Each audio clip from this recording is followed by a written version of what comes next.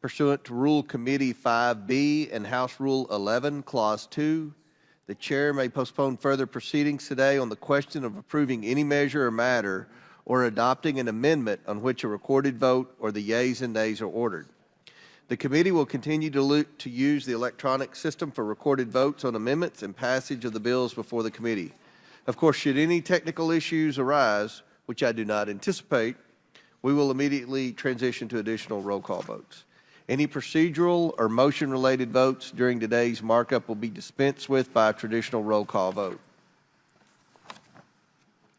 Our first item for consideration is H.R.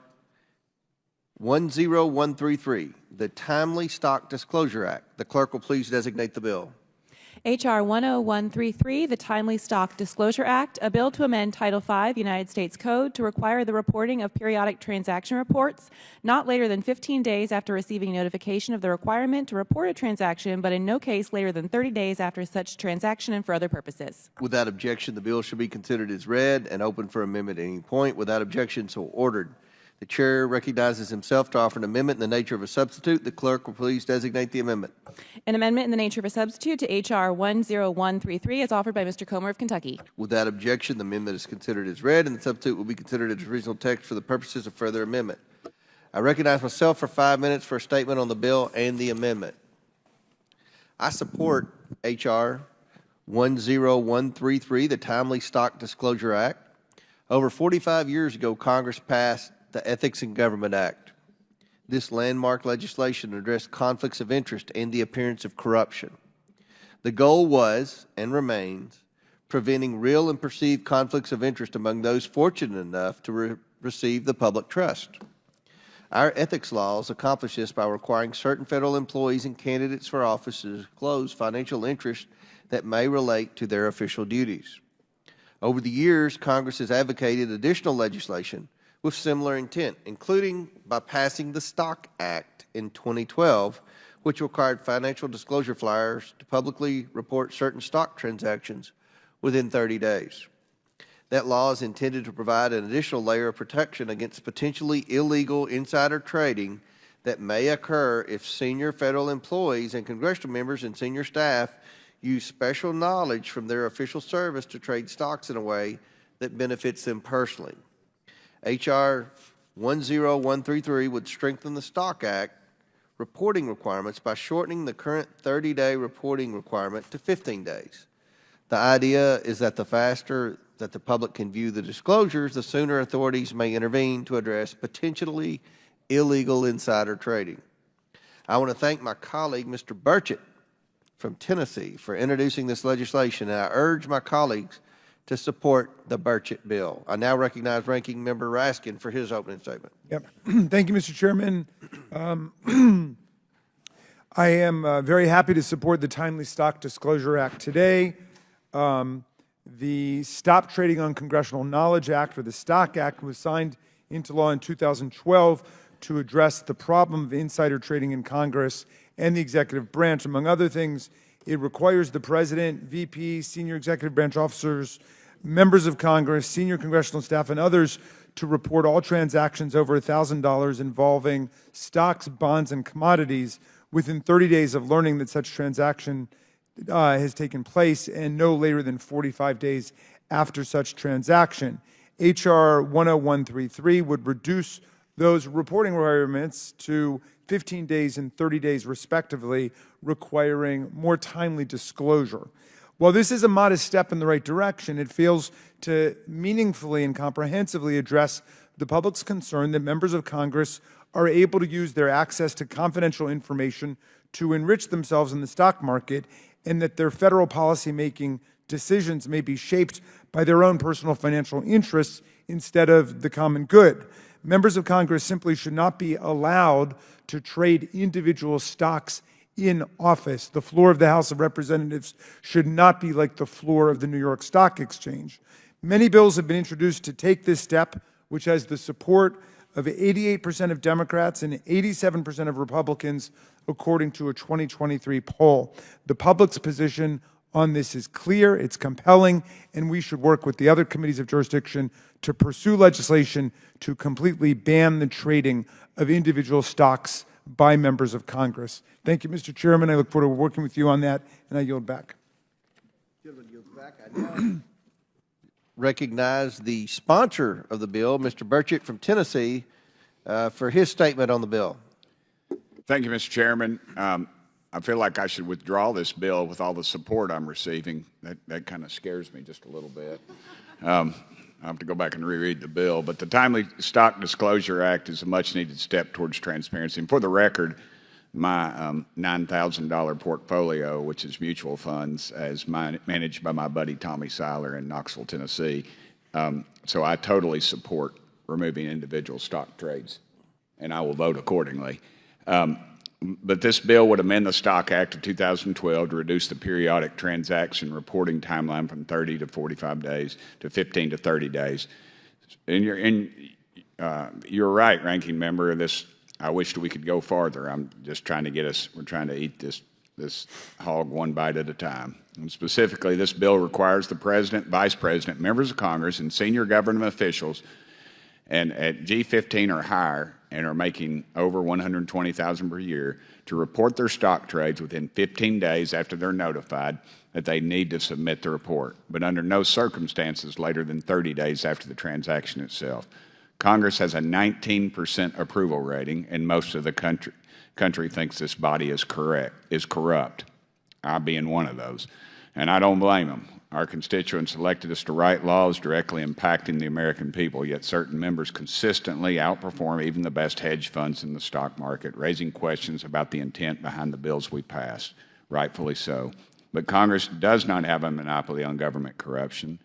We've seen it through all branches of government. And additionally, our federal agencies are constantly writing rules that have the force of law while continuing to trade stocks.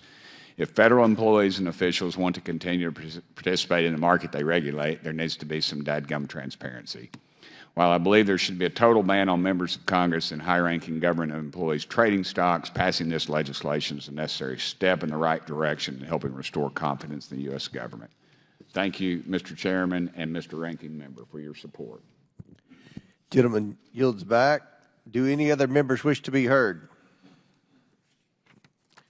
Seeing none, the question is now on the amendment in the nature of a substitute. All those in favor signify by saying aye. Aye. All those opposed signify by saying no. In the opinion of the chair, the ayes have it, and the amendment is agreed to.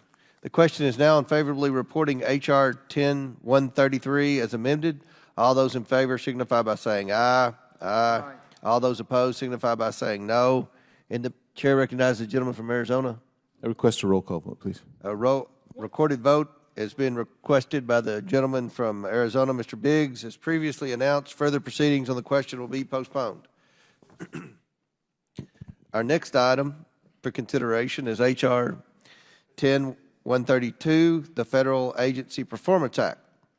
The clerk will please designate the bill. H.R. 10132, the Federal Agency Performance Act, a bill to improve performance and accountability in the federal government and for other purposes. Without objection, the bill should be considered as read and open for amendment at any point. Without objection, so ordered. The chair recognizes himself to offer an amendment in the nature of a substitute. The clerk will please designate the amendment. An amendment in the nature of a substitute to H.R. 10132 is offered by Mr. Comer of Kentucky. Without objection, the amendment is considered as read, and the substitute will be considered as original text for the purposes of further amendment. I now recognize myself for 5 minutes for a statement on the bill and the amendment. I support the Federal Agency Performance Act of 2024, which provides additional transparency, accountability, and priorities for the federal government. Federal agencies have many different missions. To meet these missions, they are required to develop goals and objectives. Developing the goal is an important first step towards progress. However, we know that more must be done to ensure that these goals and objectives are being achieved. The Government Performance and Results Act of 1993 is later modernized in 2010 by a reform act known as GPRAMA, collectively established a solid foundation of reforms to improve the overall performance and outcomes of federal agencies.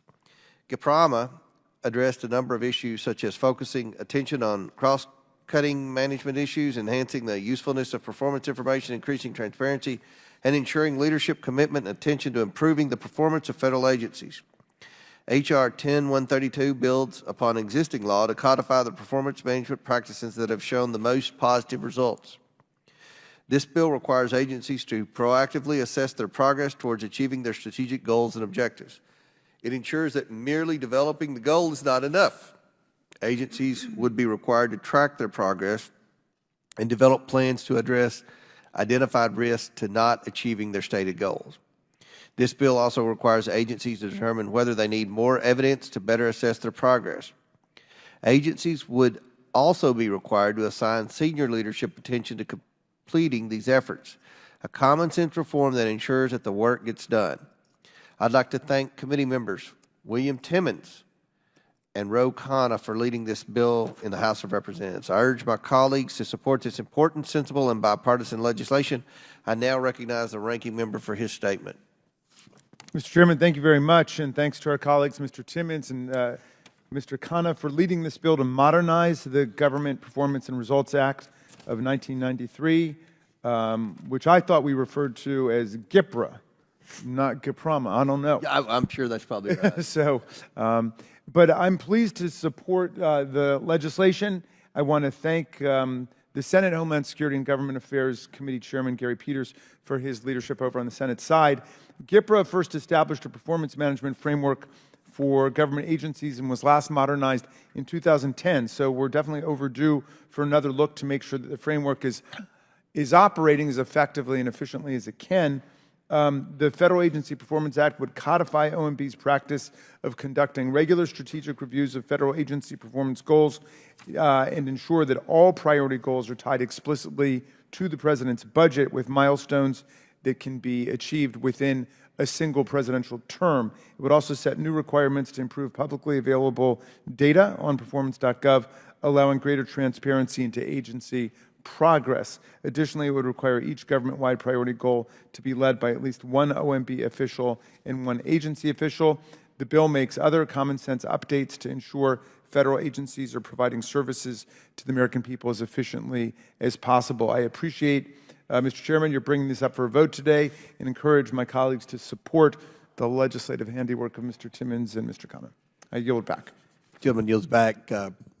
Correctly pronouncing acronyms is not my strong suit, so I'm sure you're right. Chair now recognizes Mr. Timmons from South Carolina. Thank you, Mr. Chairman. I also want to thank Mr. Khanna for partnering with me on this important legislation. Today, I rise in favor of H.R. 10132, the Federal Agency Performance Act of 2024. If enacted, this legislation would hold federal agencies more accountable for their performance and ensure greater transparency in how they spend taxpayer dollars. The Government Performance and Results Modernization Act of 2010 already made significant reforms to improve agency performance outcomes. This bill builds on those reforms by adding new, proven practices that will deliver even better results. Specifically, the bill requires agencies to develop strategic plans for how taxpayer money should be spent. And just as importantly, it forces agency employees to report their progress toward achieving their goals. Agencies will also need to assess the risks that could prevent them from meeting those goals and put in place strategies to address those risks.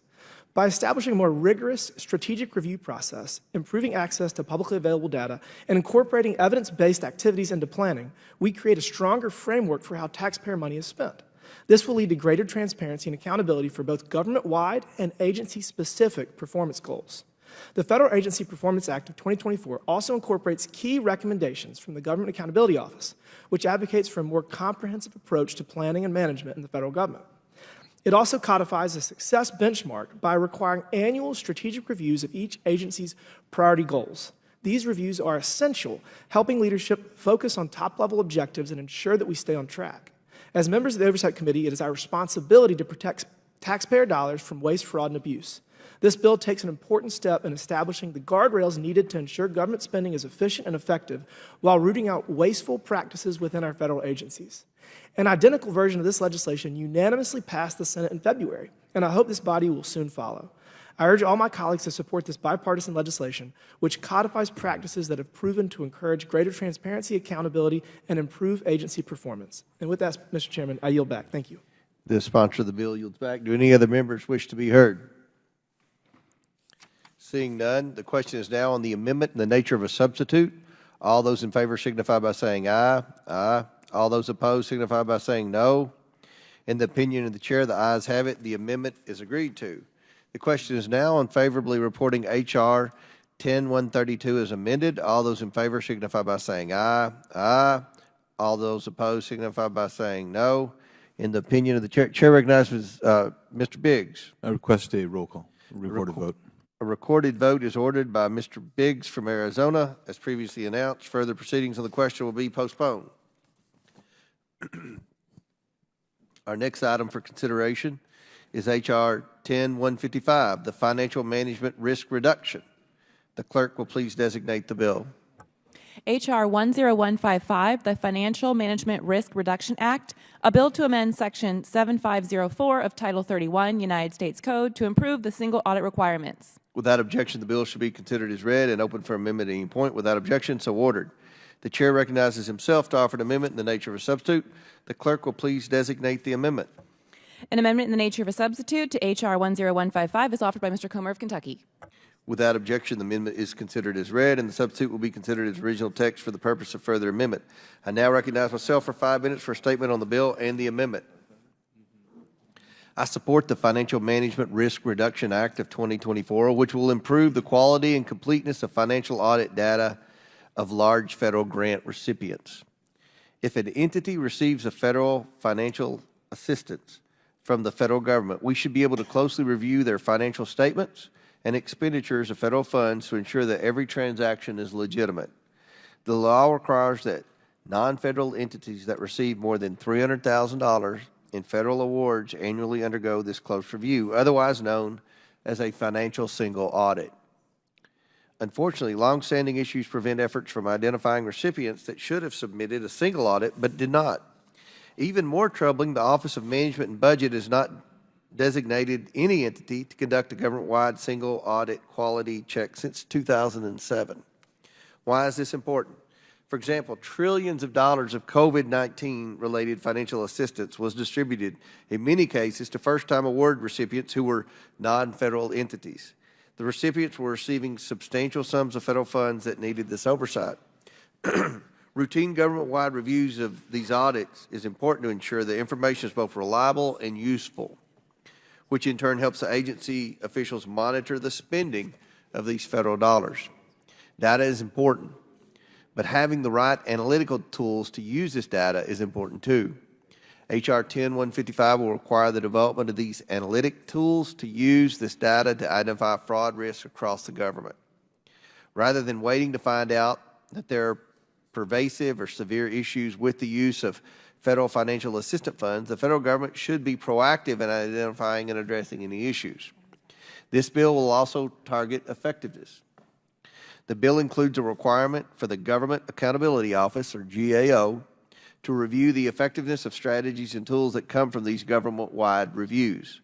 It also calls for an assessment of the reporting burdens for these auditors and audited entities.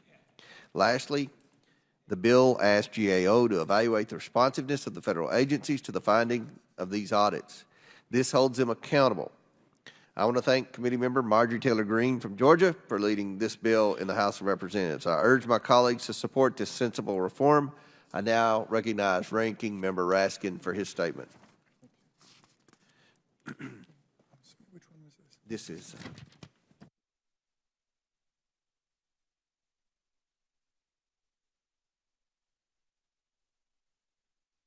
Mr. Chairman, thank you very much. I am pleased to support this legislation, which would indeed improve the quality and usability of independent audit data and enhance oversight of federal funds. The Single Audit Act of 1984 requires federal grant recipients who get more than $750,000 to report an independent audit of their internal financial controls annually to the government. It sought to increase accountability while reducing burden on grant recipients by mandating one single consolidated audit rather than audits on a grant-by-grant basis. In 2022, over 40,000 state, local, tribal, and territorial governments and not-for-profits submitted single audits. The Financial Management Risk Reduction Act addresses recommendations made by the GAO, which were aimed at increasing the usability of single audit information to reduce federal financial management risk. The bill codifies certain portions of OMB's Uniform Grants Guidance, requiring agencies to conduct quality control reviews on its audits, and directs OMB to coordinate a government-wide audit quality review once every 6 years. Finally, the bill would direct OMB to create a government-wide strategy on financial risk regarding single audits and instructs GSA to create analytical tools to use single audit data more effectively. It's a good bill. It will improve the quality and accessibility of audit data. It will increase transparency and accountability of federal funds. I urge all of our colleagues to support it. I yield back.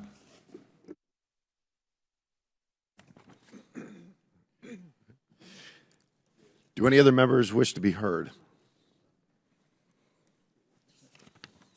The question is now on the amendment in the nature of a substitute. All those in favor signifying by saying aye.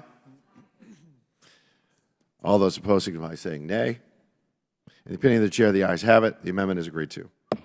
The question is now on favorably reporting H.R. 10155 as amended. All those in favor signify by saying aye. Aye. All those opposed signifying by saying no. In the opinion of the chair, the ayes have it. And the bill Chairman? is, yep. I request a sorry. recorded vote. A recorded vote is ordered. As previously announced, further proceedings on the question will be postponed. Our next item up for consideration is H.R. 162, the Freedom to Petition the Government Act. The clerk will designate the bill. H.R. 10062, the Freedom to Petition the Government Act, a bill to amend Title 29 of the District of Columbia Official Code to treat meetings held with officials of the federal government which are held in the District of Columbia as activities not constituting doing business in the District of Columbia for purposes of determining whether organizations are required to register with the District of Columbia. Without objection, the bill shall be considered as read and open for amendment at any point. Without objection, so ordered. The chair recognizes himself to offer an amendment in the nature of a substitute. The clerk will designate the amendment. An amendment in the nature of a substitute to H.R. 10062 is offered by Mr. Comer of Kentucky. Without objection, the amendment is considered as read, and the substitute will be considered as original for the text for the purposes of further amendment. I recognize myself for 5 minutes for a statement on the bill and the amendment.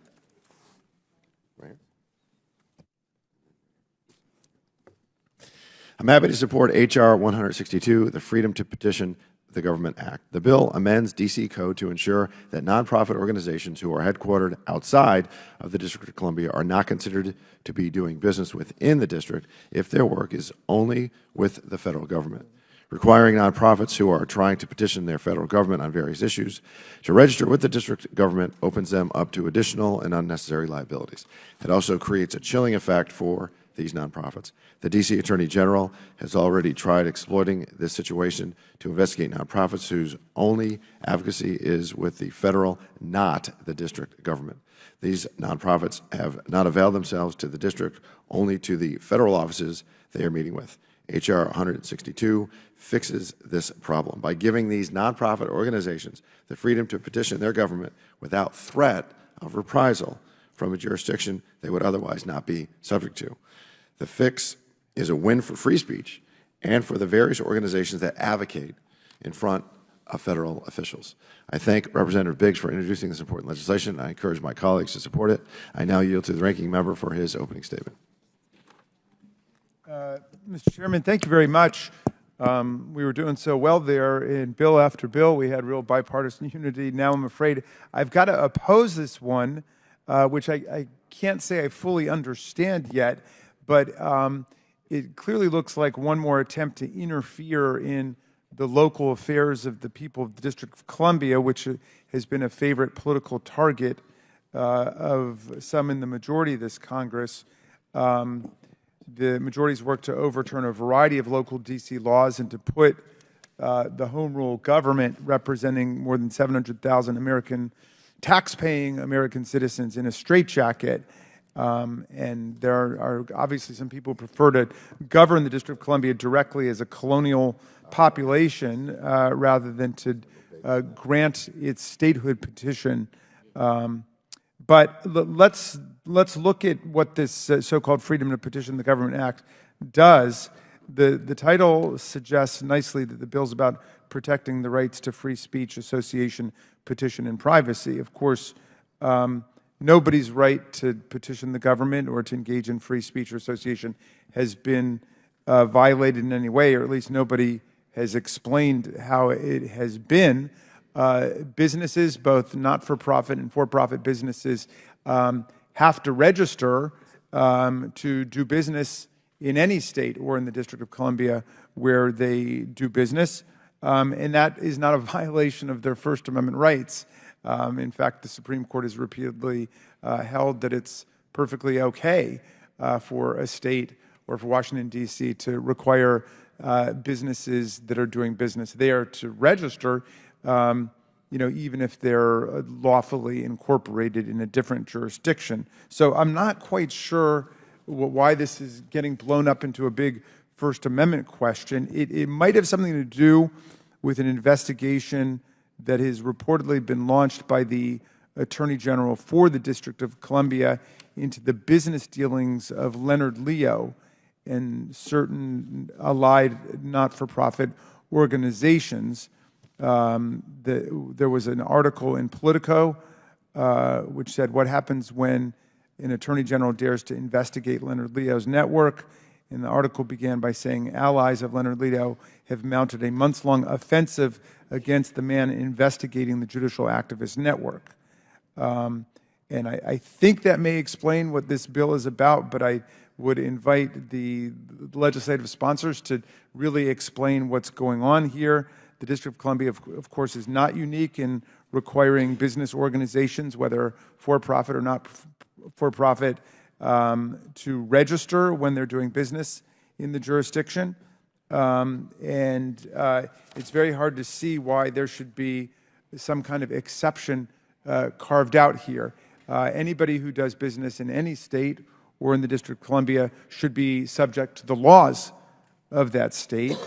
And if any state or the District of Columbia is violating anybody's right to petition government or right to engage in First Amendment activity, then that should be struck down.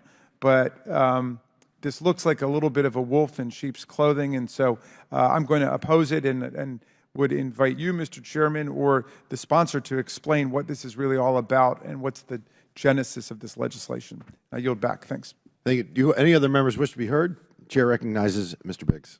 Thanks, Mr. Chairman, and I appreciate this markup and for consideration of my bill, the Freedom to Petition the Government Act.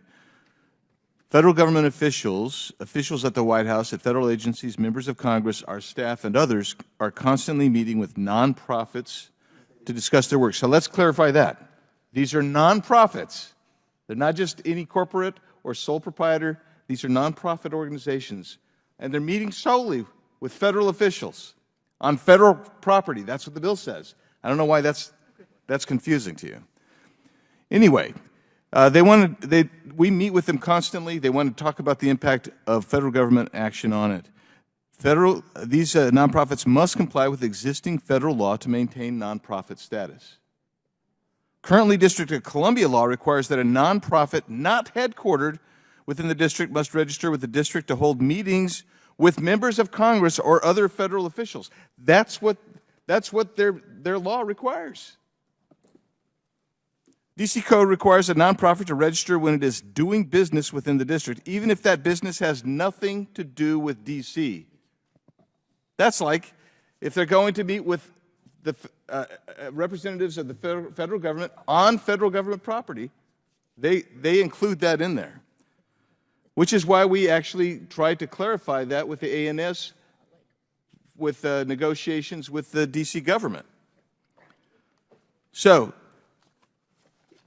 this bill opens this law opens these nonprofits to unnecessary, frivolous, and partisan investigation from the D.C. Attorney General. And that creates additional liabilities and a clear chilling effect for nonprofits that want to engage with the federal government. And by the way, we're not interfering with D.C. law. D.C. law is interfering with Americans' right to meet with their federal government officials. The Freedom to Petition the Government Act amends the D.C. Code to stop this practice. Nonprofits should be able to travel to the seat of our nation's capital to advocate, inquire, and engage with the federal government free of retribution from partisan efforts to stop such outreach. It explicitly states within the D.C. Code that nonprofits not headquartered in the district do not need to register with the district. That's what this bill does. This protects nonprofits from opening themselves up to overzealous investigations in a jurisdiction that would otherwise have no claim over these nonprofits' actions, which is very distinct from what the ranking member was describing. This provides these organizations the freedom to engage with federal officials, and I urge my colleagues to support this common sense legislation. And I would point out we have acceded to some of the requests of the D.C. officials, and that's reflected in the ANS. And so I'm not representing in any way that they support this. I'm just saying that we tried to meet them where they had concerns, and that's what the ANS is doing. And so I urge passage of this, and I yield back. Will the gentleman yield for one question? Happily. Do you understand that the District of Columbia has the exact same law that exists in your state, in every other state, with respect to the requirement to register if you're doing business in the state? And that language doesn't mention Congress or lobbying anybody. It simply says that if you are a corporation from another state or a foreign corporation, you're doing business there, you've got to register. And that Right. exists in Arizona. Yeah, so I will respond and say this. Here's the deal. The federal government, the seat of federal government is not in Arizona. It's not in Maryland. It's here. And these non-government operations, they're coming here to meet, as we say in the bill, on federal property, to meet with federal officials. If that's all they're doing, That's what it says right there. So they would have no. But they're not doing business. No, but in other words, they're not. They are, but the bill, if you read the law, Yeah. their current law, Yeah. it does not provide that exception. It doesn't need an exception if they're not. Sure it does, because that's what they're investigating. They chose to investigate Mr. Leo. Why? If he has offices, He did not have offices here. He has no not-for-profit. He had a corporation. post office box that he checked periodically. That's what you're saying is business. Okay, well then I think that goes to the question of whether or not he's doing business. That's there, correct. right? Yeah. And that's the point we're trying to clarify. And I agree that I'm glad you agree that was the question in the Leo case. We're clarifying it now. But why Yield does back. that? Can you just explain why? Again, I'm just trying to find out because this is the first I'm learning of this whole thing. Why do we need to intervene to pass a federal law about this? If they're not doing business in the District of Columbia, it shouldn't be an issue, right? That is correct. It shouldn't be, but it has proven to be.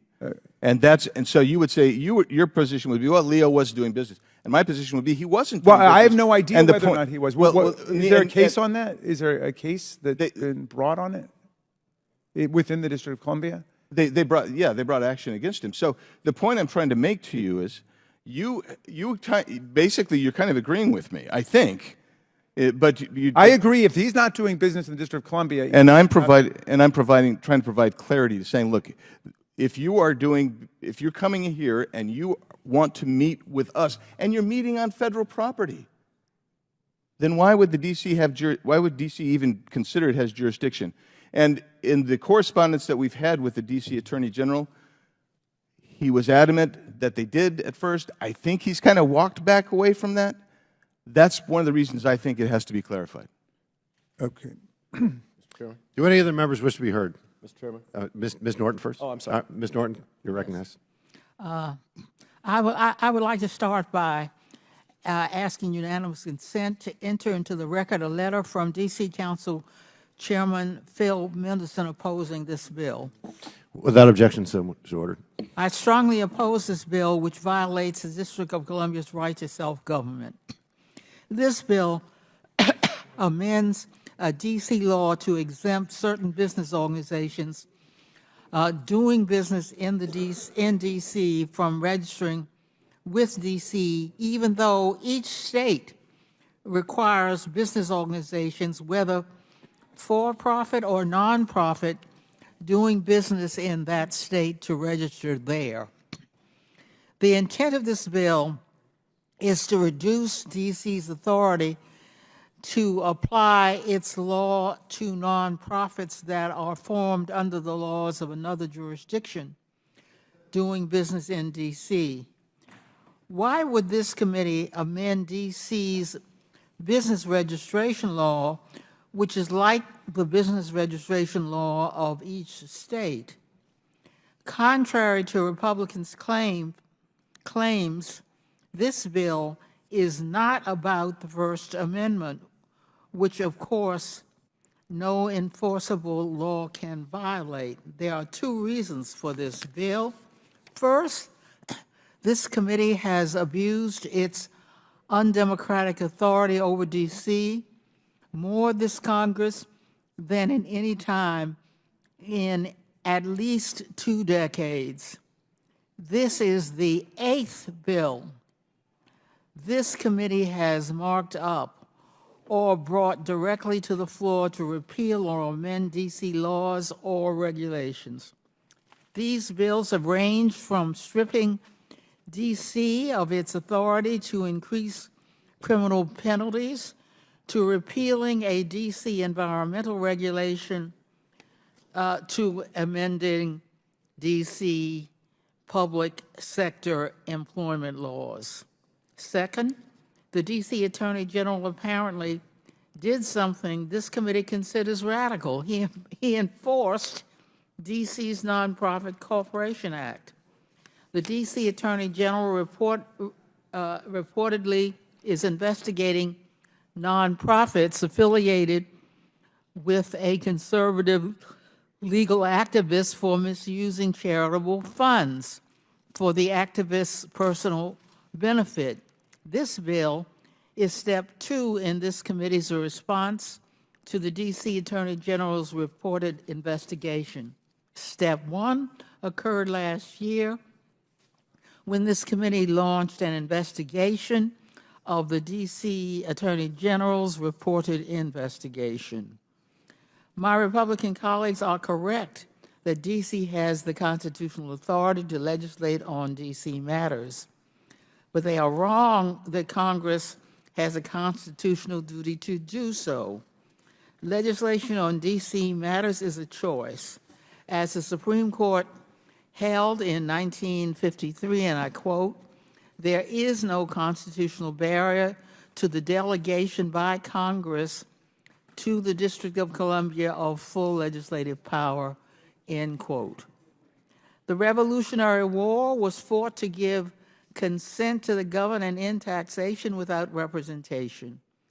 Yet D.C. residents cannot consent to any action taken by Congress, whether on national or local D.C. matters, and pay full federal taxes.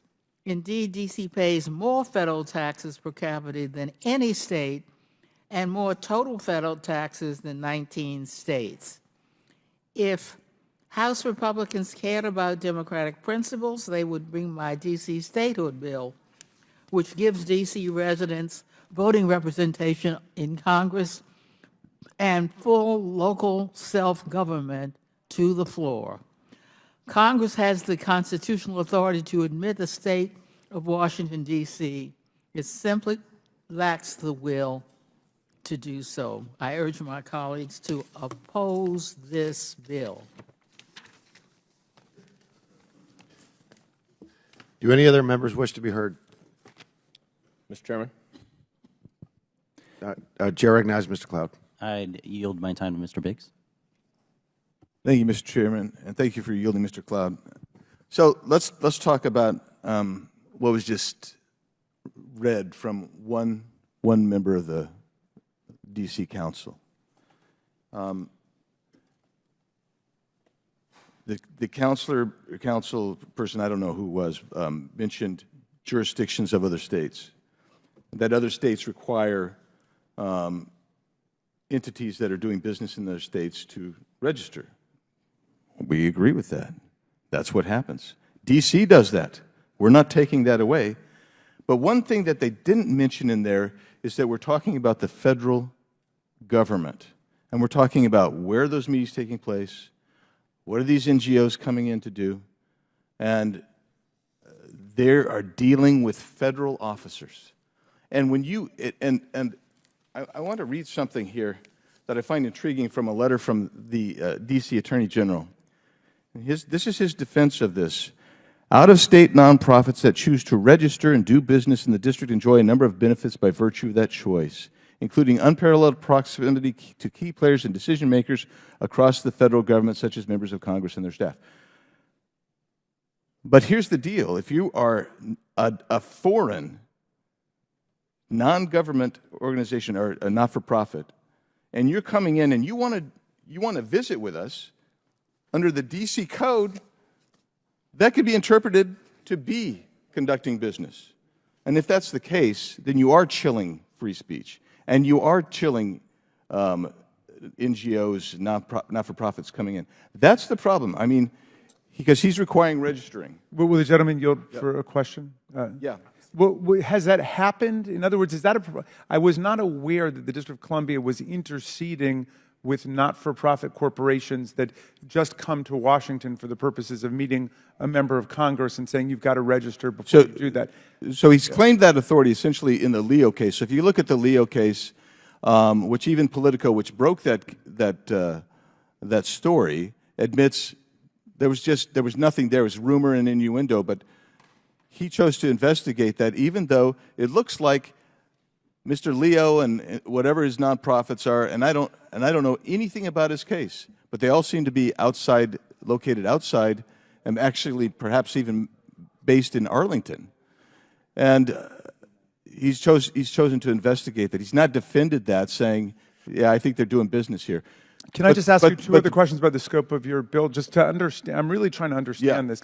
So, but one is the not-for-profit corporations that are, say, organized in Arizona or in Maryland may have to also go and talk to state legislatures as well. Should they be exempt from having to register in those states doing business? Why is it not written to deal with people who are going to the state capitals, in Annapolis or Albany or whatever? So I think that becomes a state issue, and this DC is under the federal control of Congress. So let me just clarify additionally. Yeah. If I am, because I used to work with nonprofits in Phoenix, if we have to go to, say, let's say Dallas or something like that, we don't have to register in Dallas for me to go in and stop in and meet with them. Right. That's what we're saying. But I'm not aware but is that the rule here? Because I hadn't heard any complaints about that happening. Well, I think you should. I'm sure you're privy to the responses that the local AG gave to the letters written by Mr. Comer and Mr. Jordan, the two chairmen, and that colloquy through verse that they gave, through prose that they gave. But it looks to me like he is making the assertion that, that he could do that if they chose. And so that's why I think the bill's important. And if, by the way, if you don't think that's happening, then this bill will do no harm either. But the point is, if it is happening, which I would suggest to you, this Attorney General, at least in one case, potentially did that, then maybe we should intercede. And if I could just ask one other question about the dimensions of the proposal. It says this applies to all entities, presumably under 501c, so that means 501c3, C4, C6, or is it just C3s? You're talking about the ANS? You're talking about ANS. Yeah, it looks like it looks to me like it's all 501c. Okay, so have we looked at the implications of that? If there's a C4, a C6, if they're doing business, if they're not coming in, if they're actually conducting business here, I don't know that this statute is going to provide that exemption for them. That's I guess in that it's the grammar of it that puzzles me when you say holding a meeting with a member of Congress. Does this only apply to those 501c organizations that are holding a meeting? Or is that sufficient to make them exempt to go and hold one meeting, even if they're doing other business in the District of Columbia? Well, that's one of the reasons that we've limited it. It's because if they're conducting business here, we get it. We understand. But in reality, if they're trying to exercise fundamental rights, then the DC AG should not be investigating, prosecute, whatever you choose. I would agree with this, and I would get on this if you just put the word "only" in there, only holding a meeting with a member of Congress, because that would be ridiculous. Well, what about if you go to lunch with a member of Congress? But only holding a meeting or having lunch with a member of Congress. I mean, I think having lunch would incorporate it. But what I don't want this to become suddenly like an escape hatch for people who are actually doing business here and saying, well, we did a meeting with a member of Congress, so now even though everybody would acknowledge we're doing business, we're suddenly exempt from the laws. I think you're straining at a gnat. I really don't think I am. I think I'm going right to the heart of it. I don't think you are going to the heart of it. I think you're saying, because I think as the council member said, gee, this whole body's been out to get D.C. We're not out to get D.C. What I'm trying to do is protect, and we're trying to carve out protections for the D.C. government as well as for citizens to come petition the government. But is holding a meeting enough to exempt someone from D.C. law with respect to registration, even if everybody would concede that they are also engaging in business? I don't think so. Okay. I don't think so. I mean, I think we got to rework the language. So to that end, Mr. Chairman, I would ask a unanimous request that the two letters written by yourself and Chairman Jordan, as well as the two responses from the Attorney General from the District of Columbia, be admitted into the record. Without objection. And also, I would also request that Chapter 4 of the District of Columbia Code be admitted into the record as well. Without objection, so ordered. Conclude. Chair recognizes Mr. Goldman. Thank you. I'm going to follow up on the ranking member's questions because I do want to get down to the rub, because the appearance here is that the DC AG began an investigation into Leonard Leo and all of his various nonprofits because there were allegations that Mr. Leo was misusing the nonprofits for his personal gain. And I assume, Mr. Biggs, you agree that that is, if true, that's a valid basis for an investigation. Is that right? By the appropriate authority, yeah. Okay. So then you're saying that the DC Attorney General is not the appropriate authority because the DC Attorney General does not have jurisdiction or should not have jurisdiction if the nonprofit that they are investigating only has a drop box in the District of Columbia. Is that right? Well, I mean, you've asked a compound question and asked me, is that right? What I would suggest to you is I think that's probably right. All right, well, let me ask it this way then. Fine. Do you agree, does this bill, and I'm going to get to what Mr. Raskin was getting at here, does this bill, in your view, say that if a 501c organization has a meeting with the federal government or Congress, then there is no jurisdiction for the District of Columbia's Attorney General to conduct an investigation into that 501c organization, regardless of all of the other activity that 501c is doing? I would disagree with your interpretation. We've defined, quite frankly, I think a minimal carve-out ultimately saying and intimating, this is not business. This is not doing business in D.C. So you're saying that if you have a meeting or if you are addressing the federal government in some fashion, Congress, some other executive branch agency, that does not qualify as jurisdiction.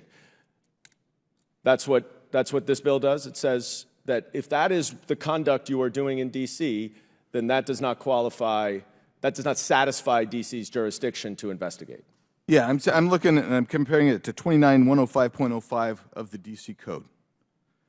And we're saying, if you're here, and you notice we just said holding meetings with members of Congress, that doesn't constitute under 29105.05 the activity for which you should be required to register with the District of Columbia. Okay, what happens if a 501c has a meeting with another 501c that is in D.C., headquartered in D.C., perhaps gives money to that other 501c in D.C., and then separately goes and has a meeting with Mr. Biggs about something else. Does DC have jurisdiction over that 501c? Well, let's. It's really that's a baffling question, and you truly have a dizzying interpretation of this. I'll tell you. What we've done is we've carved out a spot, and we've said, if you're going there for meetings with members of Congress, their staff, if you're meeting on federal property, you don't fall within the jurisdiction. And what you're saying is, if they come in here and they're actually conducting business, other business, well, that's a different animal, isn't it? Do you think it's a different animal? I don't think this bill makes it clear.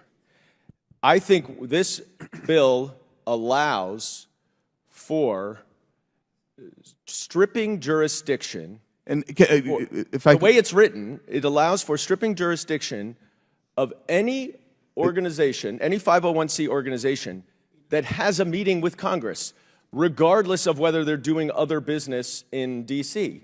And that's why Mr. Raskin's suggestion that you say will strip jurisdiction if your only business in D.C. is meeting with the federal government, that's one thing, but that's not what this bill says. So if you want to clarify that, I will happily support that. Well, so the problem is this is... Would the gentleman yield? No, one minute. I'm just finishing up my time. I'm happy to continue. But the problem with this bill is what you are doing, and what is very clear that you're doing based on Chairman Comer and Chairman Jordan's letters, is you are trying to interfere and intervene in an ongoing investigation by the D.C. Attorney General into the Republicans' biggest benefactor.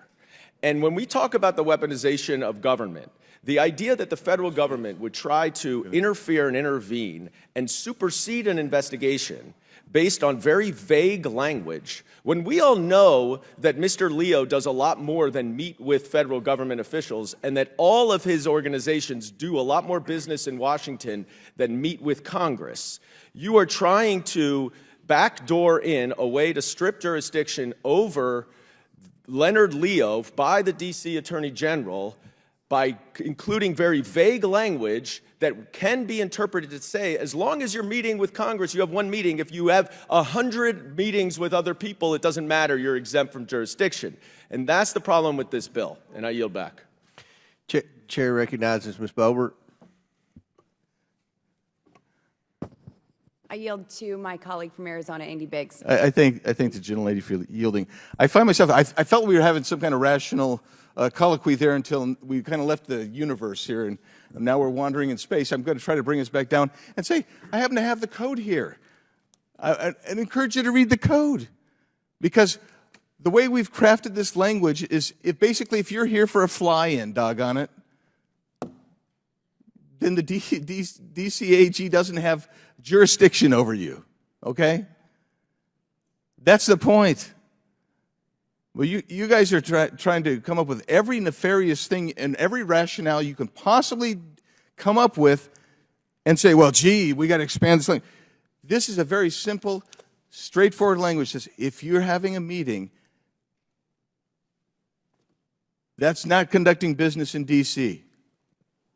But the ordinance that defines all kinds of other stuff, that's business. We didn't touch that other stuff. We touched if you're coming in for a fly-in to meet with Moskowitz or anybody, particularly Moskowitz. In particular, I was thinking about that. You're protected from investigation hassle from the DCAG. You don't have to register with him. But if you're conducting business, we haven't touched you. That's what's baffling to me. Will the gentleman yield? Well, you have to ask the gentlelady. It's her time. Thank you, Ms. Boebert. You're avoiding the question, Mr. Biggs, and it seems intentional. And the reason why we are skeptical over here is that Mr. Leo has declared he's not cooperating with the investigation. Chairman Comer and Chairman Jordan have tried to intervene and interfere in this investigation. And now we have a jurisdiction-stripping bill in the Oversight Committee that is clearly directly related to this investigation. So please spare me the outrage that we are skeptical given the timeline here. But the question I have for you is, as you interpret this bill, if you're saying a fly-in is exempt from jurisdiction, you don't have to register. If somebody does a fly-in and also satisfies one of those other elements of the code that would establish doing business in D.C., does that organization still have to register because of that other conduct, separate and apart from the fly-in? That's the way I interpret it. That's why I said if you read the ordinance, you'll get a pretty good idea how they're attacking registration for business activities. We're simply saying, you're here, you're having a meeting with members of Congress. That's not a business activity. Now, if you go out and you start conducting other business, then there's nothing in here that protects you from that jurisdiction. We're not stripping jurisdiction. We are trying to refine and define and protect fundamental civil rights to speak out and meet with and petition your government. That's what we're trying to protect. And by the way, you know, I'm not outraged. I'm happy to have the colloquy. I think it's fine. It's good. But if you're saying that you don't trust me, that's fine too. But for all of you guys who are on the other side now saying, oh gosh, we have to have bipartisanship, we have to have trust, I'm telling you what I think this bill does. I'm telling you why we did it. And you are approaching it with this massive amount of skepticism, and that's fine because we have a history of skepticism, particularly in this committee. But if we're ever going to get past it, at some point you got to say, well, this really doesn't do everything. We said we could create every hypothetical in the world because we're a bunch of stinking lawyers who went to law school. We spend all of our time getting hypotheticals all the time. But the bottom line is we're saying, look, you're coming in, you're meeting with a member of Congress. For purposes of the D.C. Code, which we otherwise are holding harmless, that doesn't constitute doing business in the district. That's the point. Will the gentlelady yield? The gentlelady needs to yield. I appreciate that. The skepticism is because laws are interpreted and they are implemented. And so you have to consider hypotheticals to anticipate how they will be interpreted and implemented. And the concern I have here is if what this bill is actually intending to do what you say it is, A, it's not written clearly, and B, it would not accomplish the goals of Chairman Comer and Chairman Jordan because it would almost certainly not strip jurisdiction from the D.C. Attorney General against Leonard Leo. Reclaiming Boebert's time, Ms. Boebert's time, I'll say, and you've just undercut your whole stinking argument where you've developed your skepticism because I wouldn't protect Leonard Leo with this. What we're doing is we're protecting the people who are flying in from any kind of overreach on the part of the D.C. AG. That's the point. Is there an example that you can cite of that happening? Well, then if you can't find an example, then why do you care? Because then it's no harm, no foul. Well, I'm asking you, is there an actual example of somebody, of the D.C. Attorney General doing an investigation of a 501c that's only business and only contact with Washington, D.C. is to fly in to meet with a member of Congress? I would refer you to the responses of the DCAG to the letters from Mr. Comer, or Chairman Comer and Chairman Jordan, where, at least the way I interpret it, he's implying that he has that authority. Okay. Well, it is weird. Ms. Boebert's time's expired. Mr. Moskowitz. Thank you, Mr. Chairman. First of all, I think this is healthy, right, having a discussion about a bill. I think that's the whole point of workshopping things. So just to go back to Ranking Member Raskin's question, which I think you're answering. I think we just want it to be just a tiny bit clearer. Because obviously legislative intent is part of the record. So your intent, and you believe the language, is not an exemption if you're doing business in D.C. That's the way. That's correct. Okay, yeah, that's what we want to hear. It's not an exemption, right? So coming in and meeting with a member, right, if you do business in D.C. is not an exemption. That's correct. Because you would still be subject to the code because the only thing that would not be doing business. So we're just basically saying You're not doing business pursuant to the D.C. Code if you're meeting with members of Congress or the staff. Perfect. So I'll say it in reverse. If you don't do business in D.C., coming and meeting with a member of Congress doesn't give D.C. jurisdiction. Correct. Okay. If the gentleman would yield. Thank you very much. I actually think we've made tremendous progress here because I think substantively we agree. I think we're converging around the idea that a not-for-profit that's incorporated elsewhere doesn't, quote, do business in the District of Columbia simply because there's a meeting with a member of Congress or, as you've said, another federal representative or employee. If you come in to meet with the IRS, you come in to meet with the Department of State, that doesn't turn you into someone doing business in the District of Columbia. I think that the language is a bit inartful, so it could be open to different available interpretations, but, you know, I would be prepared to support that idea if we could, you know, work that language out more specifically, you know, despite the fact that it's not clear that it's necessary, but I think we all would agree to that. So I think if you would yield, Mr. Moskowitz. Yeah. So the language we have here was developed in consultation with the mayor's office. That's how we ended up with that specific, which is, I can't see it without my glasses. Yeah. 11. It's bracketed 11. So that language itself was developed in consultation with the mayor's office, which is why it says what it says. I mean, given the legislative history that's involved in this conversation, I really have no particular problem with it. I don't quite see its necessity, but there's a lot of stuff around here that's not necessary. Yeah. You know, I wouldn't fight it. I don't know that I would support it because I don't see it as being necessary, but I like your clarifying explanation that it's just the activity of holding a meeting itself does not confer the status of doing business in the District of Columbia. That's correct. All right, and I yield back. Thank you, Mr. Moss. Mr. Moskowitz, may I yield? I want to just clarify that this is part of the reason of the skepticism, is that if that is the intent of the bill, it is a useless bill. It is redundant, it is unnecessary, because I don't think anyone can cite a particular case or investigation that hinges on jurisdiction based solely on one fly-in or one meeting with Congress or one meeting with the federal government. And that's where the skepticism becomes, is that it's unusual to write a law to address something that is not a problem, where a problem doesn't exist.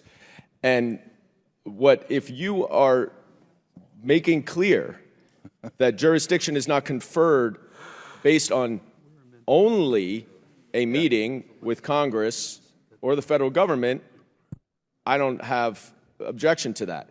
If what this bill says, and this is where it's not clear, that if you have a meeting with Congress or the federal government, then it exempts you from jurisdiction, that would mean that entities that do lots of business in Washington, D.C., and also have a meeting in Congress no longer are subject to the jurisdiction of Washington, D.C. And that obviously would be a very problematic bill.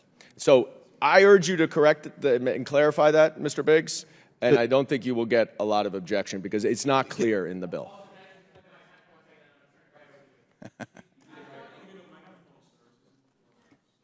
I can be loud without the microphone. You mentioned something about the mayor's office. Can you expand about that? Did you work with the mayor's office? Our staff did, yes, that's correct. Okay. Giving you the rest. Okay, thanks. You know, the statement was made that we don't normally get ahead of issues. So I'd say word number one, we're getting ahead of issues. Number two, who around here has been around here a little while and hasn't seen superfluous bills come to the floor? Now, I'm not saying this bill's superfluous. I'm just saying that's not a reason not to support the bill. Third thing is, I'll give you an example, because we are amending the code section, which is entitled "Activities Not Constituting Doing Business," which is why it's worded or framed the way it is. It may not be artful necessarily, but that's why I think it came up the way it was. But let me give you an example one. It isn't, if you're solely maintaining accounts in financial institutions, you're not doing business here. does anybody find issue with that that was superfluous? And that's the point I'm trying to make ultimately is I think it is necessary and it is clarifying. And I think, you know, and I would offer this to the ranking member, if at the conclusion of the day, if this is moving forward, I'm happy to sit down and craft more artful language if that's something that the ranking member would like to do. So with that, I'll yield back to Mr. Moskowitz. Mr. Moskowitz's time has expired. Any other members seek recognition? Mr. Mfume. Oh, yeah, Mr. Mfume. Thank you, Mr. Chairman. I'm going to cast all caution to the wind and extend this colloquy just a little longer, but I'd like to extend it. I'd like to extend it by yielding my time to my Marylander on this committee, my colleague who is the ranking member, so that he might, in fact, have the last word to conclude his position. I yield to Mr. Raskin. Okay. Thank you very much, Mr. Mfume, for that. And I really have nothing to add. I appreciate the comments of the gentleman from Arizona. I think that we've arrived at substantive agreement on this. I think we probably differ only as to the necessity of passing it at this point, but I'm happy to engage in further discussion with you about that, and I'm happy to yield back to the distinguished gentleman from Baltimore. Thank you very much, Mr. Chairman. All's well that ends well. I yield. All right. Any other members seek recognition? Seeing none, the question is now on the amendment in the nature of a substitute. All those in favor signify by saying aye. Aye. All those opposed signify by saying no. In the opinion of the chair, the ayes have it. The amendment is agreed to. Now the question is on favorably reporting H.R. 162 as amended. All those in favor signify by saying aye. Aye. All those opposed signify by saying no. Mr. Chairman. Chair recognizes. Request a recorded vote, please. A recorded vote is ordered by Mr. Biggs from Arizona, as previously announced. Further proceedings on the question will be postponed. Our next item for consideration is H.R. 8690, the Stop Secret Spending Act of 2024. The clerk will please designate the bill. H.R. 8690, the Stop Secret Spending Act of 2024, a bill to amend the Federal Funding Accountability and Transparency Act of 2006 to ensure that other transaction agreements are reported to usaspending.gov and for other purposes. Without objection, the bill should be considered as read and open for amendment at any point. Without objection, so ordered. The chair recognizes himself to offer an amendment in the nature of a substitute. The clerk please designate the amendment. An amendment in the nature of a substitute to H.R. 8690 is offered by Mr. Comer of Kentucky. Without objection, the amendment is considered as read, and the substitute will be considered as original text for the purpose of further amendment. I recognize myself for 5 minutes for statement on the bill and the amendment. I support the Stop Secret Spending Act of 2024, which requires federal agencies to report complete and accurate information on usaspending.gov for how they spend appropriated funds. Since 2006, agencies have been required to be more transparent with how they are spending taxpayer dollars. The Federal Funding Accountability and Transparency Act, and later amended by the Data Act of 2014, established usaspending.gov, a public database of all government spending. This transparency is critical because it ensures the American people that agencies are using their hard-earned money appropriately. Unfortunately, over the years, we have found that there are gaps in usaspending.gov. Agencies more and more have been utilizing authorities for contracting mechanisms known as other transaction agreements, or OTAs. OTAs are not subject to certain federal acquisition laws and requirements, and most importantly, are not required to be reported to usaspending.gov under current law. The Government Accountability Office has found that agencies use different methods to report the billions in spending related to OTAs. However, it is unknown if they are reporting consistently or if this information is even complete. That means we do not have full transparency over how billions of dollars are spent by federal agencies. This bill corrects that issue by requiring OTA spending be reported to usaspending.gov under Data Act. The bill also requires agencies to report annually on funds that previously were unreported for a variety of exemptions. Agencies will need to report the amounts and reasons why these appropriated dollars were not reported. This provides more transparency to the public and allows all of us to hold these agencies accountable. Lastly, This bill restores the requirement for agency inspectors general to review the entirety of data submitted by usaspending.gov to ensure that it is complete and accurate. Transparency does not mean anything if the information isn't complete or accurate. This bill will ensure the information will be both complete and accurate. I thank Representatives Barry Moore and Jimmy Panetta for leading this bill in the House of Representatives. I urge my colleagues to support this common sense bill. I now yield to the ranking member. Thank you, Mr. Chairman, and thanks to Representatives Moore and Panetta for their strong bipartisan work on this bill, and to Senator Ernst for her work on the Senate companion. usaspending.gov, the official source of government spending data, is a public database of federal agencies' direct expenditures, displaying federal contract, grant, loan, and other financial assistance awards totaling more than $25,000. Prime contract recipients are required to report details on their first-tier sub-recipient awards. The website is maintained by the Department of the Treasury. It provides accurate, consistent, reliable, and searchable data so the public can trace the use of our taxpayer dollars.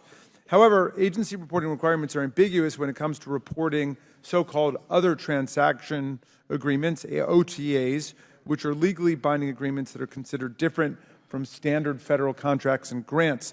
A GAO review found over $40 billion in agency OTAs from fiscal year 2020 through 2022 that were therefore not reported on usaspending.gov. H.R. 8690 would enact a GAO recommendation to require agencies to include these OTAs in their reports to usaspending.gov, taking a big step towards making the public record of federal spending far more complete. H.R. 8690 would require the DOT to report, the Treasury Department to report annually on the total federal spending on awards for which data has not been posted on usaspending.gov, as well as the reason such data has not been posted. It would implement 2 more GAO recommendations, including requiring Treasury, OMB, and other agencies to ensure that usaspending.gov data is complete and accurate, and requiring Treasury and OMB to periodically assess and determine which agencies have to report data to the usaspending.gov website. The public deserves transparency and accountability in how our tax dollars are being spent.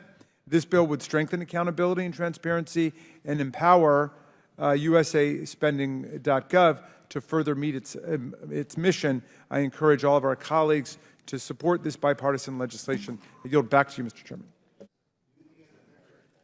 Do any members seek recognition on the bill? Seeing none, the question is now on the amendment in the nature of a substitute. All those in favor signify by saying aye. Aye. All those opposed by saying no. In the opinion of the chair, the ayes have it. The amendment is agreed to. The question is now on favorably reporting H.R. 8690 as amended. All those in favor signify by saying aye. Aye.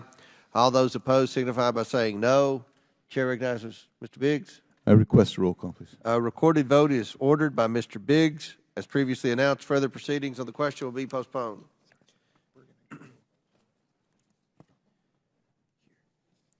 Our next item for consideration is H.R. 9040, the Taxpayer Exposure Risk Reduction Act.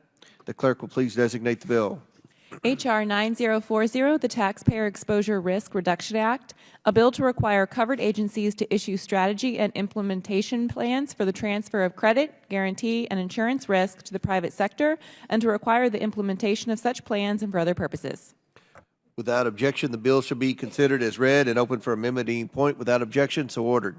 The chair recognizes himself to offer an amendment in the nature of a substitute. The clerk will please designate the amendment. An amendment in the nature of a substitute to H.R. 9040 is offered by Mr. Comer of Without Kentucky. objection, the amendment is considered as read, and the substitute will be considered as original text for the purposes of further amendment. I now recognize myself for 5 minutes on the statement on the bill. Currently, the federal government manages nearly 148 federal programs or activities that put federal agencies at risk of bearing financial losses.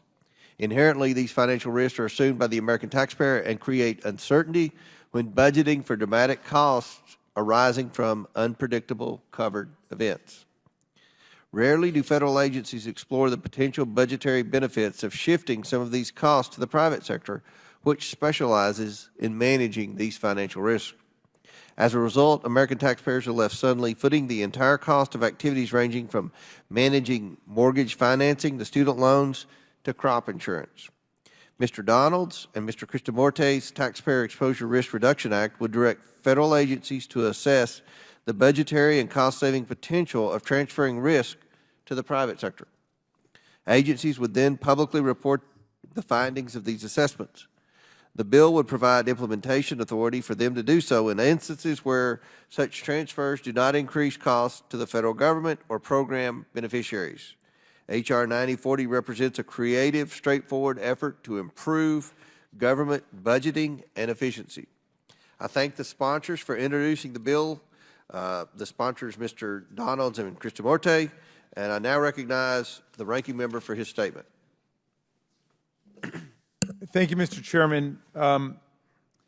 Regrettably, I've got to oppose H.R. 9040, the so-called Taxpayer Exposure Risk Reduction Act. This is a staggeringly broad and momentous bill that would make dramatic changes to how federal agencies manage financial risk, allowing public agencies to transfer credit risk to the private sector, and obviously the private sector is not doing this on an altruistic, not-for-profit, philanthropic basis. The private sector is only going to be involved if they believe that there's profit to be made in doing this.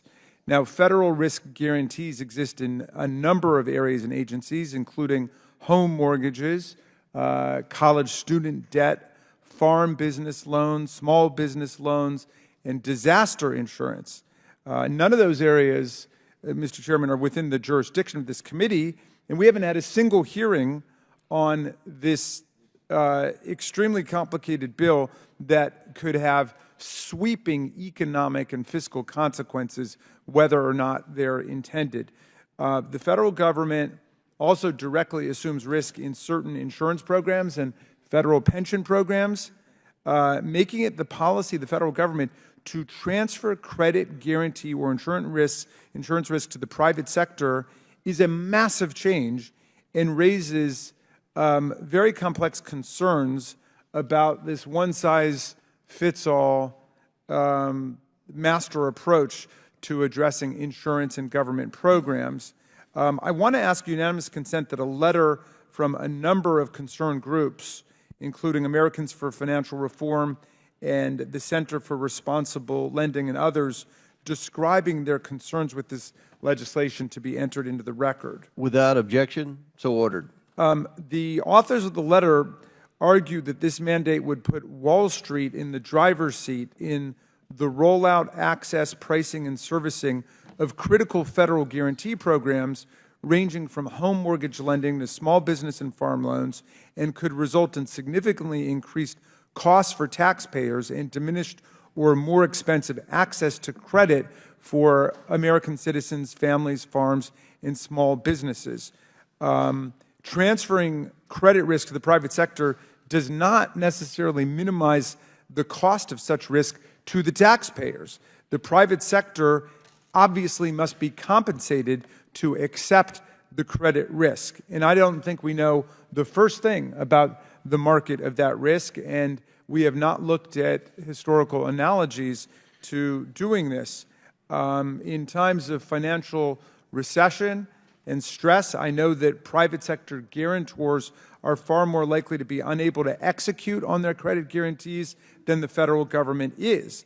Experience has shown that in times of economic stress, investors far more prefer to deal with the government, and private sector guarantors may simply fail to be able to deliver on credit guarantees. A number of striking examples of this, of course, occurred during the 2007 to 2009 financial crisis. At the very least, Mr. Chairman, I would say this is a subject that should not be rushed through in some kind of hasty way. We need to have serious hearings about this, along with the committees of substantive jurisdiction over all of the specific questions like home mortgages, college student debt, small business loans, the farm sector, and so on. So I'm Not prepared to gamble on this approach right now, and I would strongly oppose H.R. 9040, the Taxpayer Exposure Risk Reduction Act.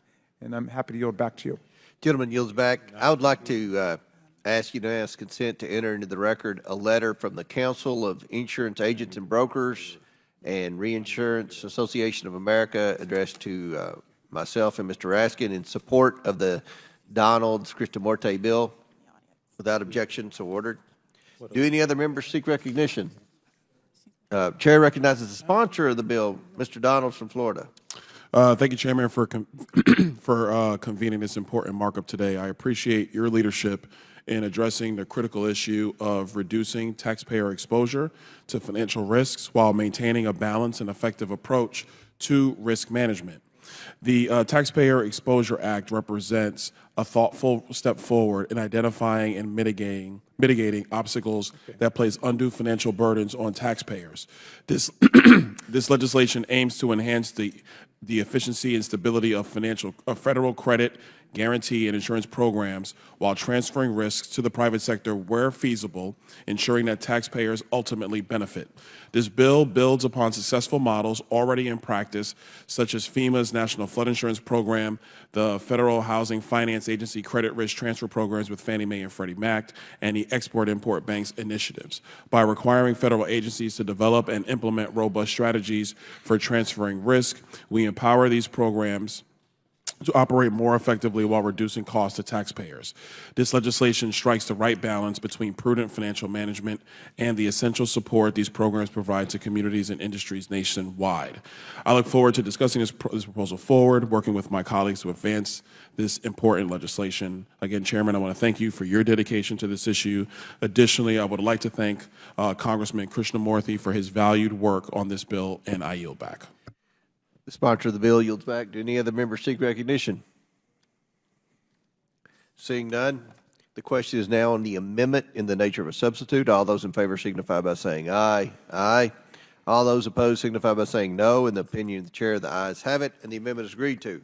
The question is now in favor. Could I request a roll call vote on that? Yeah, well, we got one more. Yeah, Okay, you want to yeah. request it on the full bill, right? Yeah, on the That full- was the yeah. substitute. Oh, that was- Okay. Yeah. The question is now in favorably reporting H.R. 9040 as amended. All those in favor signify by saying aye. Aye. All those opposed signify by saying no. No. Recorded vote has been requested by Mr. Raskin. As previously announced, further proceedings on the question will be postponed.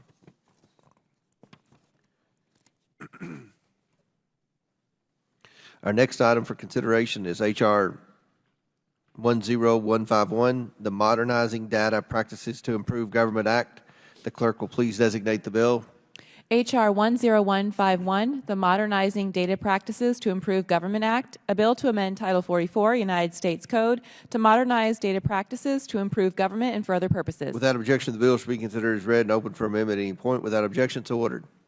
The chair recognizes himself to offer an amendment in the nature of substitute. The clerk please designate the amendment. An amendment in the nature of a substitute to H.R. 10151 is offered by Mr. Comer of Kentucky. Without objection, the amendment is considered as read, and the substitute will be considered as original text for the purposes of further amendment. I recognize myself for 5 minutes for a statement on the bill.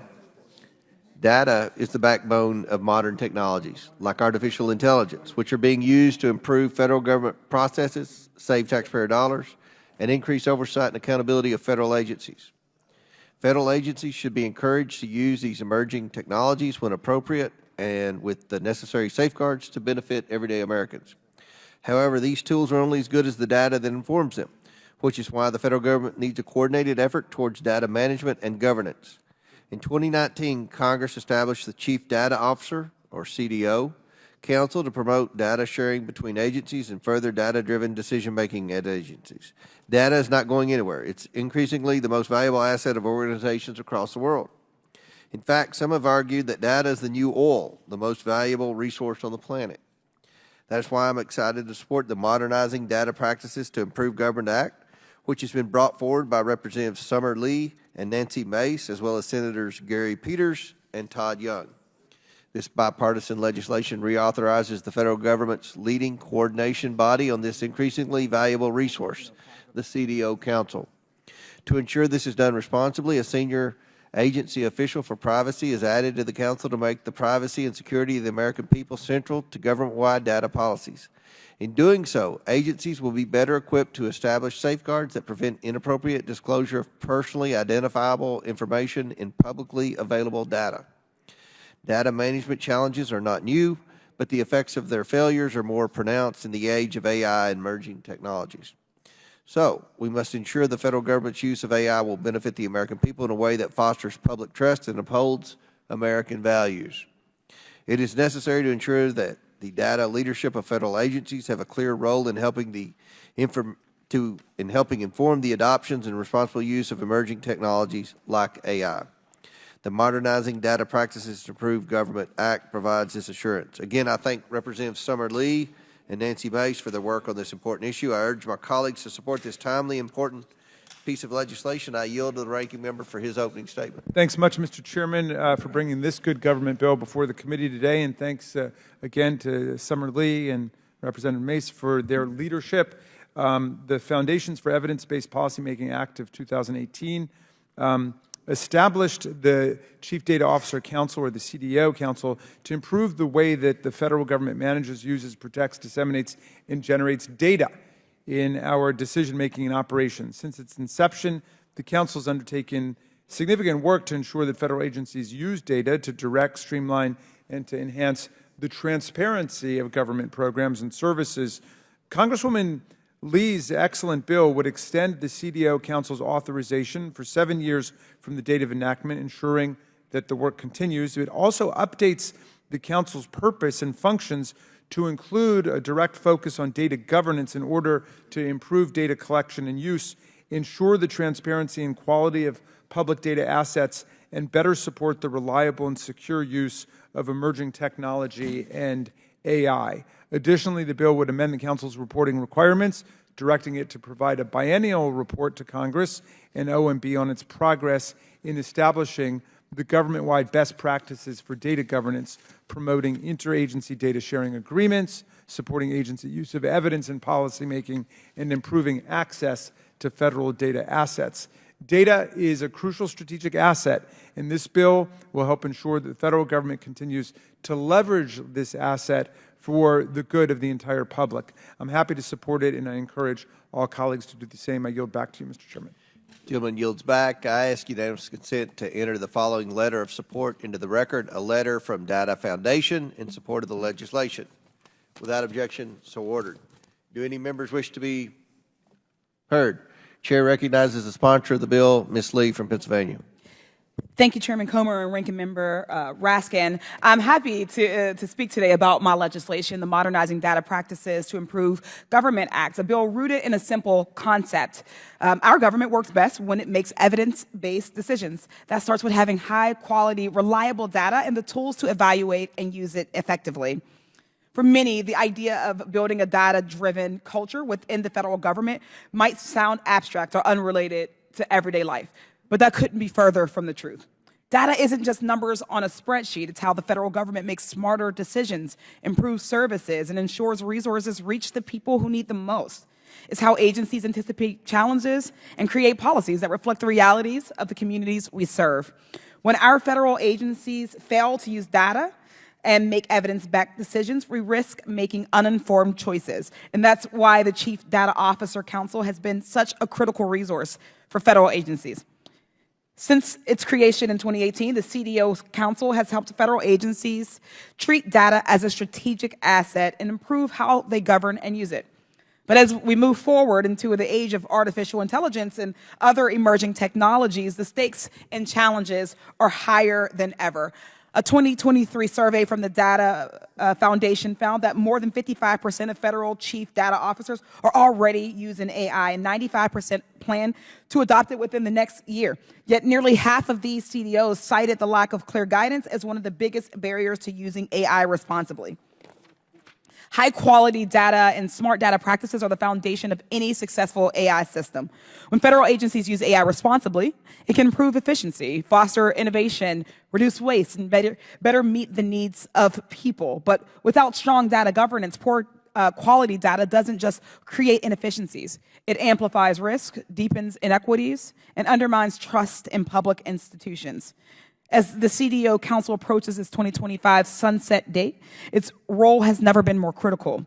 The Modernizing Data Practices to Improve Government Act extends the Council's authority for 7 more years, enabling it to continue supporting federal agencies and establishing the data protections and governance needed for the responsible adoption of AI and other emerging technologies. This bill also requires the CDO Council to report to the Office of Management and Budget and Congress on key data governance challenges, including strategies to mitigate risk posed by emerging technologies, assessments of barriers to their adoption across agencies, and guidelines for the ethical use of synthetic data. Additionally, it directs OMB to recommend ways to clarify and enhance the roles of chief data officers, equipping them with the tools, resources, and expertise they need to strengthen federal data practices and ensure responsible use of AI. At a time when Congress is rightly focused on building up our public AI ecosystem through investments like the CHIPS and Science Act, we cannot overlook the importance of building strong data governance practices to make these technologies work. Without reliable, high-quality data, even the best intentions behind AI tools can fall short. This bill ensures we're not just chasing innovation, but creating the solid foundation needed for innovation to succeed and serve people equitably. I want to thank the Chairman of Homeland Security and Governmental Affairs Committee, Gary Peters, and Senator Todd Young for their bipartisan leadership on this issue in the Senate, as well as the Subcommittee on Cybersecurity, Information Technology, and Government Innovation, Chairwoman, for her support. I look forward to working with the committee to advance this bill, and I yield back. The sponsor of the bill yields back. Any other members seek recognition? Seeing none, the question is now on the amendment in the nature of a substitute. All those in favor signify by saying aye. Aye. All those opposed signify by saying no. In the opinion of the chair, the ayes have it. The amendment is agreed to. The question is now on favorably reporting H.R. 10151 as amended. All those in favor signify by saying aye. Aye. All those opposed signify by saying no. In the opinion of the Mr. chair, Chairman. the ayes have it. Chair recognizes Mr. Biggs. Request a recorded vote, A please. recorded vote has been requested by Mr. Biggs from Arizona, as previously announced. Further proceedings on the question will be postponed. Our next item for consideration is H.R. 8706, the Dismantle DEI Act. The clerk will please designate the bill. H.R. 8706, the Dismantle DEI Act, a bill to ensure equal protection of the law, to prevent racism in the federal government, and for other purposes. Without objection, the bill shall be considered as read and open for amendment at any point. Without objection, so ordered. The chair recognizes himself to offer an amendment in the nature of a substitute. The clerk please designate the amendment. An amendment in the nature of a substitute to H.R. 8706 is offered by Mr. Comer of Kentucky. Without objection, the amendment is considered as read. The substitute will be considered as regional text for the purpose of further amendment. I now recognize myself for 5 minutes for a statement on the bill and the amendment. The Biden-Harris administration has forced DEI initiatives into nearly every agency and program within the federal government. DEI initiatives destroy morale, decrease recruitment, and potentially violate federal law. These initiatives spread divisive and exclusive ideologies in our federal government workplaces, and taxpayers are left footing the bill. For these reasons, I support the Dismantle DEI Act. H.R. 8706 aims to repeal the federal DEI programs across the federal government. This bill prohibits funding for such programs and creates a new Civil Rights Act protection against requiring individuals to participate in such programs. The bill will lend legislative support to the incoming Trump administration's efforts to eradicate the Biden-Harris administration's entrenchment of leftist DEI policies in the executive branch. I urge my colleagues to support this necessary bill. I now recognize the ranking member for his statement on the bill. Thank you very much, Mr. Chairman, for recognizing me. I strongly oppose the so-called Dismantle DEI Act of 2024, and I confess that I'm really baffled as to where it's coming from or what it means. It directly overturns 5 or 6 different executive orders by President Biden. I don't have time to go through all of the executive orders that would become roadkill under this legislation, but let's just take one of them, which simply says that there should be equity in hiring for people who belong to communities who have traditionally faced systematic denial of equal treatment under the law. And then illustratively, it identifies disabled people, people who have faced discrimination based on their religion, people who live in rural communities in the country, veterans and military spouses, people from communities of color, individuals from communities that have faced discrimination based on sexual orientation and gender identity, people who face discrimination based on their status as students or not students, people who have limited English proficiency, and pregnant women, as well as people who face discrimination based on older age. Now look, the Biden-Harris administration, as you say, has made it a priority to bring in more veterans, military spouses, people living in rural communities, people who are parents, older Americans, people who have faced discrimination, and so on. That's because we're a lot stronger when we include everybody. That's what I understand these efforts are all about. A federal workforce that actually reflects the diversity of our country makes us stronger. And the largest employer in the United States has a responsibility to lead the way and to model what it means to be open to everybody. We know of our history where lots of the groups that I just mentioned were by law or by custom or simply by discrimination excluded from participation in the federal workforce. And we know that that's been true of African Americans. We know it's been true of Asian Americans. We know it's been true of Hispanic Americans.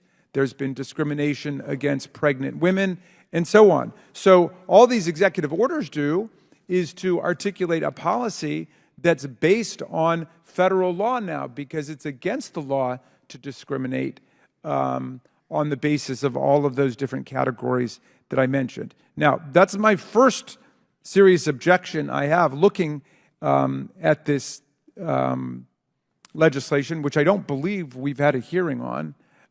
Please correct me if I'm wrong, but I don't think there's been a hearing on it.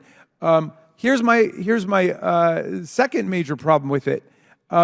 It not only says we're going to dismantle any effort that's taking place in every agency and department of the federal government to make sure that hiring is taking place consistent with American law and American values, but then it says anybody who was working in one of those offices suddenly becomes ineligible to be rehired or reassigned anywhere else in the federal government.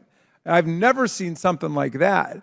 I mean, but, you know, we can have the policy debate about whether or not it's, you know, good to have an HR effort that opens the doors to everybody and consciously tries to do that. But if you decide that you want to do a U-turn on what the Biden-Harris administration has done, I just don't see how you can turn it into a permanent scarlet letter for people who were assigned to those offices or who went to work in those offices to never get a job again in the federal government. I mean, that's remarkable. That comes very close to being a bill of attainder in the Constitution. I know a bill of attainder applies only to affixing a criminal stigma or penalty to someone. This affixes a professional stigma or penalty, a real scarlet letter to somebody who's just been doing their job. They might have been doing a great job at it,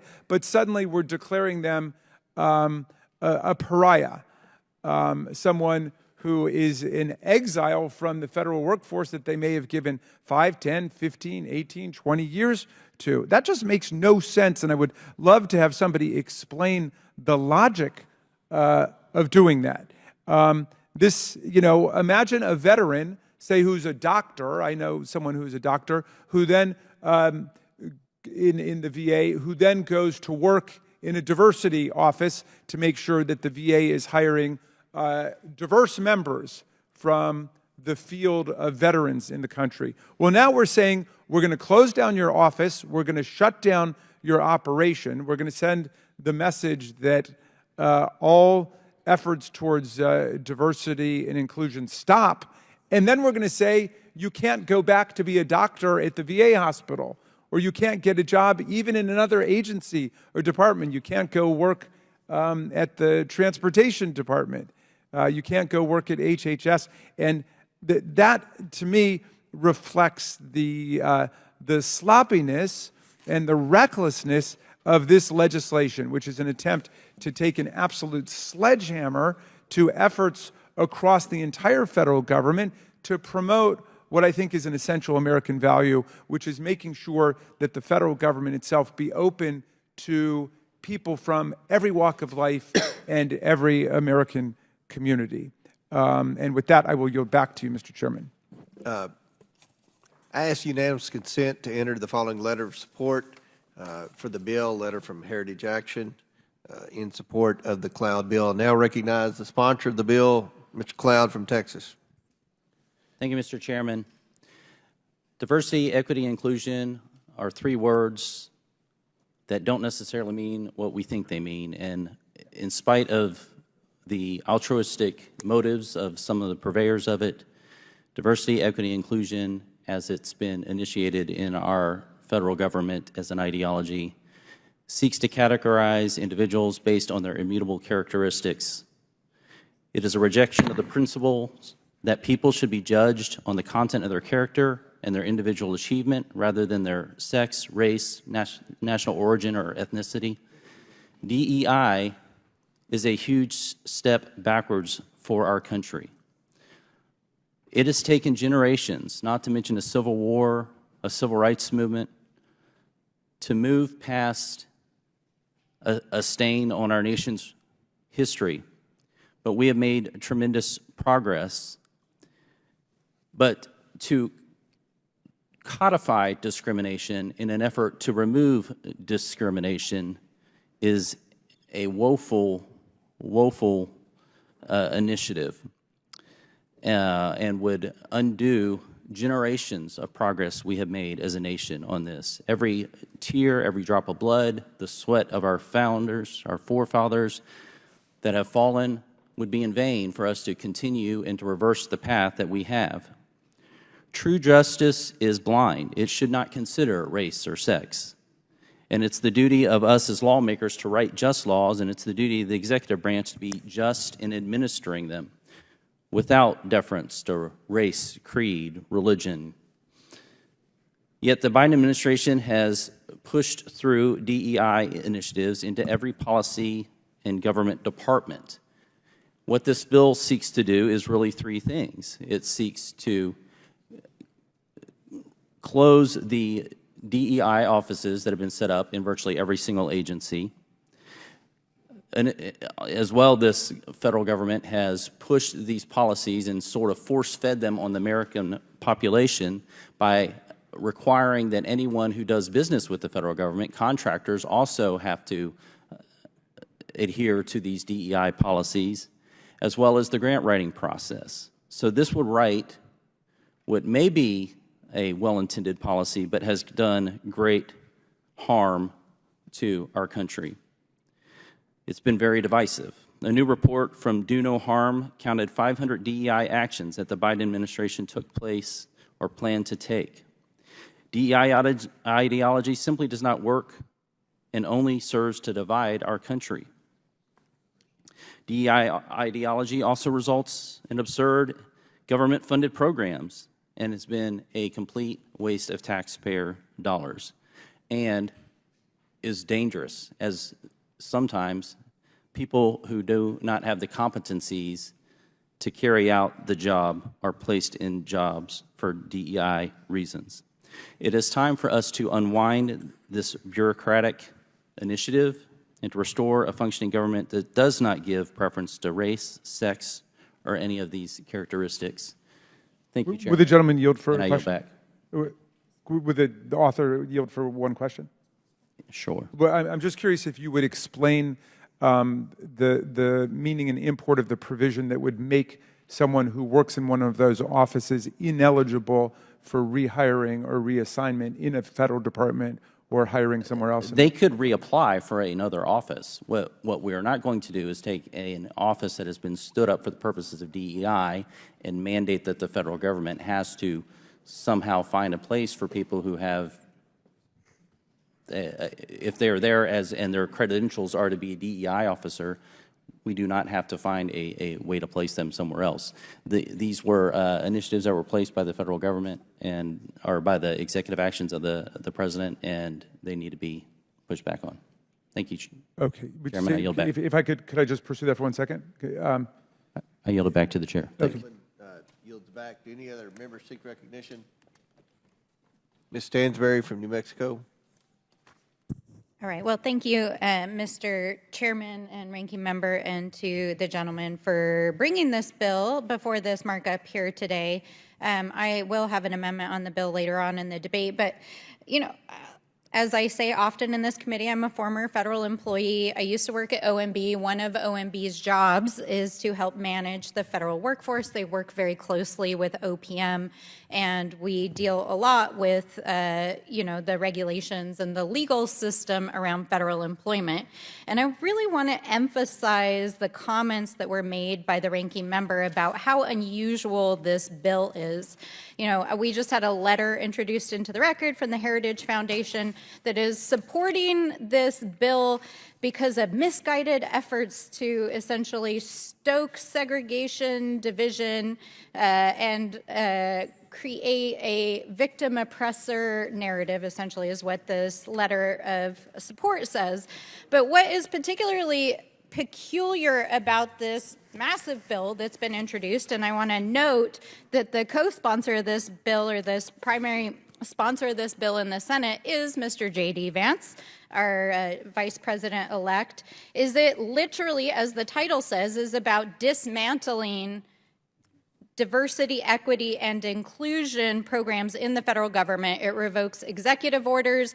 It amends the Civil Rights Act, and it amends other parts of the federal code that protect our federal employees. And then it has this peculiar section that the ranking member talked about, which is actually essentially creating lists of federal employees and contractors that would never be eligible to work for the federal government again.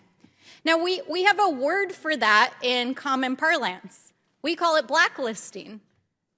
And blacklisting comes from the 1950s, when here in this House of Representatives, there was a committee on un-American affairs that was convened under Joe McCarthy. The purpose of that was to purge the federal government and to accuse federal employees and blacklist them from future federal employment. So I'd like to say welcome to the new House Committee on Un-American Affairs and to the new McCarthyism, because we have arrived here today with this bill.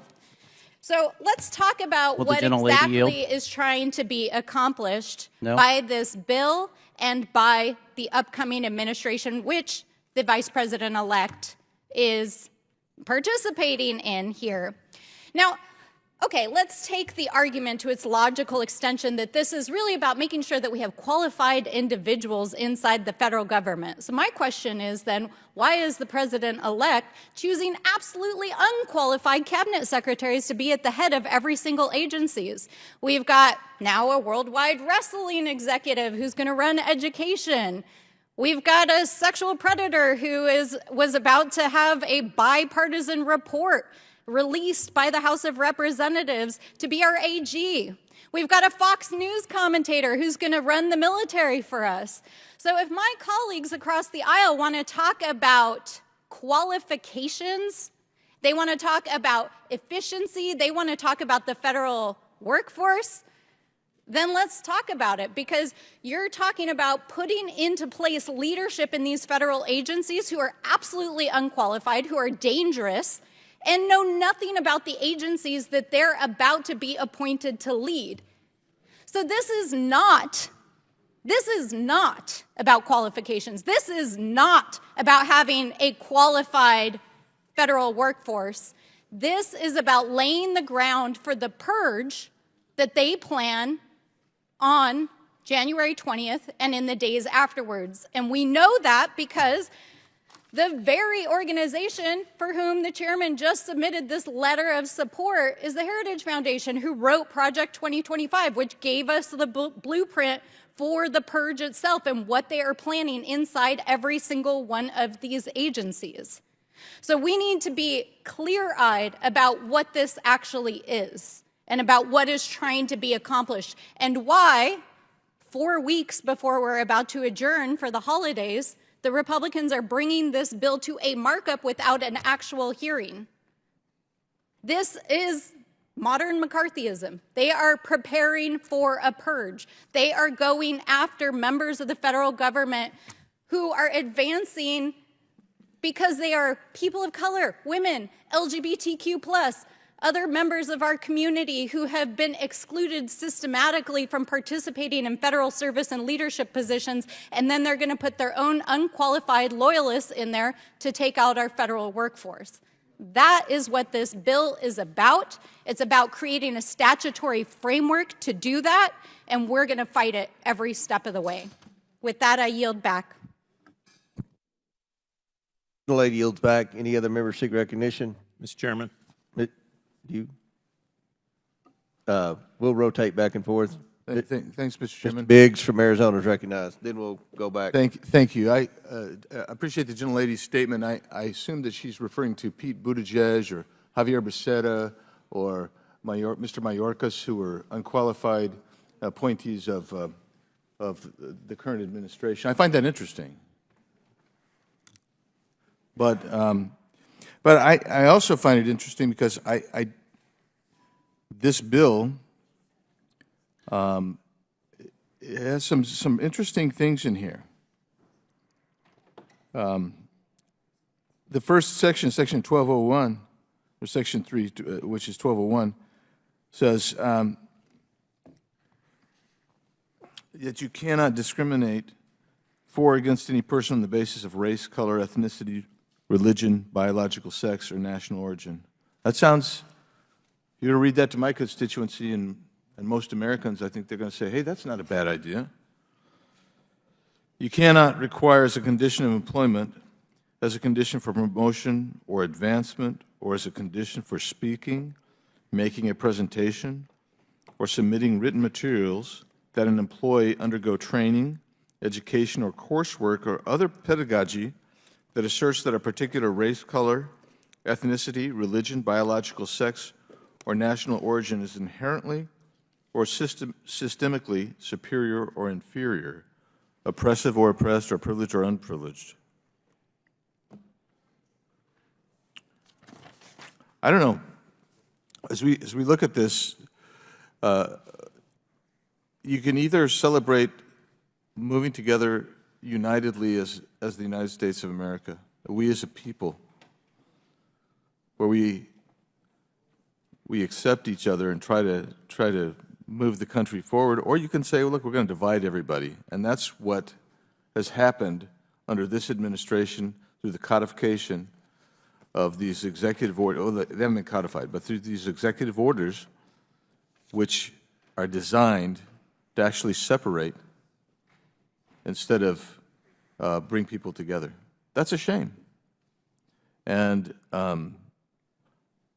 I respect that we have differences across the aisle on this issue, but I hope that one day we really will be a united country, united, and I think this bill is trying to make the point that systemically established these executive orders have done the exact opposite than that. So with that, Mr. Chairman, I'll yield to the gentleman from Texas if he needs the time. Thank you. There was an insinuation that this is McCarthyism, that it creates some sort of list. I would challenge the questioner to find that in the bill text. It is simply not there. The bill says that, and I will quote, that the head of a federal agency that closes or terminates or winds up a program or office under the paragraph shall undertake an appropriate reduction of force. So if we have stood up an agency for the purposes of DEI, that we will reduce that force load on our federal government for the same amount that it was at. It went on to say it may not transfer, reassign, redesignate any employer or contractor with a position or function that is eliminated. It does not prohibit anyone from reapplying for an office or using their background in another, their experience in another initiative or area of expertise in our federal government. It does not create a list of that employee or ban them from ever participating in government. It just says if we have created an agency for the purposes of DEI, we are going to reduce that office and not have it be a burden on the American people. If we hired people for the purpose of something that we are not going to be doing anymore, the public service, as we all know in our offices, is not a right. It is a privilege, and if there's a need for that office, then great, but being employed for the purposes of something doesn't automatically guarantee you continued employment in our federal government unless you're meeting a need that provides an ROI to the taxpayer, which this does not. Gentleman yields back. Who else seeks recognition? Mr. Garcia? Or Mfume? Yeah. Okay, Mfume. Thank you very much, Mr. Chairman. I'm going to stand in strong opposition to this, and I look forward to the larger debate both in the committee and certainly on the floor. I just think it's a bad way to go about trying to solve a problem. And, you know, when I look at this, I have to look through the lens of history in terms of how we got here. And so for me, historically, this really all found its weight in trying to deal with a very real American problem of discrimination and servitude. For me, this was about a race of people who had suffered, endured, and survived 2 centuries of slavery, oppression, deprivation, degradation, denial, and disprivilege. And so the culmination of the act of Congress on July 2nd, 1964, with President Johnson, was to put in place, once and for all, the gateway to that opportunity. And so that has put us on a course of evolution. This initially was about Black Americans. That umbrella opened over the years, and it went on to include other defected or affected groups, Latinos, the disabled, gay Americans, and I could go on and on and on. If this is all about President Biden's executive order, then I would strongly suggest that it ought to be a executive order that countermands that goes against it, if that's the goal you're trying to get to. However, stepping and wading into this as the Congress to now amend that 1964 Civil Rights Act sends the wrong message, whether intended or not, to most affected groups, and I can tell you it definitely sends the wrong message to Black people in this country. I don't think that this is going to cure a situation that, quite frankly, has yet to be proven to me that it exists. And so if we follow the mandates of Project 2025, and if we are reducing force, threatening federal employees by changing Schedule F requirements, doing other things that put us on a slippery slope, I don't want to be a part of that. I really don't. And so I will fight this, and I will ask other members of this committee to fight it. Let the incoming administration do what it wants to do on this, but don't pull the United States Congress in to amending the 1964 Civil Rights Act in a way where all of these communities are going to be severely affected down the road. I just think it's bad policy. I don't believe it's insightful, and we're going to debate this over and over and over again because I don't think that too many minds on this side of the aisle are ever going to be changed. There are too many people who are the great-grandchildren and great-great-grandchildren of a system that worked against them to now see this effort, and I'm not impugning the gentleman's integrity by any means. I just think that this is the wrong way to go about doing it. I stand opposed, and I yield back. With the gentleman yield. Yes. Thank you, Mr. Mfume. Thank you for your eloquent statement of purpose, which I think describes how we all feel on the Oversight Committee. This is a very sweeping attack on the progress that we've been making as a country to leave behind the legacy of racism and sexism, discrimination against veterans, discrimination against the disabled, discrimination against pregnant women, and so on.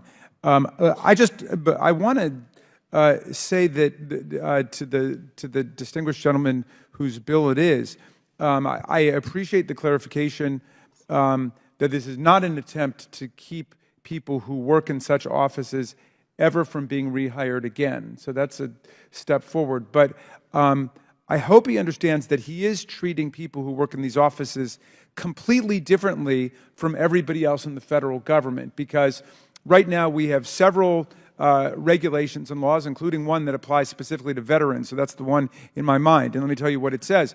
If a veteran's working for the federal government and the office closes that the person is in, then they have the ability to be reassigned to another office if they're qualified for the job, and if obviously the job has got to be legal. You're making jobs like that exist in a DEI office illegal now. So, but if there's another lawful position open, these people would not be able to be reassigned to them or be put into them simply because they had worked on diversity before. And that strikes me as a very radical statement, and I don't know anything like it in the civil service or the personnel law. And thank you for yielding, Mr. Mfume. Thank you. And reclaiming my time, Mr. Chairman, I've got 3 unanimous consent requests for submission into the record. An official statement from the American Federation of Government Employees, of the AFL-CIO, an official statement from Mark Morial, the President and CEO of the nation's National Urban League,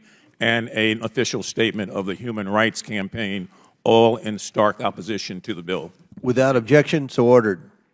Who else seeks recognition on the bill? Mr. Chairman. Is it, who, I can't even remember. Okay, Mr. Garcia. Thank you, Mr. Chairman. I'll get him next. I do agree with the comments that have been said from House Democrats on the committee. I wanted to say a few things. I think we all want our agencies to serve the American people as efficiently as possible. We want to make sure that our federal employees are the most qualified and dedicated people to our country and our government. When I was mayor of Long Beach for the last 8 years, I had a workforce of about 6,000 people, including an incredible police department, firefighters, an efficient port. And one thing that I'll tell you that folks in my community value about working in our city was that they were working with diverse personalities, diverse people, folks that they learned from, that they made their work better, and vice versa. And so we know that inclusive workplaces actually also retain and are ways to recruit top talent. And so this type of actions and this bill does exactly the opposite of that. And in fact, I believe we will recruit less qualified individuals when you start removing incentives for diversity and for creativity in the workplace. And clearly this bill has nothing to do with good government. There's no common sense. And unfortunately, it's about purging, in my opinion, Donald Trump's enemies. Now, if the majority wants to make sure that our government runs more efficiently, they should start, and certainly the president-elect should start by actually appointing qualified people to run these government agencies. I mean, the nominee so far has been quite embarrassing as we've heard them from the president-elect. I mean, you have a Fox News personality for defense secretary. You have RFK Jr., who doesn't believe in vaccines for health and human services. You have Tulsi Gabbard, who has praised dictators and essentially, in my opinion, is a Russian propagandist for our intelligence services. You have Matt Gaetz, who has been accused credibly of sexual misconduct and a bunch of other horrific actions. These are the people, by the way, who the incoming administration would actually bypass security clearances, FBI tests, yet many of these same managers that are in these current agencies are required to take those same exact tests and exams. And so I think this is incredibly hypocritical when there are same members of this committee who are praising those agency heads that are going to be coming in who have had little scrutiny, and yet they want to remove important programs around diversity, around supporting all people, around uplifting equality within our government. So I strongly oppose this bill. I think this is moving us completely backwards and quite frankly violates a lot of the progress that we've made in the civil rights era. And so with that, Mr. Chairman and our ranking member, I yield back. Chair now recognizes Mr. Higgins from Louisiana. Thank you, Mr. Chairman. To my colleagues on both sides of the aisle, I'm an original co-sponsor of this bill, and I've noted some of the comments here, and I believe we should take a step back and ask ourselves, you know, what do we seek in our republic regarding individual rights, liberties, and freedoms? And do you believe in those core tenets of our republic or not? We have an opportunity before us with this bill to push back against it. The ranking member mentioned a sweeping attack. Yes, this is what we have suffered. We have suffered as a nation a sweeping attack against equality.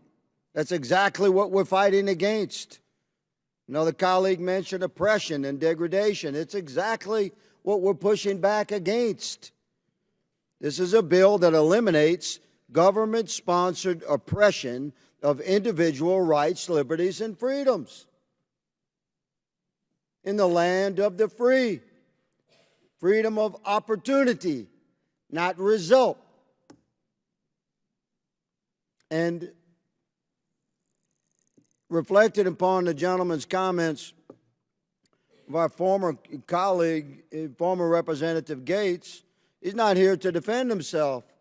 So let me speak on his behalf for all Americans accused of any crime at any level. I refer you again to our Constitution.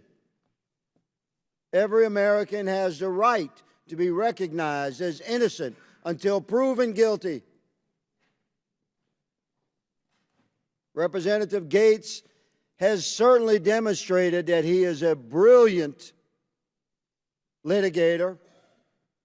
He's represented the interests of his district, and his own principles will sometimes vary from mine. He and I have very different opinions about some things.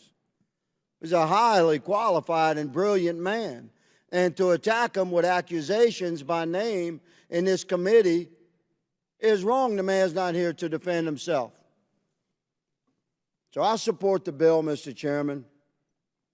It is quite simply a strong response to the oppression of our individual rights, liberties, and freedoms as Americans, regardless of color or creed or political affiliation or where you stand upon the economic strata, what your background is or your heritage.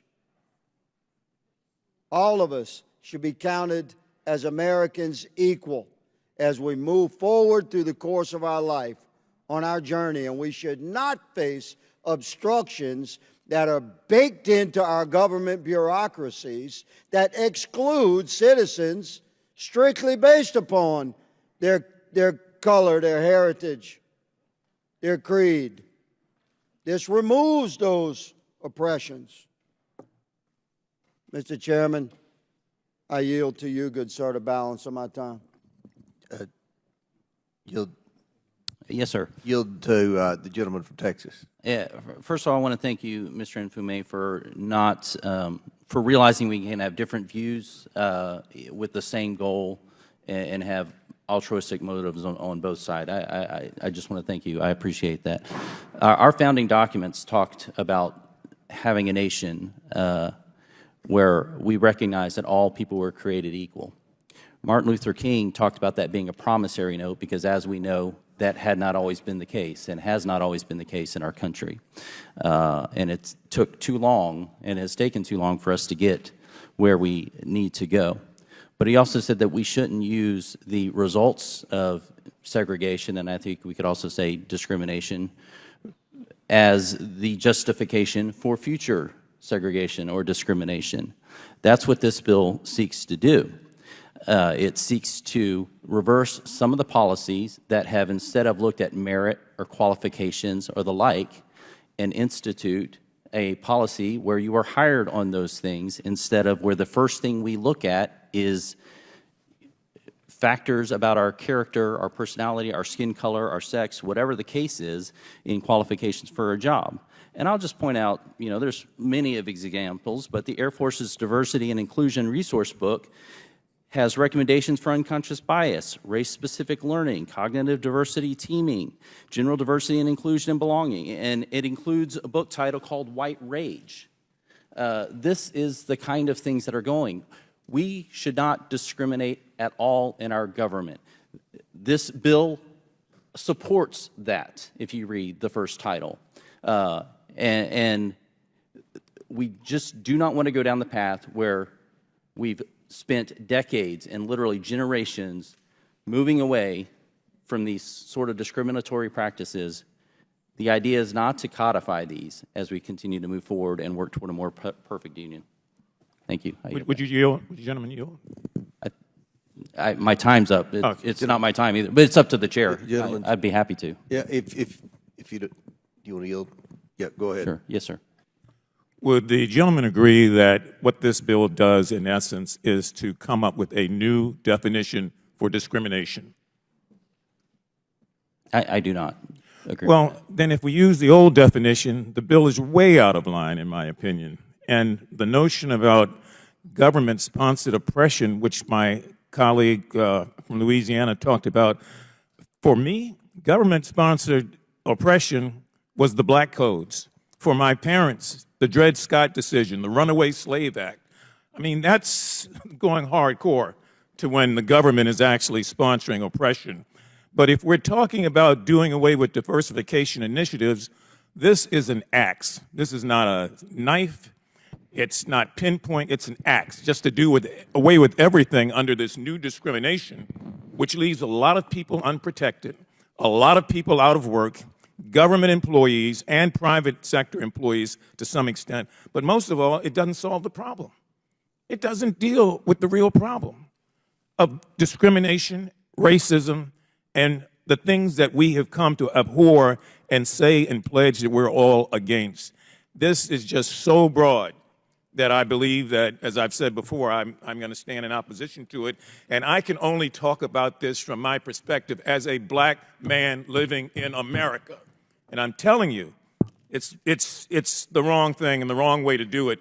And I would strongly suggest, as I said, and I'll yield back, the gentleman who's kind enough, and the chair, I really believe that in this instance, the Congress should not be wading in to amend the Civil Rights Act of 1964 because of an executive order by a president that you may or may not like. That ought to be undone, I think, by another executive order if you're going to do it that way. But to do this, I just can't support. I yield back. Gentleman's time expired. Any other members seek recognition? Ms. Lee? Yeah, Ms. Lee, you're recognized. Thank you. Thank you, Mr. Chair. I'm not in favor of the Dismantle Diversity, Equity, Inclusion Act, or what it maybe would more aptly be called the dismantling any semblance of support or opportunity for certain American acts. We know who those Americans are, Americans who have not enjoyed centuries of unfair advantages by keeping others enslaved or segregated or disenfranchised or incarcerated or redlined or gerrymandered or excluded by law. Americans who've lived with disabilities or had their relationships criminalized or their gender expression demonized. If we're being honest here, this bill, which will wipe out every diversity, equity, and inclusion program in our federal agencies, plus those who contract with us, plus those who receive grant money, plus our schools, is nothing new. This is just the final piece of a decades-long obsession with targeting and dismantling anything that might give marginalized people a fair shot, including DEI programs, which honestly started the second the Civil Rights Act passed. Policies like affirmative action and diversity, equity, inclusion are the closest things we've had to the mythical bootstraps that some of my colleagues insist historically and currently harmed communities need to pick themselves up by. After centuries of efforts to keep us out of schools and universities, from jobs and elected office, Republicans targeting these policies are no accident. Why do predominantly conservative white men believe that the success of a black person or the opportunity or access of a black person is an existential threat to them. DEI is not given any unfair advantage that society itself does not already confer on certain Americans. It merely exists to ensure that all other people, that women, minoritized folks, queer folks, disabled folks, have the same opportunities to succeed and thrive in our workforce and our schools as people who have not had those opportunities systematically and legally stripped from them do. Is our country not greater when all of us have opportunities to succeed and contribute and survive? Our success and our survival as a nation is bound together. Diversity, equity, and inclusion programs only exist to band-aid over decades, hell, centuries of discrimination against people's skin color, their religion, disabilities, gender, or sexual orientations, you name it. Contrary to Republican conjecture, remedying past discrimination is not, in turn, a discrimination. And we're not going to sit here and pretend racism is over just because one black person on the Supreme Court agreed that it should be. What DEI does not do is give some kind of magical pass to better jobs, like some of our colleagues are implying. That middle word, equity, does not mean more than or better than. It means treating people fairly and impartially. It means working to fix generational and systemic discrimination to the betterment of all of us in all of our institutions. But instead, Republicans are trying to bastardize the term DEI to be a slur. When Justice Ketanji Brown Jackson was up for confirmation and when Vice President Harris was added to the ticket, they called them DEI hires. They want you to believe that a Harvard graduate with over 20 years of experience, who happens to be a black woman, is not qualified, but a Fox News personality is qualified to run the Department of Defense, and the WWE executive is qualified to run the Department of Education. Let's be real. There is an attempt to create a direct correlation between our race, being a black person, and our qualifications. So much as to say that there is no way to be a black woman. There is no resume that a black person could have that would qualify them unless that black person is a Republican. And there is a quota there. And while all of this has happened at the top level of our government, I can promise you these same things are happening on every single level of government and private sector. But those people don't have a national platform to speak out against discriminatory treatment. Where is a federal worker supposed to turn when another coworker says a racist comment to them in the break room? Where is the same-sex couple who is denied housing supposed to, because of their relationship, supposed to turn? Where is a pregnant woman who was fired for being pregnant supposed to go?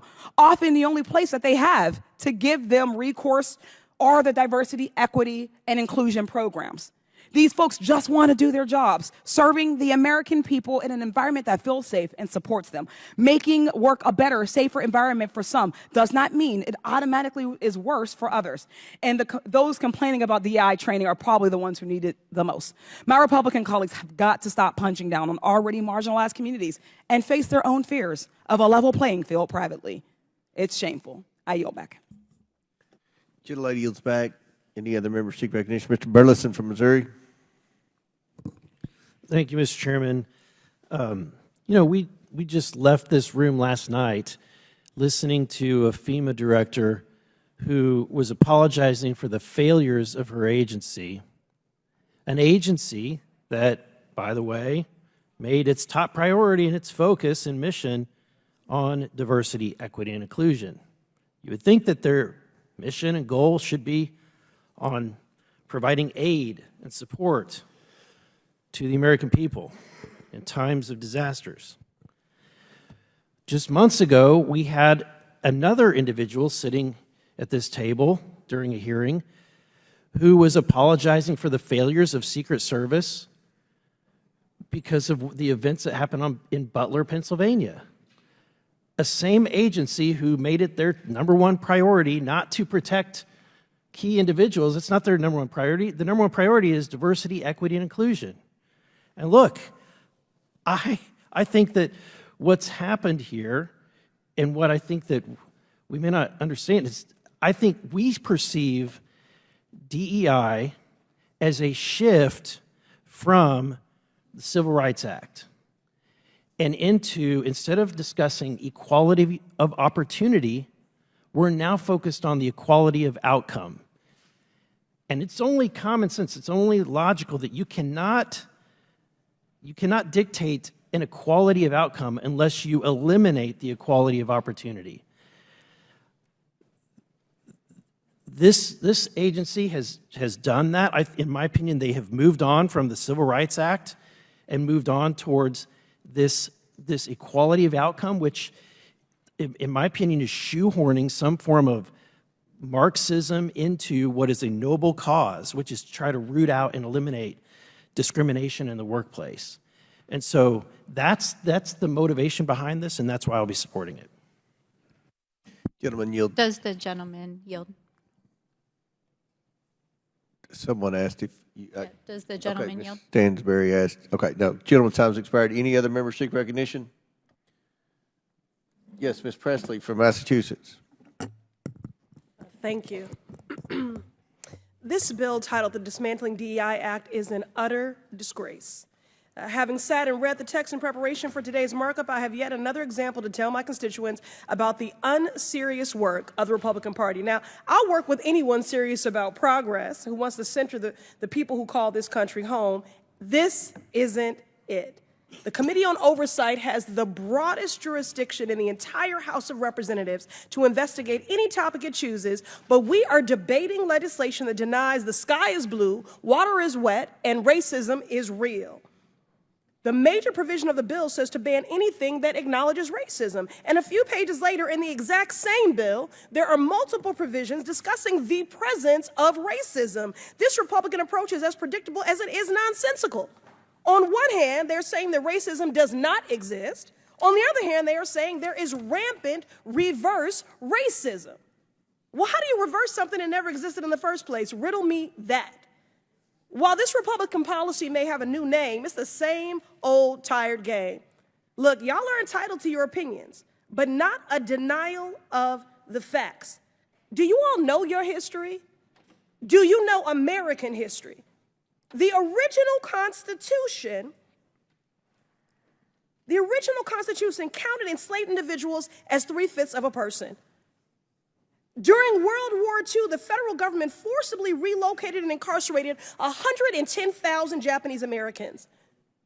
The FHA practiced redlining in the 1930s and 60s to deny mortgages to Black Americans, which is why we have a racial wealth gap today.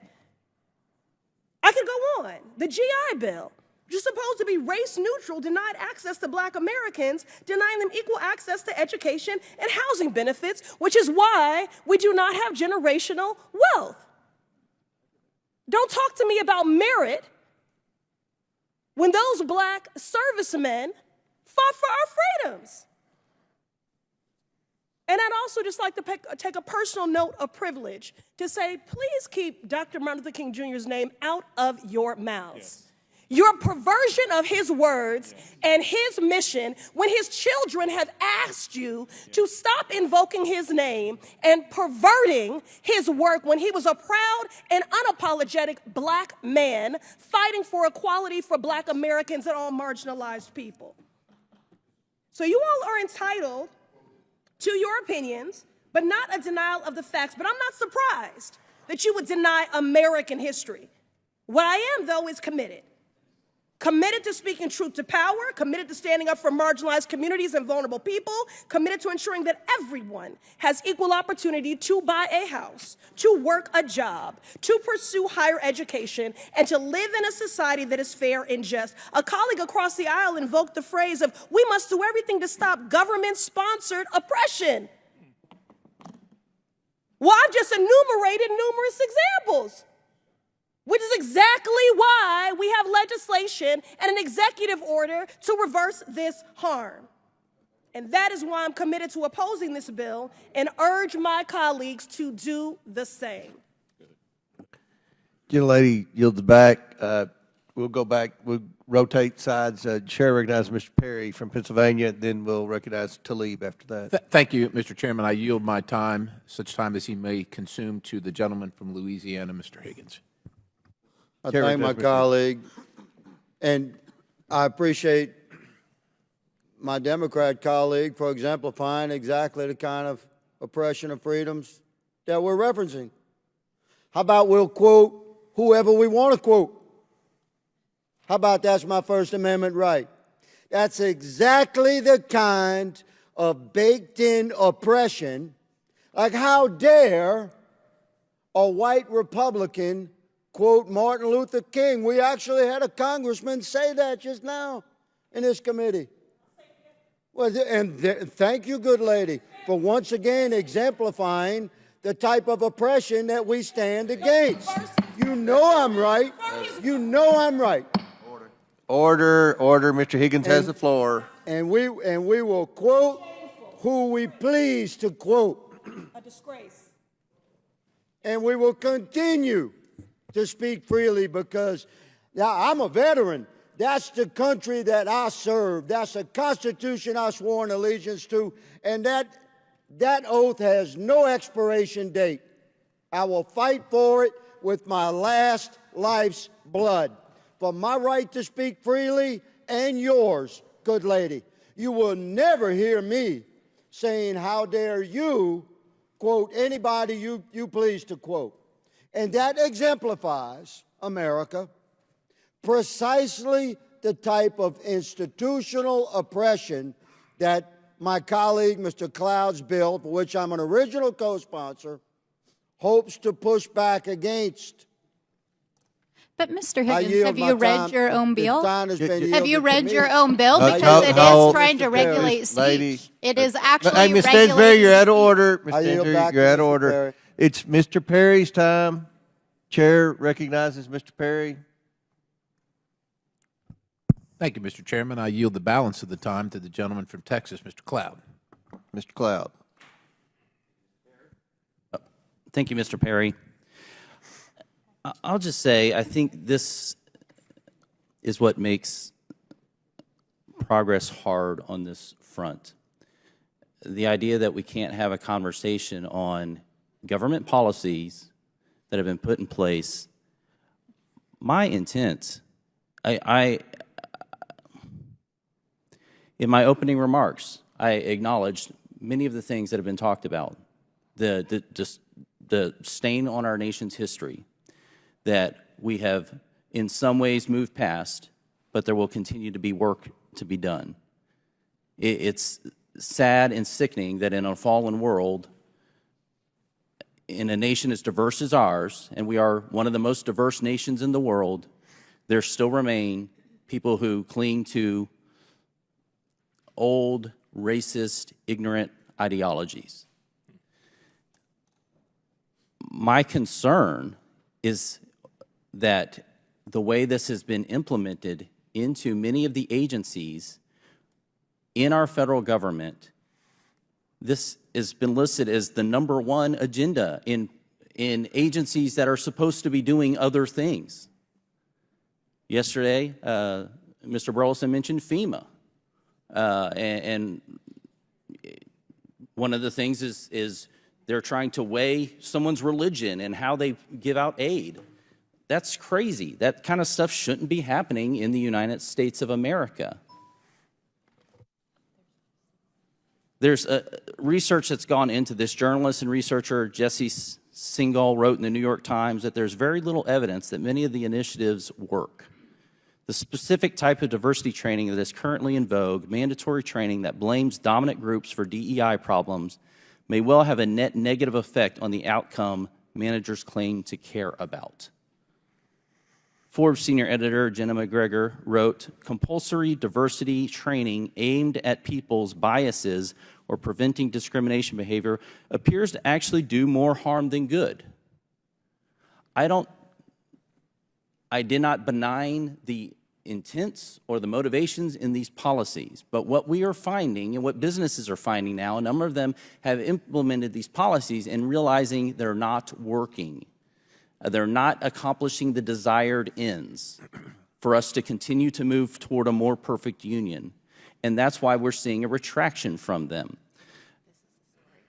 My concern is getting our federal government to a place where race and sexism and all these things are not the first thing we look at in our hiring, in our grant writing, in our contracting. I think it would make us a better country. All right, gentlemen, time's expired. Chair now recognizes Ms. Tlaib from Michigan. Thank you so much, Mr. Chairman. You know, I sometimes remind people I grew up in the most beautiful, blackest city in the country, the city of Detroit, because I need you to understand sometimes your lens becomes different when you're in a community just embodied with the constant, I think, struggle of not really, because you will never truly understand what it means to be black in America. Never. You have to acknowledge that. If you don't, I don't think we'll ever be able to pass. You have to know. I believe it in my heart that you do. And, you know, this black pastor told me, you know, I'm sitting in the pew, of course I'm sticking out, and Pastor Bland Jr. looks at me in the audience, and I just felt like he was just looking at me, but, you know, if you're a good pastor and you know what you're doing, you always think he's just talking to you. And he said, you know, our country is not divided, it's disconnected. And when I think about that, I think about the fact that we continue to disconnect because we allow segregation to live and breathe in a way because, you know, people are more comfortable that way, right? You hear people say, well, that's not my fault. I'm a better public servant, a better American, and everything because I went to a beautiful, diverse high school, you know, because where I lived, that's the high school you had to go to. We all went to those neighborhood high schools. There was something beautiful, though, because I went to school with Hungarians and Polish and Latinos and black folks and Muslims and I mean, just all different kinds of backgrounds of people from all different likes. And it was something I think that many of our neighbors across the country will never, ever really experience, and I think it keeps us divided. When I think about this bill, I think about not just, obviously, the importance of diversity and inclusion and trying to make sure that our government is reflective of who we serve. But many of the people we hire, it's also their lived experience. Their lived experience is going to have them lead with some sort of compassion that we'll never, again, have similar because we haven't lived the life that they have in our country. And I'm not just talking, I'm talking about all different backgrounds. And I just feel like we're in here talking about this in a way that I feel like is just going to continue to divide us. And the acknowledgement that everything's okay. There's no way you haven't been in spaces where you hear it. In the Michigan legislature, Chairman Comer, a man, you know, was a minority witness in the Michigan House and used the N-word in such a derogatory word. My own state representative was in tears afterwards, thinking of her child, her beautiful, lovely son, adult son, but just thinking, my God, he thought that it was okay, that he was somehow emboldened to use that word in the people's capital, in Lansing, Michigan. We have a lot of work to do. I just think this is not it. We got to make sure that we're focusing. No, really, we got to make sure that we're putting people in the room.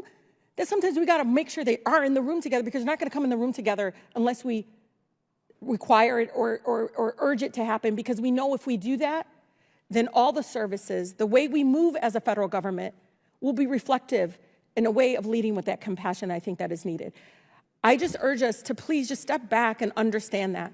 And I'm not going to tell you, you know, I fully understand like where you're, I just know that there's no way you don't know that racism is very clear in these spaces, especially here in an institution that wasn't ready for someone like me.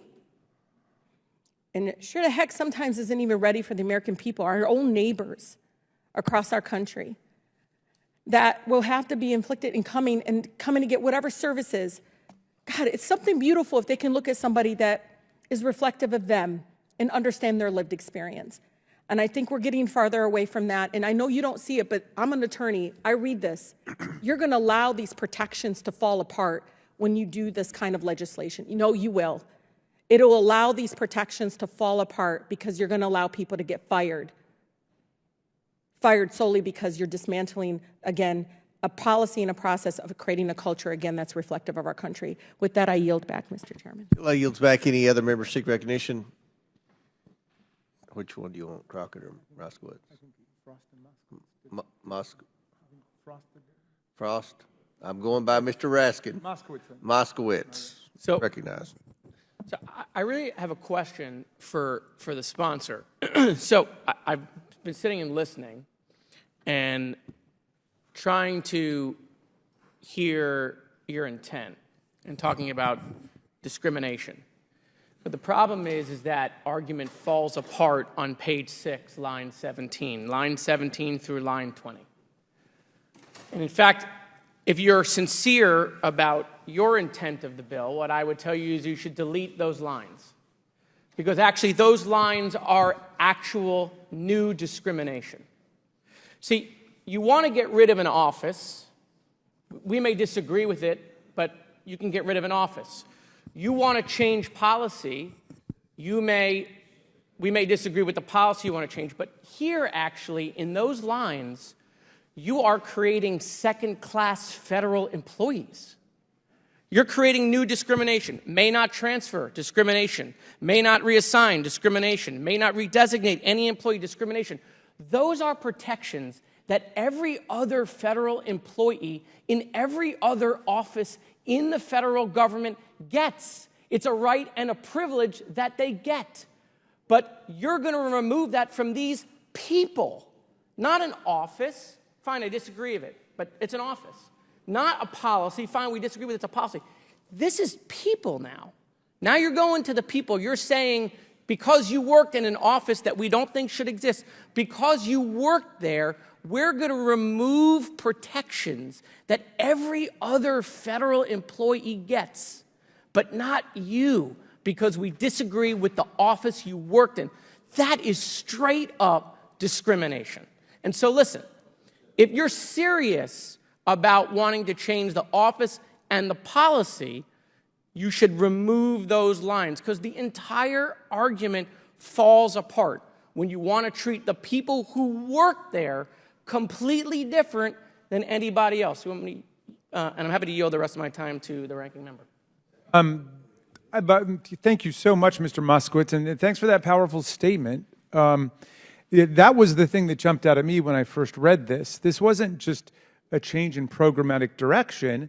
It was an attempt to strip federal workers who were doing nothing other than their job, as it was defined to them and described to them, of essential civil service protections that occur to everybody who works in the civil service. And again, there's a general regulation that deals with that. There's one specifically for veterans, saying if a veteran is working for an office, say it's one of these offices that closes, that veteran has the opportunity to be reassigned to another job that he or she is qualified for, doing not the same work, but the new work of the new office. And yet, this seems to paste a scarlet letter on them saying, you worked in now the politically incorrect, ideologically disapproved office, the reviled DEI office, and now you're going to have less rights than everybody else in the workforce. You'll be fired. And it does sound like from the author, at least they could reapply. I think it would clearly violate equal protection in the First Amendment for them not even to be allowed to reapply. But why would we set up a two-tier system where there are people who work in the federal government and then people who worked in the federal government for DEI? And it does, I think, cast a pall over the whole legislation, which obviously is touching, a lot of nerves. And, Mr. Cloud, I respect, the spirit with which you offer this legislation, and I respect the fact that you are not in denial of what so many of our members want to point out, which is that our history is one that begins, of course, with slavery and the denial of rights of African Americans. In the Dred Scott decision, Chief Justice Taney, unfortunately of Maryland, said that the African American has no rights that the white man is bound to respect. And then even after the Civil War, we fought a whole war to overthrow the system of white supremacy, to emancipate people from slavery. Still, the Supreme Court said in 1896 in Plessy versus Ferguson that it was perfectly okay for government to segregate people according to local racial customs. And we know that that means discrimination and second-class services. So the legislation you offer is part of a long history and goes back to the Civil Rights Act of 1964, the Voting Rights Act of 1965. I'll yield back to you, Mr. Moskowitz. Just reclaiming my time. And so I would want the sponsor to answer that question, because, look, if Donald Trump were to create a new agency, right, and years later when we get power back, if we were to eliminate that agency or eliminate that office, but we then said those people who worked in this area of government that we disagreed with, they're going to get less rights and privileges than every other federal employee, you would be jumping up and down that we were treating Trump supporters different.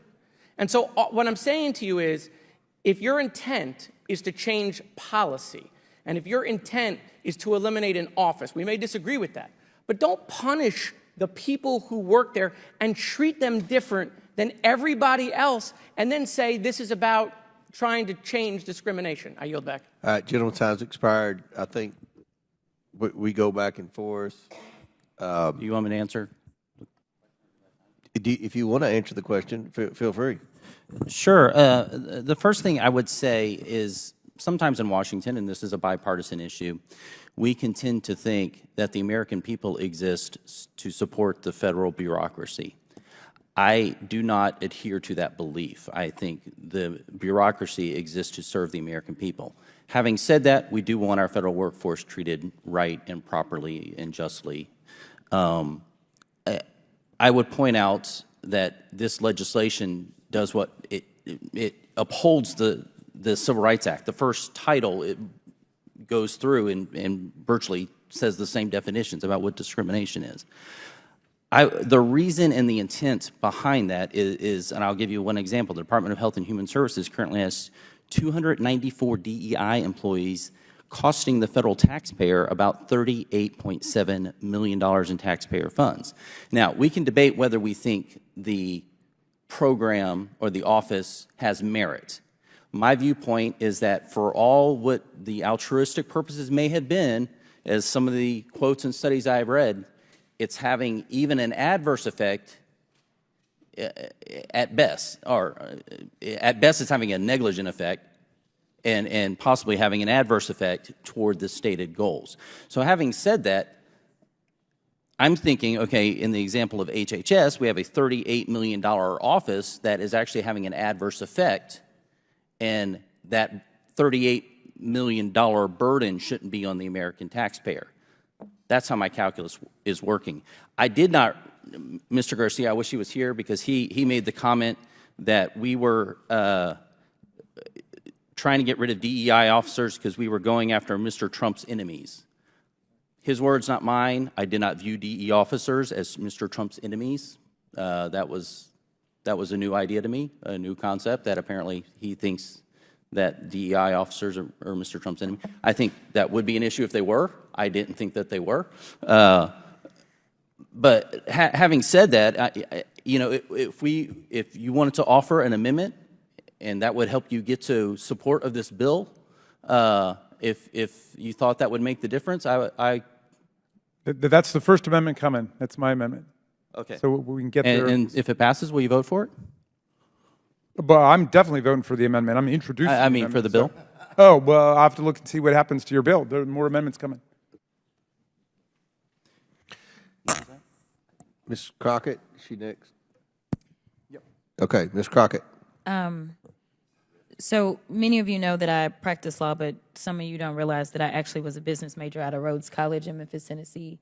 And the emphasis that I got in my business degree was on finance. And as I traveled the country campaigning this election cycle, one of the things that I talked about was this idea that in finance, we always promote this idea of diversity.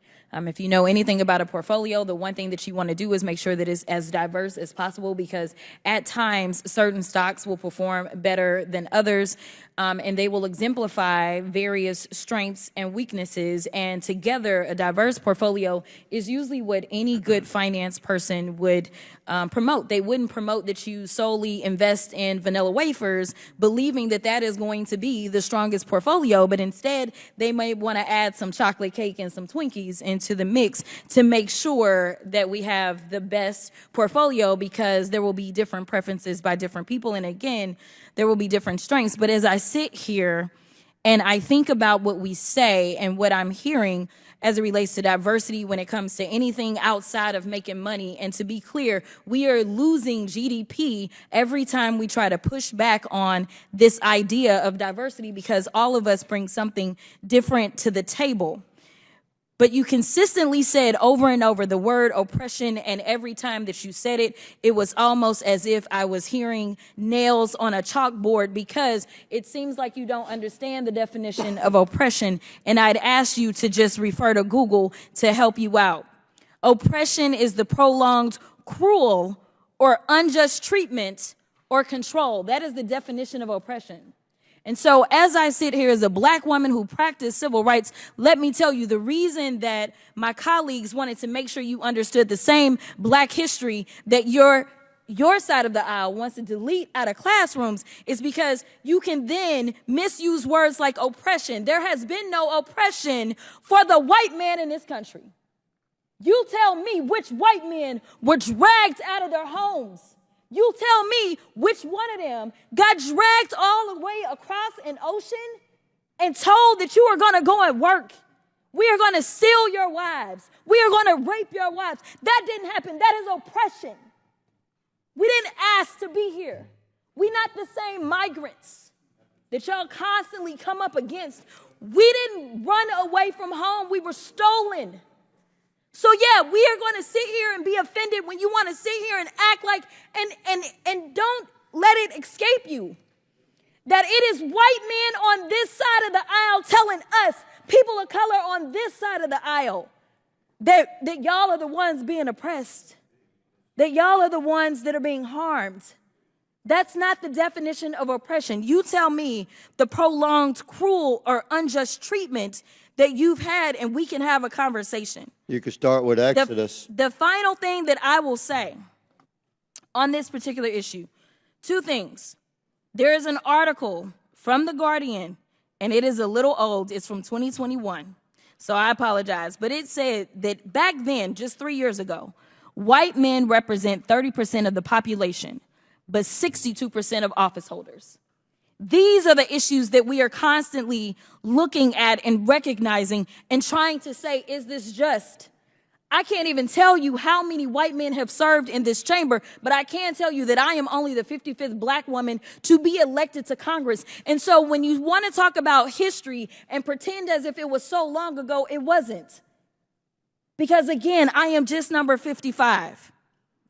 Finally, when we start to talk about what do these numbers do as we're trying to say the diversity, equity, and inclusion is the problem, the reality is that when it comes to financial performance, companies with more diverse workforces are more likely to outperform their competitors. Companies in the top quartile for racial diversity are 35% more likely to outperform their peers on profitability. Companies with diverse executive teams are 25% more likely to generate greater profits. Diverse companies earn 2.5 times higher cash flow per employee.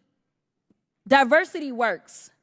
And until you can show me data that says otherwise, I think that we need to go back to being a country that listens to experts and gets out of our feelings and recognizes, again, that racism is real in this country.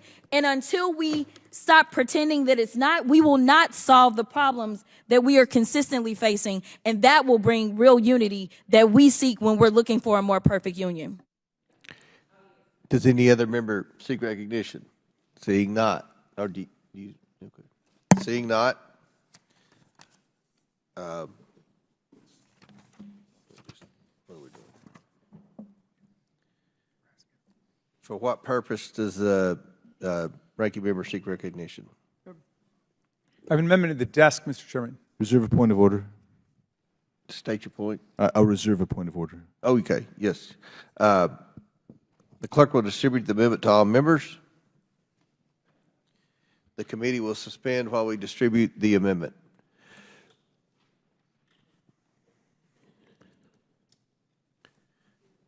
How many amendments do you all have? Is this it? I think there might be 5 or 6. Let me find out. Okay. Like 5.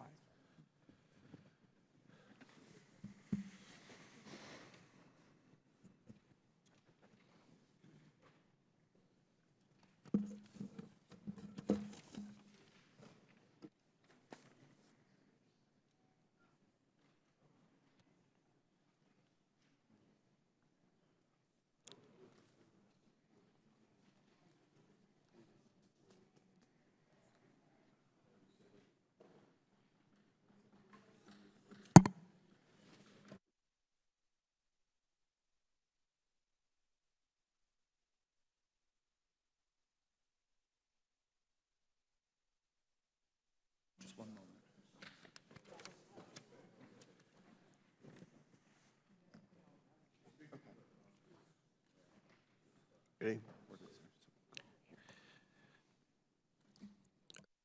The clerk will designate the amendment. Amendment to the amendment in the nature of a substitute to H.R. 8706 is offered by Mr. Raskin of Maryland. Without objection, the amendment is considered as read. I reserve a point of order. The ranking member is recognized for 5 minutes to explain his amendment. Thank you very much, Mr. Chairman. This has been an edifying, if often heated conversation we're having today, and I think it's actually befitting. The First Amendment and the Speech and Debate Clause, we are the world's greatest multiracial, multi-ethnic, multi-religious constitutional democracy. And it's not easy. The far more common destiny for countries with different ethnic and racial groups is one of tribal violence and racial apartheid and ceaseless ethnic conflict. So we're getting there. And we have different approaches to how to do it. Some of our colleagues have somewhat dabbled in the language of race silence now, not talking about the past, not talking about what we've gone through, and everything will be all right. Well, that was definitely not the position of the radical Republicans who led us through the Civil War and the Reconstruction period. They passed all kinds of race-conscious legislation in the Reconstruction period. They passed the Freedmen's Bureau with the explicit provision of resources for the purposes of transfer to the recently emancipated black population.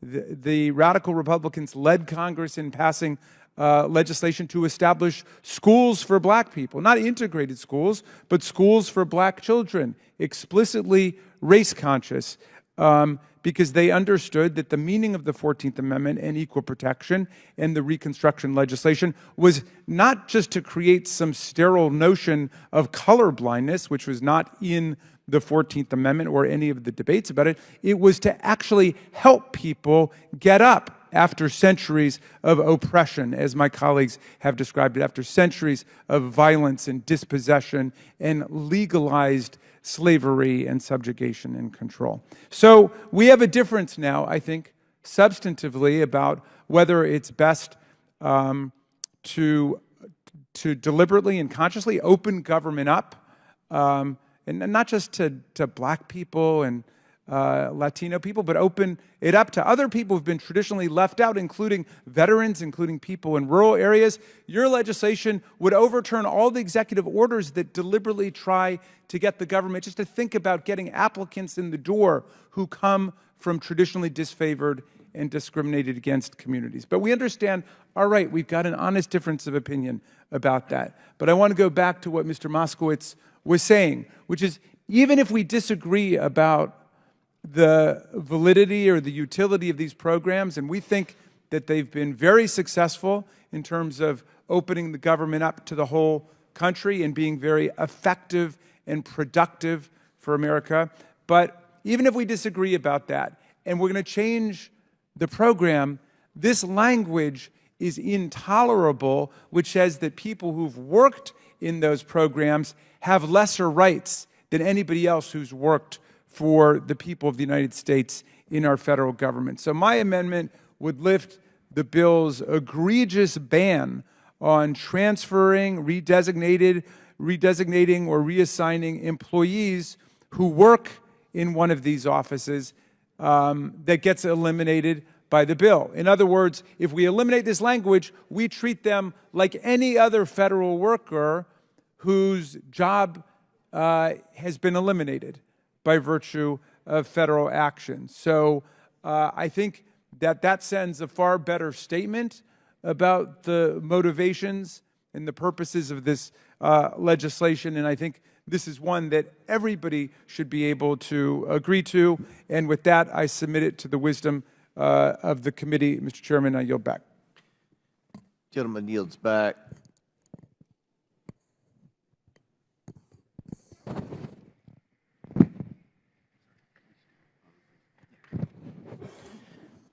I recognize myself to speak on the amendment. I oppose the amendment. The amendment seeks to increase bloat in the federal workforce It does this by preventing the dismissal of employees whose offices, functions, and positions are eliminated by the bill. The federal workforce is already massively oversized. We should be doing everything possible to reduce the size of the federal workforce, not to keep it filled with unnecessary employees as the amendment seeks to do. And of course, nothing in the bill precludes the dismissed employees from reapplying for a job elsewhere in the federal government. This was an issue in the presidential race, reducing the size of the federal government. The overall bill eliminates taxpayer funding for federal offices, programs, and grants affiliated with DEI. It's already federal law to discriminate against anyone based on their race. And the president-elect was transparent in saying this is one of the specific areas where they were going to seek to cut waste in the federal government. We cannot continue to spend $1.5 trillion a year more than we take in. And I think that the president-elect was transparent. I feel like this issue was talked about. With all due respect to the Democrat nominee, Ms. Harris, Vice President Harris, I don't know a lot of specific things she was going to do as president. I don't think she articulated very many specific proposals. One of the proposals that President Trump talked about was eliminating all the unnecessary DEI. And we've talked about how many positions have been created over the last 4 years. Instead of fighting for bureaucratic jobs, I believe, I represent a poor area. And obviously there are poor minority districts. We should be fighting for investment, fighting for entrepreneurism, fighting for ways that we can lift up communities that have been impacted by poverty, like many of the communities I represent, many of the communities that are represented by minority members. We can do this. And I think that's what the American people want. The government's not the answer. The private sector is the answer. We need to be more efficient in government, and we are going to be more efficient in government. That is the mandate of the American people. So I oppose the amendment. I support the bill. And now I seek, Mr. Moskowitz, you seek recognition. Thank you, Mr. Chairman. So, listen, I have agreement with my colleagues across the aisle on wanting to shrink bureaucracy, wanting to decrease the size of federal government. That's a valid point. I think DOGE is going to try to do that, right? And you're seeing Democrats come out and support that. Chris Coons did that. Senator Coons did that the other day. What this amendment is saying is it's not allowing the federal government to stay the same size. What we're saying is as you eliminate an office, as you change a policy, if there are jobs available that they can transfer to, just like every other federal employee, then they should be able to do that. What you're doing is that federal employees have certain protections and rights that they get. And what you're saying is the federal employees that worked in this office aren't going to get those rights. All these people aren't going to get to stay, right? They're not all going to get to stay. That's not what this amendment is doing. This amendment isn't saying, okay, yeah, change the policy, eliminate the office, but then let everybody stay somewhere else. That's not what the amendment is doing. What the amendment is doing is saying they have certain protections, certain rights as every other federal employee in every other office. And what you're saying is because you worked there, you're not going to get those protections. I'm telling you, it is very dangerous, and I can guarantee you the favor will be returned, because that's how this place works, right? You didn't like the other day that Trump houses were skipped in FEMA. I agree with you. It was unacceptable. They were specifically given less rights and privileges and available federal help because they supported the president. If Trump creates an office that later gets removed, those people who worked in that office should not get less protection. They shouldn't. But that's what you're now saying. You're now saying where we have political differences and policy differences, if you work in that office of political difference and policy difference, you're not going to be treated like every other federal employee. So it's not about keeping the federal government the same size. Don't mix the message here, because I'm with you on that. But I really think you should take the ranking member's amendment. It really doesn't change your bill. It just doesn't allow a new precedent to be started that we're creating different classes of federal employees. Will the gentleman yield for a brief response? Sure. It's your time, correct? It is. Thank you. I think the gentleman from Florida, Mr. Moskowitz, made valid points earlier. He makes valid points now. And having read the sections and sentence that Mr. Moskowitz has referenced, very specifically on page 6, paragraph 2 says no reassignment. The head of a federal agency that closes, terminates, and winds up a program or office under paragraph 1. Then there's subparagraphs A and B. Subparagraph B says may not transfer, reassign, or redesignate any employee or contractor with a position or function that is eliminated by operation of this subsection. And I believe that the gentleman is stating that if you close down a DEI department and you have a qualified employee that would like to transfer to the construction supervision department, that executive authority within that bureaucracy should be able to transfer that person from the DEI department to the other department. Is that correct? If that job were available, if that job was available, yes. That would be a right that every other federal employee would have. I concur with that concept, but the ranking member's amendment is far more broad. So I'm going to oppose the ranking member's amendment because it eliminates the entire section of 101. But if you were to offer an amendment, specifically what we're describing, I would support that amendment. I yield. Everybody yield back. Any other member seek recognition? Mr. Cloud. Well, we was Moskowitz, now Mr. Cloud. Okay, Ms. Stansberry. All right, thank you so much, Mr. Chairman.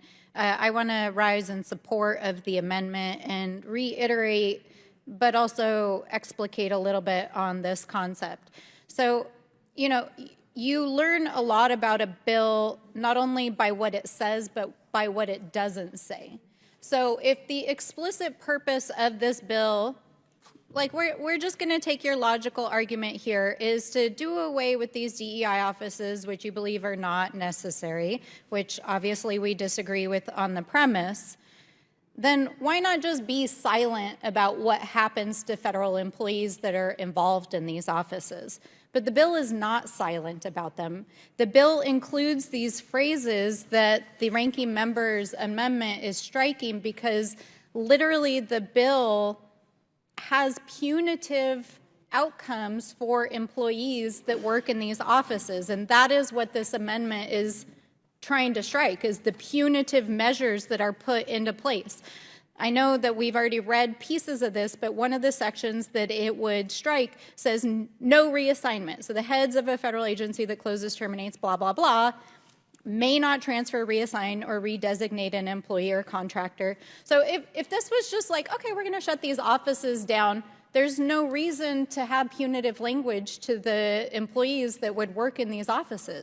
But it doesn't just state it once, it states it twice in the bill.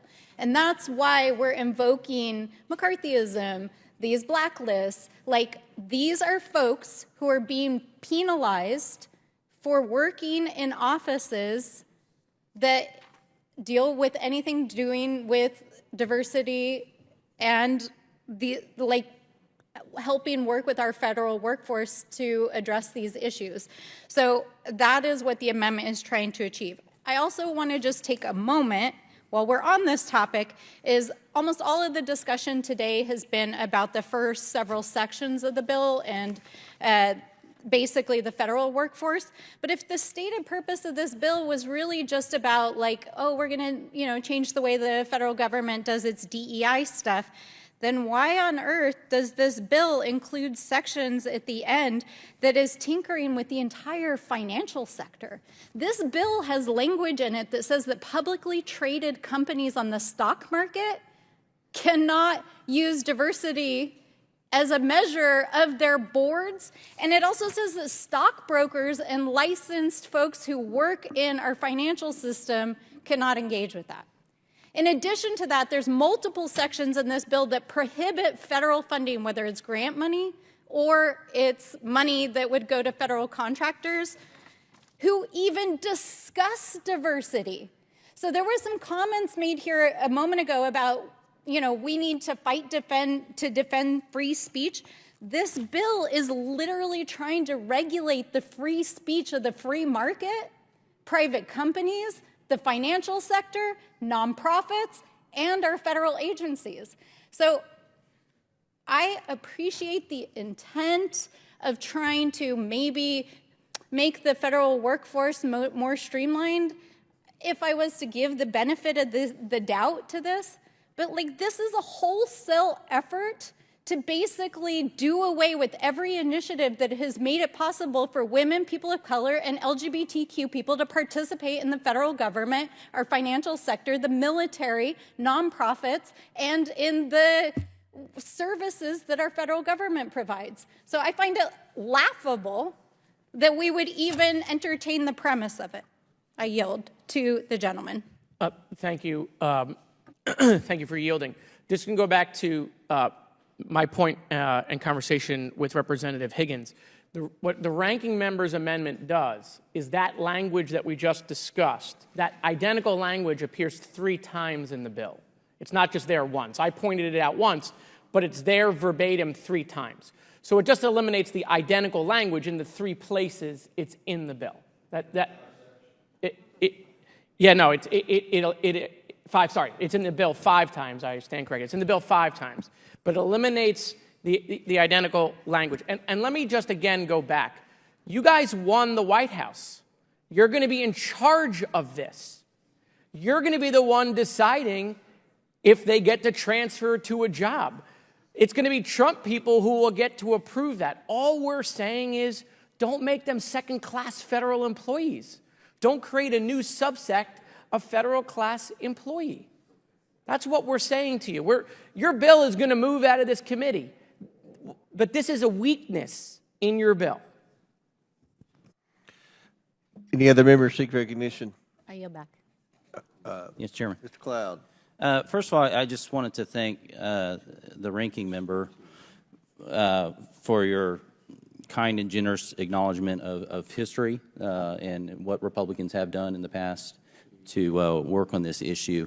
I had thought to bring that up because there's been allegations like we would not want history taught in schools. I would actually want all of history taught in schools. I don't view this as I realize it has political undertones. I think this is an issue of the human condition and heart that needs to be addressed more than a political one, although I'm not ambivalent to the political undertones there. But anyway, in an effort to not raise the temperature, I had not brought that up, but I appreciate you bringing that up and acknowledging that. I also appreciate the intent and what you're stating on the federal workforce. I would be happy to work with you on that. I do think that this amendment goes beyond that on the reassignment provision. If this were, for example, to be the last line of this amendment, strike section 502A2, that would be something I could support. But in its current state, and again, we did not get an advance copy of this, so we're dissecting this live, but it seems to also prohibit the reduction in force, which if we have agencies, if we have workforce that, again, are not required by the American people, I don't think that federal workforce should be discriminated because they worked in a certain agency. In the same way, I don't think that the American people who, while I appreciate the federal government, my first allegiance is always going to be to the American people, I don't think the federal or the American people should have to have the burden of hiring and funding someone just for the sake of them getting preference and priority in transferring. So if we could limit it to that, I could accept that, or we could work. I'd be happy to work with you, but in its current state, I would have to oppose the amendment. Would the gentleman yield? Yes, sir. Yeah, but thank you kindly for the offer.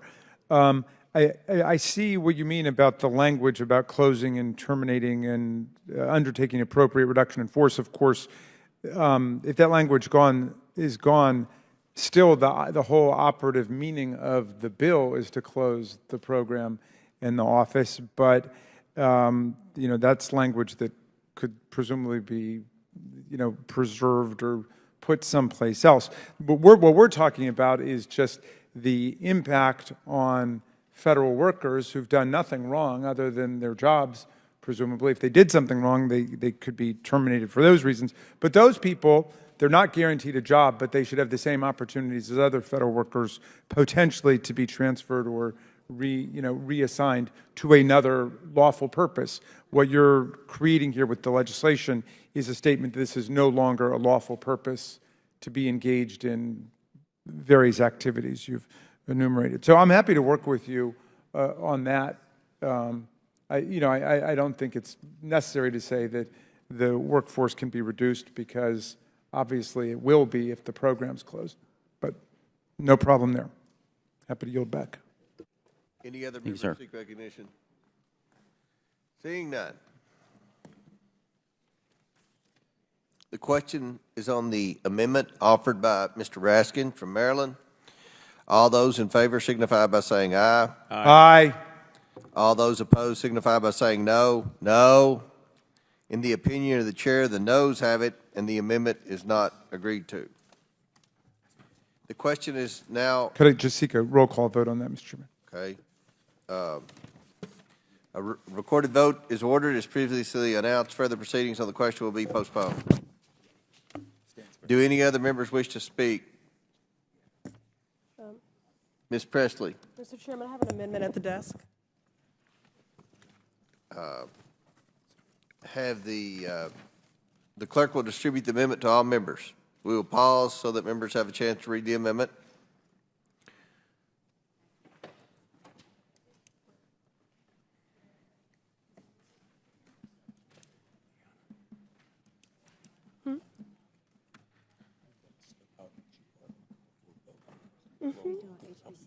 Oh, okay. All right. Thank you.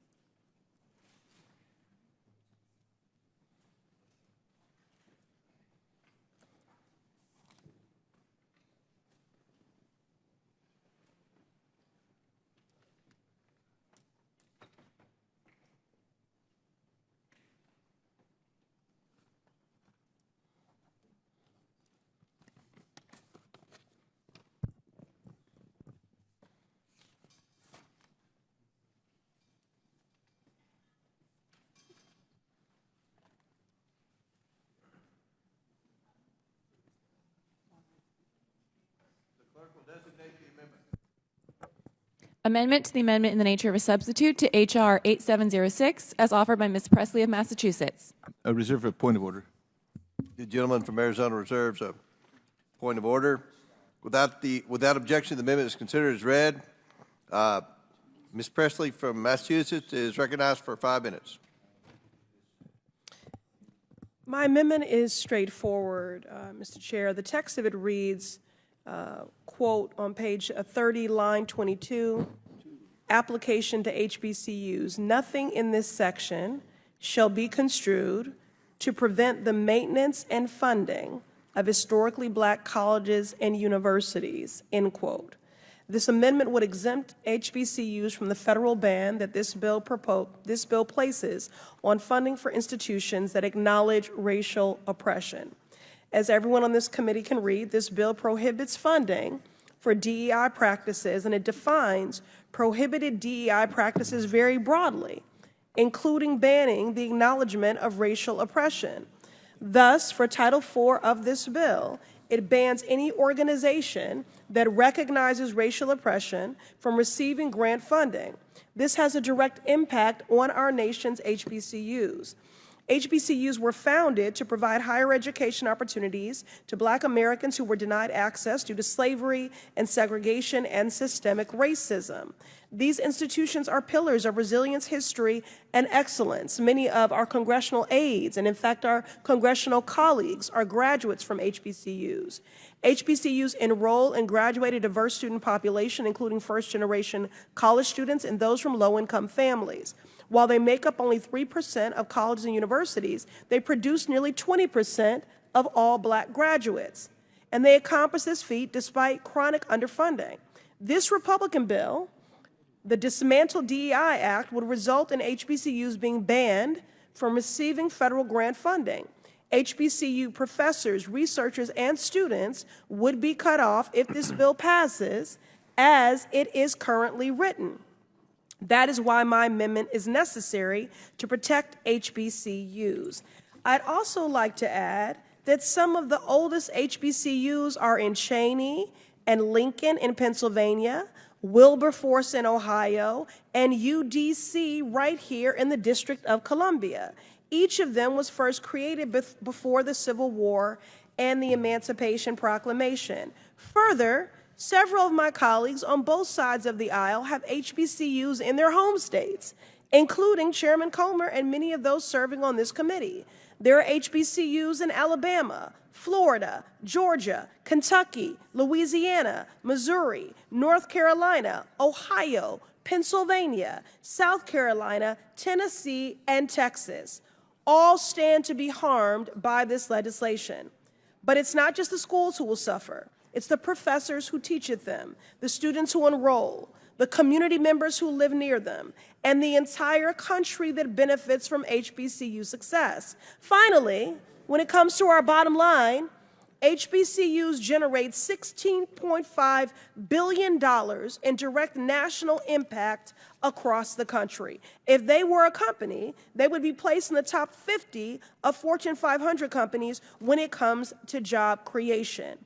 And that is why this amendment is necessary to protect our HBCUs, and I urge my colleagues to support them through this amendment. Gentlelady yields back. Yield. I'll recognize myself. One moment, sir. What? Chair recognizes Mr. Cloud to speak on the amendment. I have no opposition to this, and as a former member of the Ag Committee, have supported funding for this, and so I do not see an issue with this amendment. All right. Any other members seek recognition? Support it.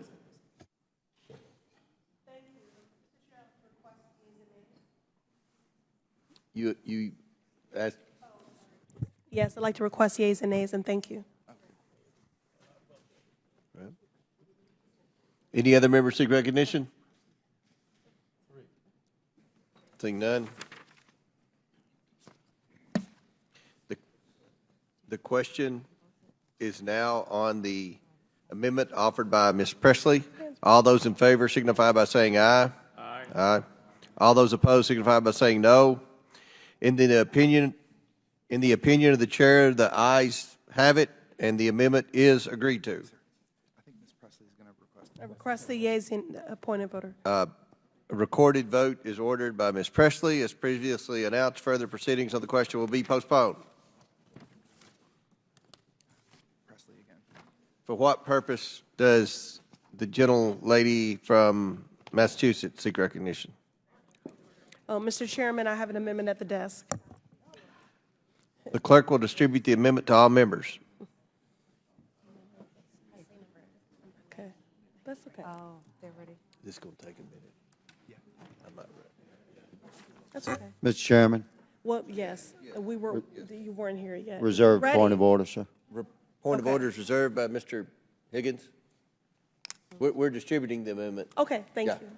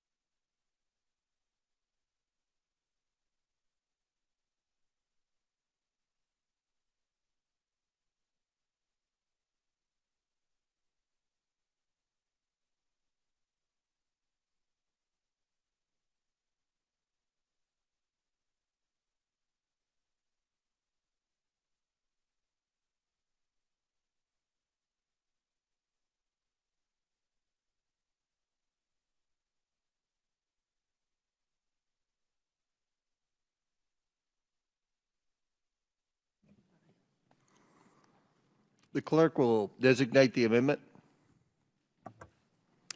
The second amendment to the amendment in the nature of a substitute to H.R. 8706 is offered by Ms. Presley of Massachusetts.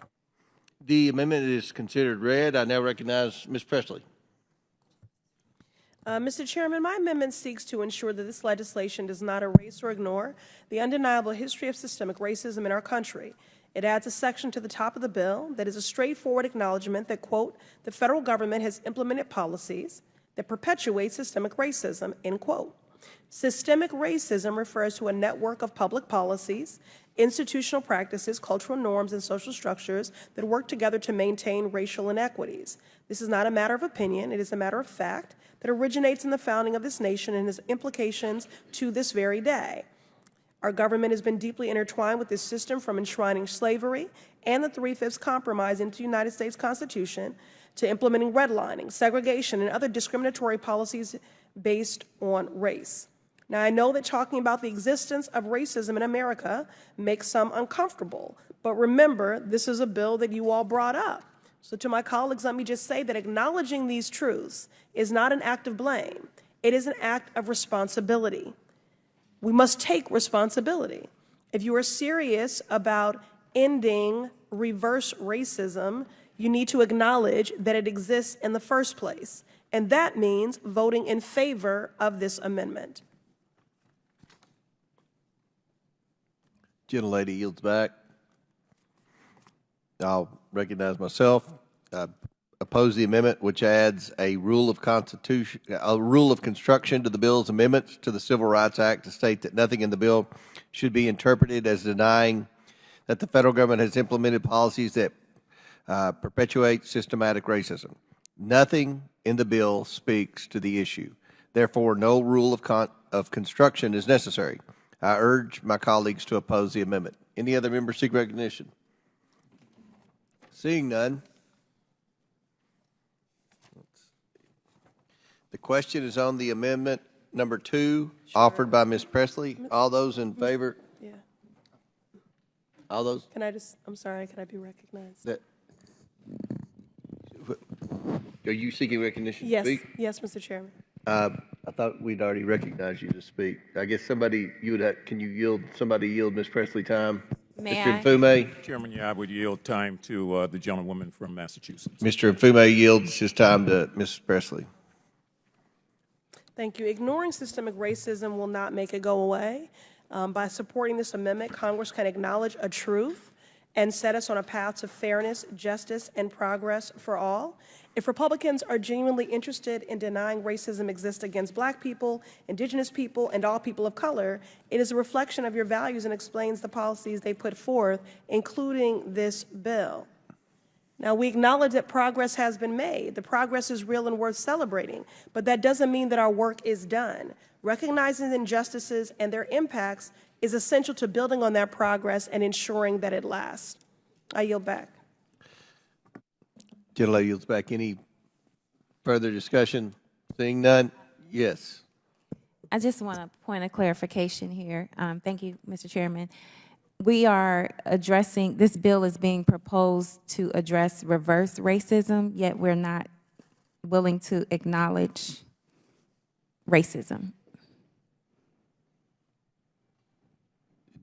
Would just a point? What are you doing here? I'm asking for But clarification. If the bill that, the amendment that Ms. Presley is proposing suggests that we just simply acknowledge that racism exists, and the fundamental point of your legislation is to deal with reverse racism, then I should ask you, what are we doing here? I would assume you're asking Ms. Presley the question. No, I'm asking you. You might as well ask Ms. Presley the question. Well, maybe I should ask the author of this legislation, Mr. Cloud. Yes, ma'am. I apologize. I was reading. Okay. Just trying to get clarity here. If we cannot agree that racism exists, but this legislation you're proposing is to deal with reverse racism, why are we here? I think you answered the question in your question. I don't think I did. Reverse racism. Racism is included in the language, yet you Racism do is not want racism. to acknowledge that racism exists, which is simply Ms. Presley's request here. We have discussed that over and over. There's been no denouncement or statement that racism doesn't exist. We've talked about the fact that it indeed does, and it's a horrible condition of the human heart of some people that still does exist. So you are in support of Ms. Presley's amendment, then?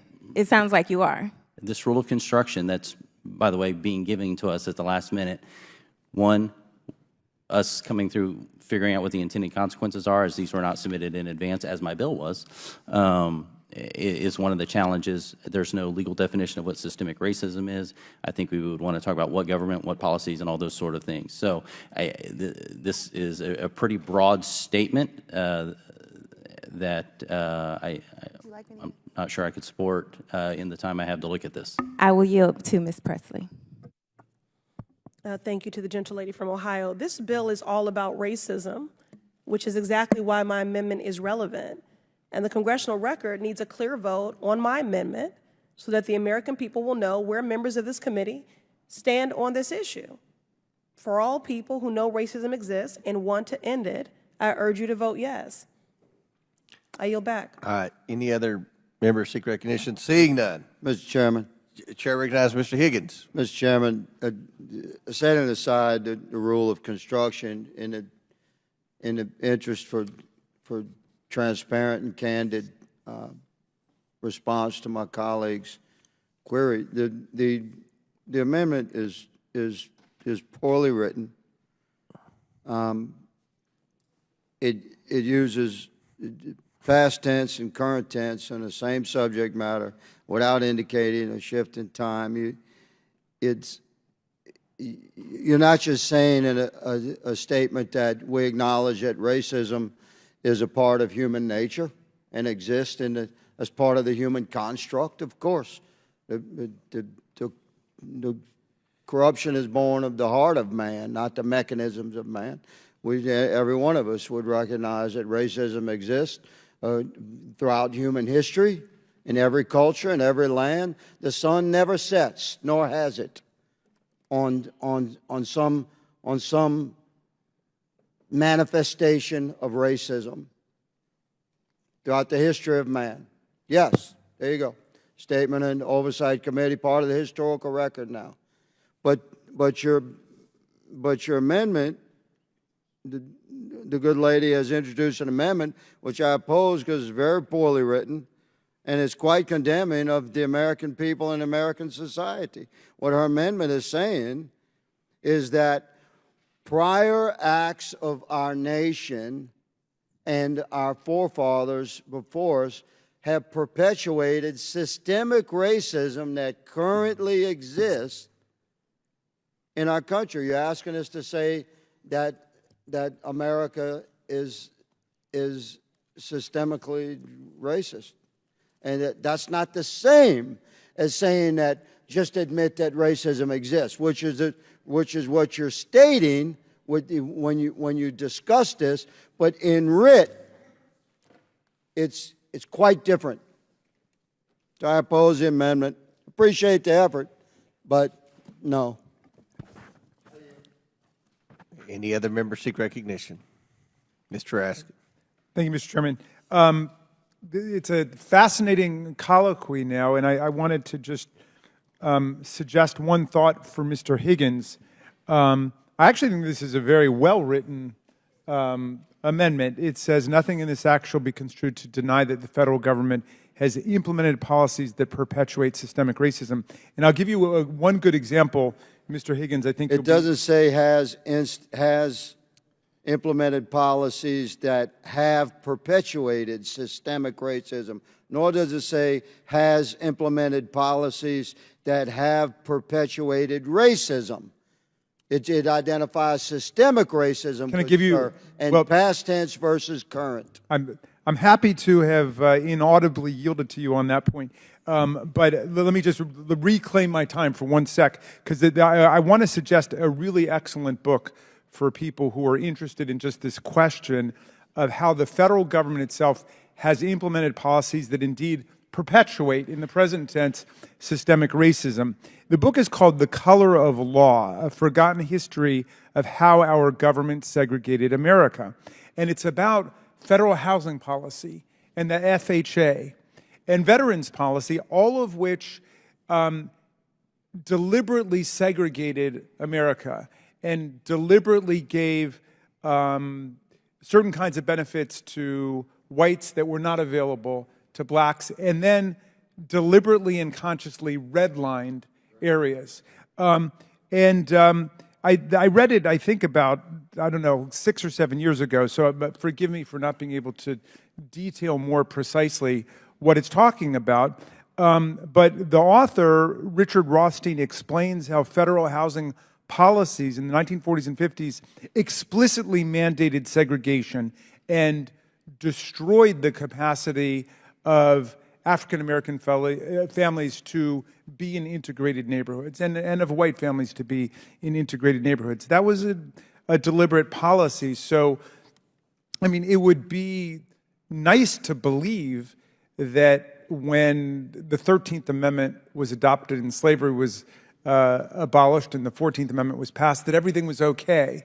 There was an effort in the Reconstruction, and again with the radical Republicans' efforts to transfer resources to the recently freed population, to lift people up who had been downtrodden by law for centuries, but then Reconstruction was undone, and we got into Jim Crow and poll taxes, literacy tests, grandfather clauses, and the whole system of inequality in the law, which lasted at least up until the Civil Rights Act of 1964 and the Voting Rights Act of 1965, but it didn't end there either. And so there's a real history to it, and I think that's what makes all of these issues so difficult.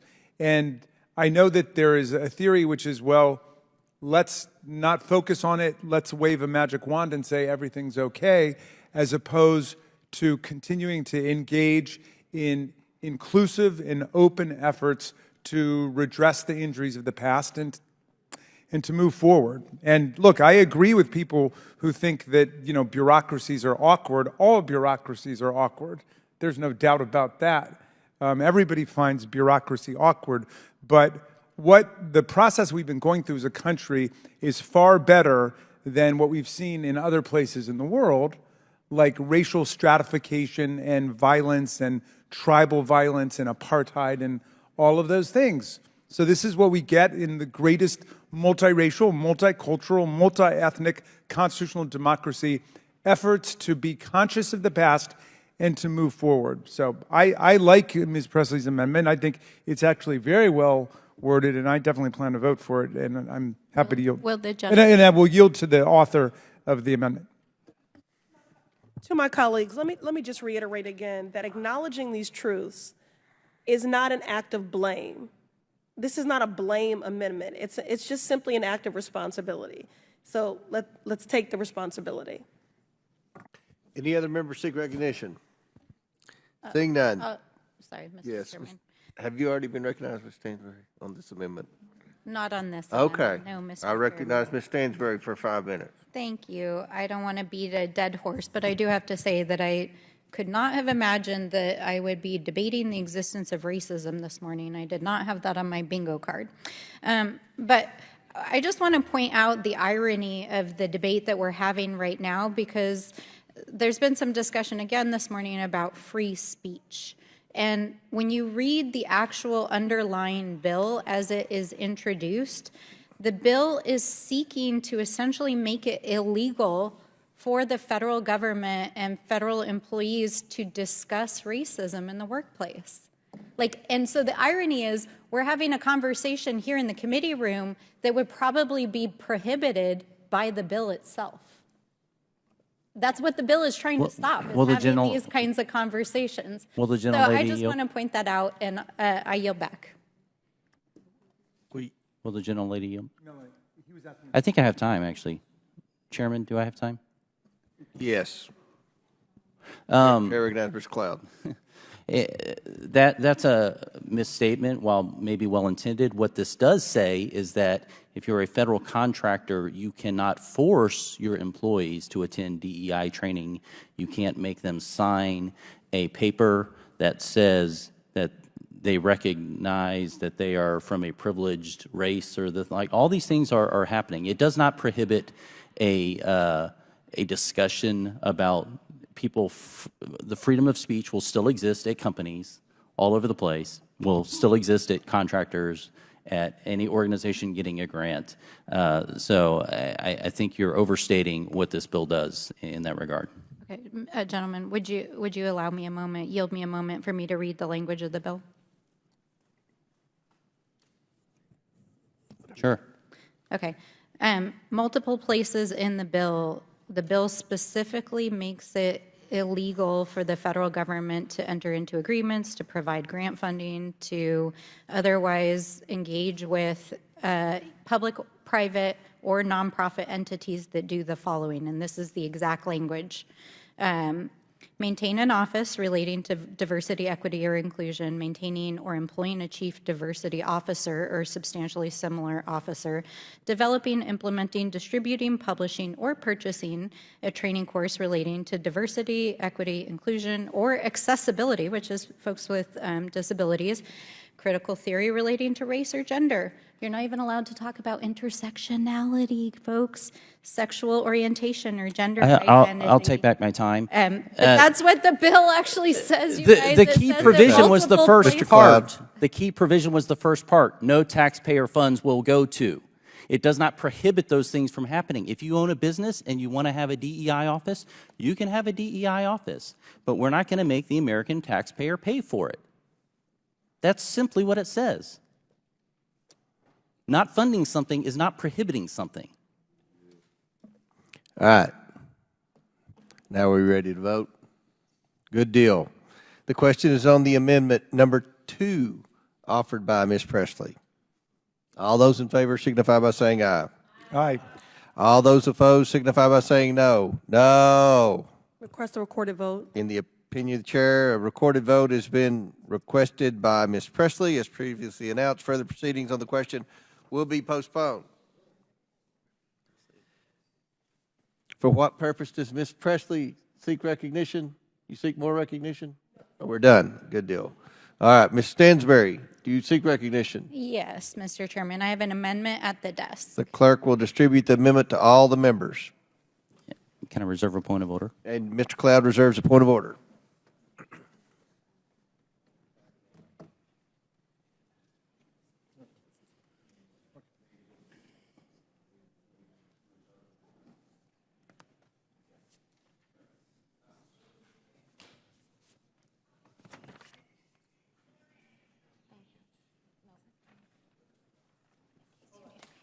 Okay, thank you.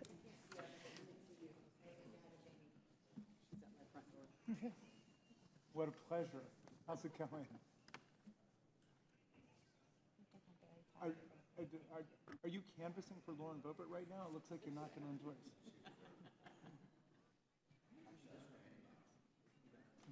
Well, we all love her. We all love her. You don't need to waste your time with us.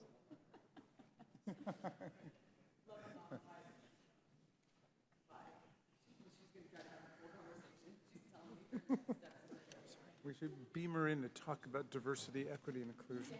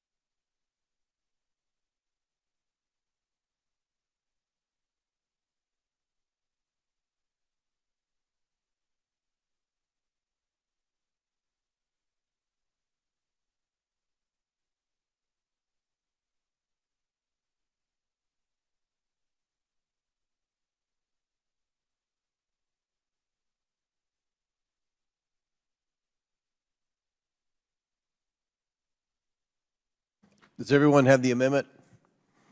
The clerk will designate the amendment. Amendment to the amendment in the nature of a substitute to H.R. 8076 as offered by Ms. Stansbury of New Mexico. Without objection, the amendment is considered as read. Mr. Cloud reserved a point of order. The gentlewoman from New Mexico is recognized for 5 minutes. All right, thank you so much, Mr. Chairman. And I do thank my colleagues across the aisle for what has been an interesting journey this morning to discuss the history of this country and how we continue our long march on the road to justice and equity. The purpose of this amendment is to try to get at protecting the federal workforce.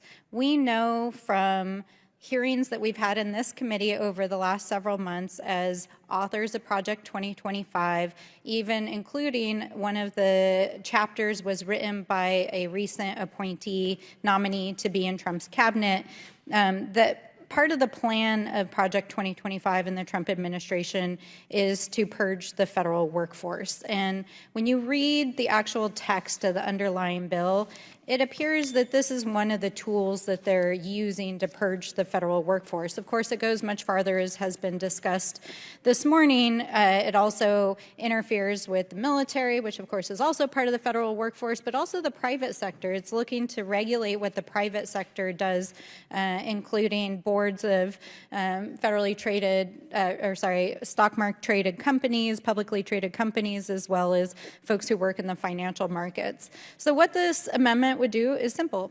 It would strike the entire bill and all that follows, and it would replace it with very simple language to protect our federal employees. Federal employees shall be selected and advanced on the basis of competence rather than political or personal favoritism, and no executive branch agency may take action counter to the intent of the law or against the fundamental rights of federal workers who comprise the civil service. And in many ways, this is just a reaffirmation of existing federal employment law, which it's important to note was put in place largely a number of the protections that this bill attacks, not only through the Civil Rights Act to make it possible to make our federal workforce more diverse, but also to protect federal employees after Richard Nixon tried to purge the federal workforce.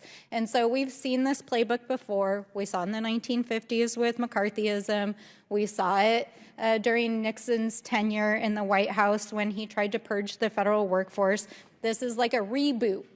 This is like the new season. This is the new reality TV show. And if you needed any evidence of the fact that we're living in a reality TV show, look at some of the nominees who've been nominated to be the heads of these agencies. So, we just want to make sure we're protecting the federal workforce and that our reality TV cabinet secretaries don't go after them. And that's what this amendment is all about. Gentlelady's time's expired. Mr. Chair, I invoke my point of order based on germaneness. State your point. Raise a point of order on germaneness. Okay, I'm prepared to rule.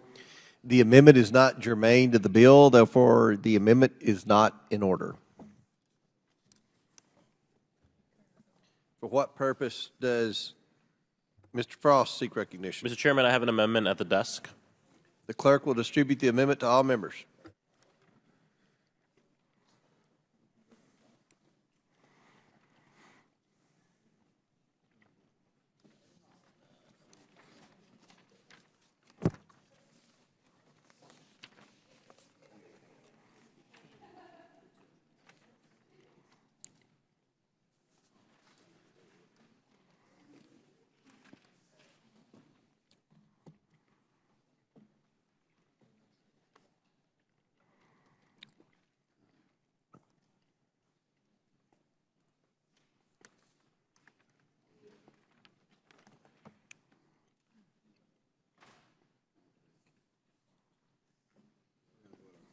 Am I supposed to say that?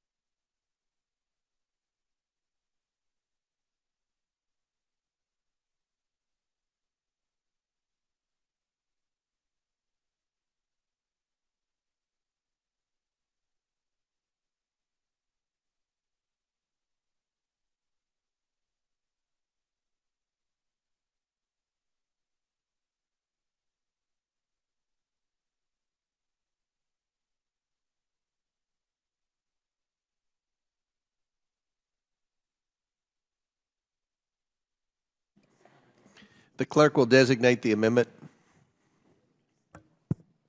Amendment to the amendment in the nature of a substitute to H.R. 8706 is offered by Mr. Frost of Florida. Without objection, the amendment is considered as read. I reserve a point of order. The gentleman from Florida is recognized for 5 minutes. Thank you, Mr. Chair. And, before I talk about my amendment, just want to be clear, my amendment is going to focus specifically on veterans serving in the federal government from the harms of this bill, but I oppose the impact of the underlying bill, the impacts that the underlying bill will have on every single employee in the federal government. Today, veterans make up more than 30% of the workforce, according to OPM. That's over 636,000 people who have served their country in uniform and continue to do it as civilians. H.R. 8706 would completely overturn 150 years of precedent for supporting our veterans. The government has a long-standing, careful, considered procedures for orderly reductions in force dating back to 1944 with the enactment of the Veterans Preference Act. These procedures are codified and implemented through OPM regulations, building on a principle established far back as the Civil War, that veterans who have sacrificed for this country should be given preference in federal hiring and retention. The law requires that any reduction in force from the government, that we retain, quote, equally qualified, end quote, veterans over others.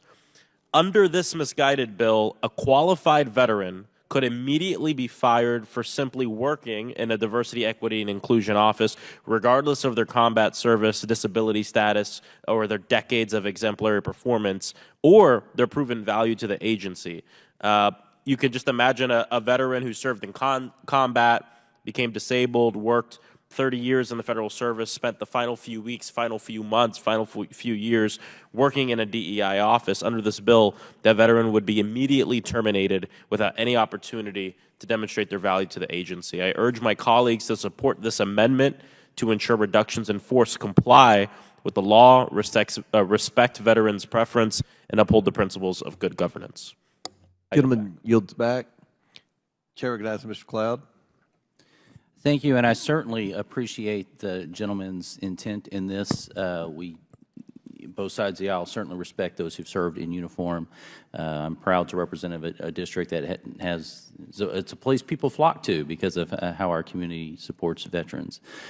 I have a concern about this and would love to work with you on it, but my concerns are of a technical nature in us getting at this at the last minute to understand the potential unintended consequences. Very specifically, I could speak to the provision that says Code of Federal Regulations.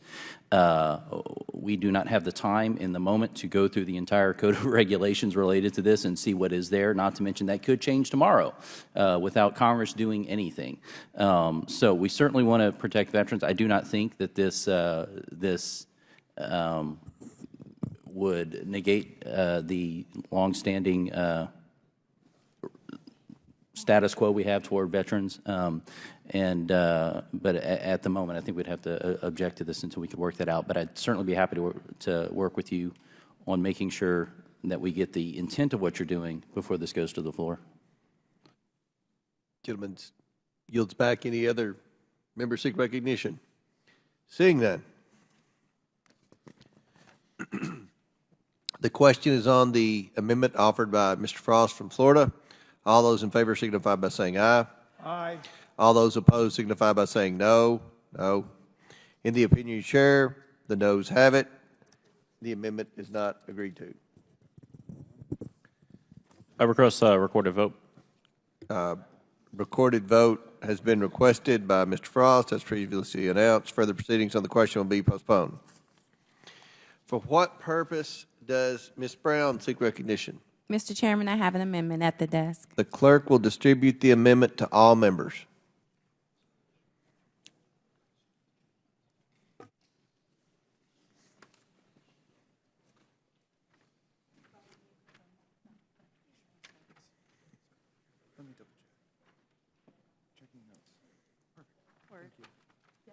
Yes.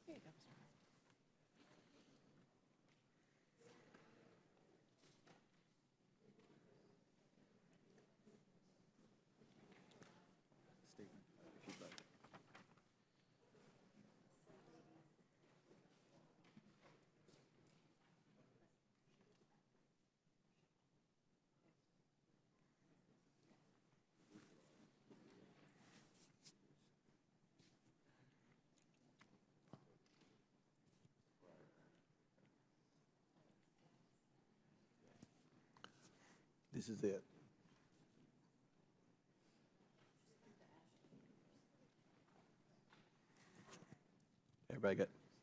Everybody have the amendment? The clerk will designate the amendment. Amendment to the amendment in the nature of a substitute to H.R. 8706 is offered by Ms. Brown of Ohio. Without objection, the amendment is considered as read. I reserve a point of order. The gentlewoman is recognized for 5 minutes to explain the amendment. Thank you, Mr. Chairman. This bill completely contradicts the vision and principles of this nation and would erode the federal government's enforcement of non-discrimination protections in communities that are uniquely underserved. It will strip the federal government of a workforce focused on the mission of their agency and ensuring an inclusive, positive, and safe workplace for all employees. And to make matters worse, it would force federal agencies to close down all federal offices that operate diversity, equity, and inclusion programs, fire employees who work in those positions, and prevent them from finding a new job elsewhere in the federal government.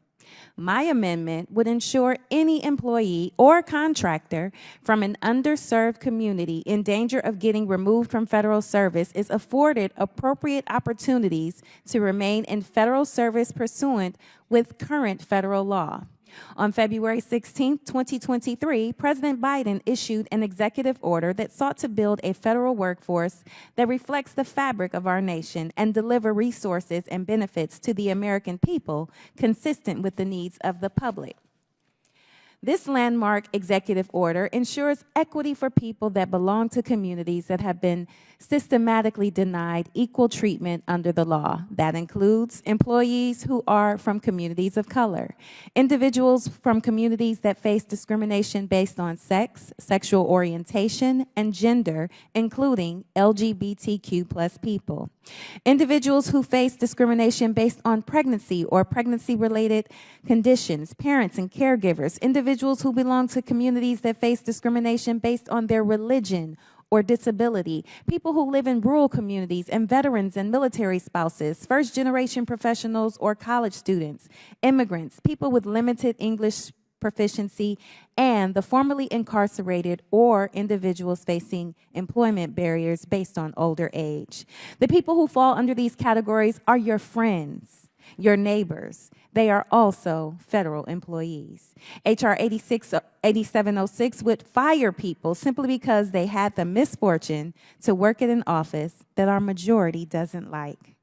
The bill as written would mean that a pregnant woman who is already likely to face persistent discrimination in the workplace would be fired simply on the basis that they worked for a federal or contracting office that supports diversity, equity, and inclusion activities. It would mean that a person who lives in a rural town would be let go with no possibility of reassignment just because they worked in a diversity, equity, and inclusion office. It would eradicate positions for people with disabilities who currently work in these programs, regardless of their level in the office, who are making progress towards Equal Employment Opportunity Commission's rules to make up 12% of the federal workforce. I ask unanimous consent to enter into the record a letter from the Disability Rights Education and Defense Fund stating its concerns with H.R. 8706 and its potential effect on federal workers with disabilities and broader disability community. Without objection, so ordered. Thank you.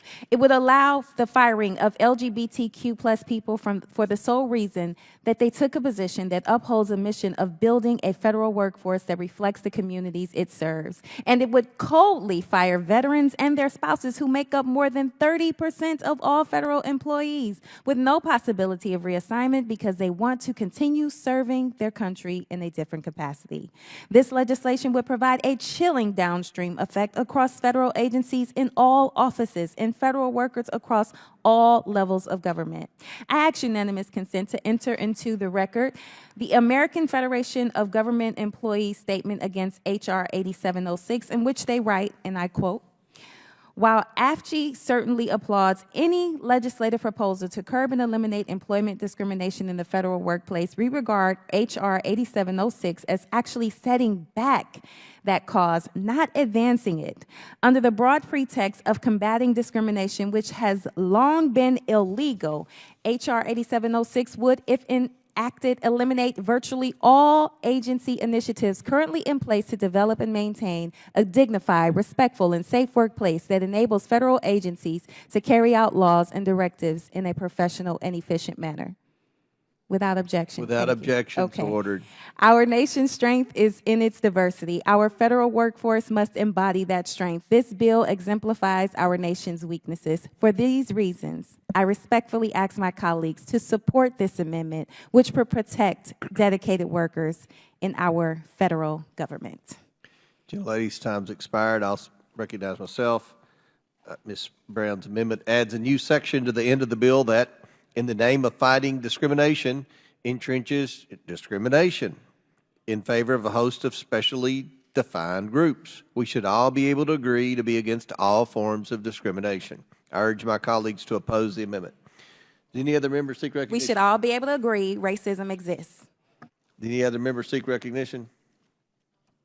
Mr. Cloud. I'll just say I concur with the chairman. This amendment, in the name of non-discrimination, actually would be, if adopted, systemic racism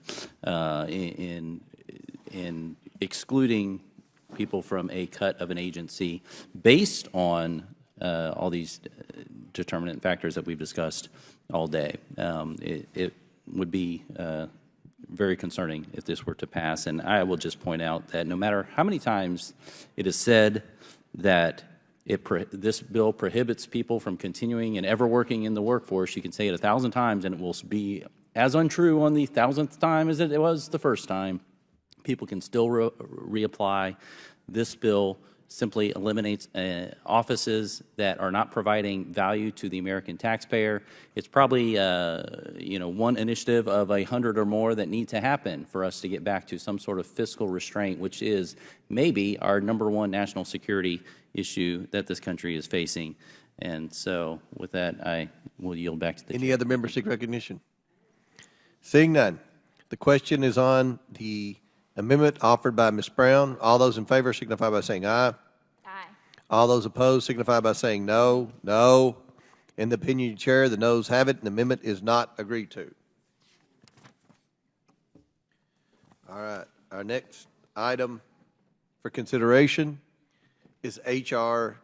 8753 to direct the United States Postal Service to designate single, unique zip codes for certain communities and for other purposes. The clerk will please designate the bill.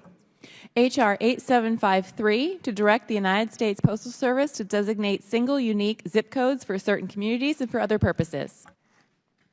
Without objection, the bill shall be considered as read and open for amendment at any point. Without objection, so ordered.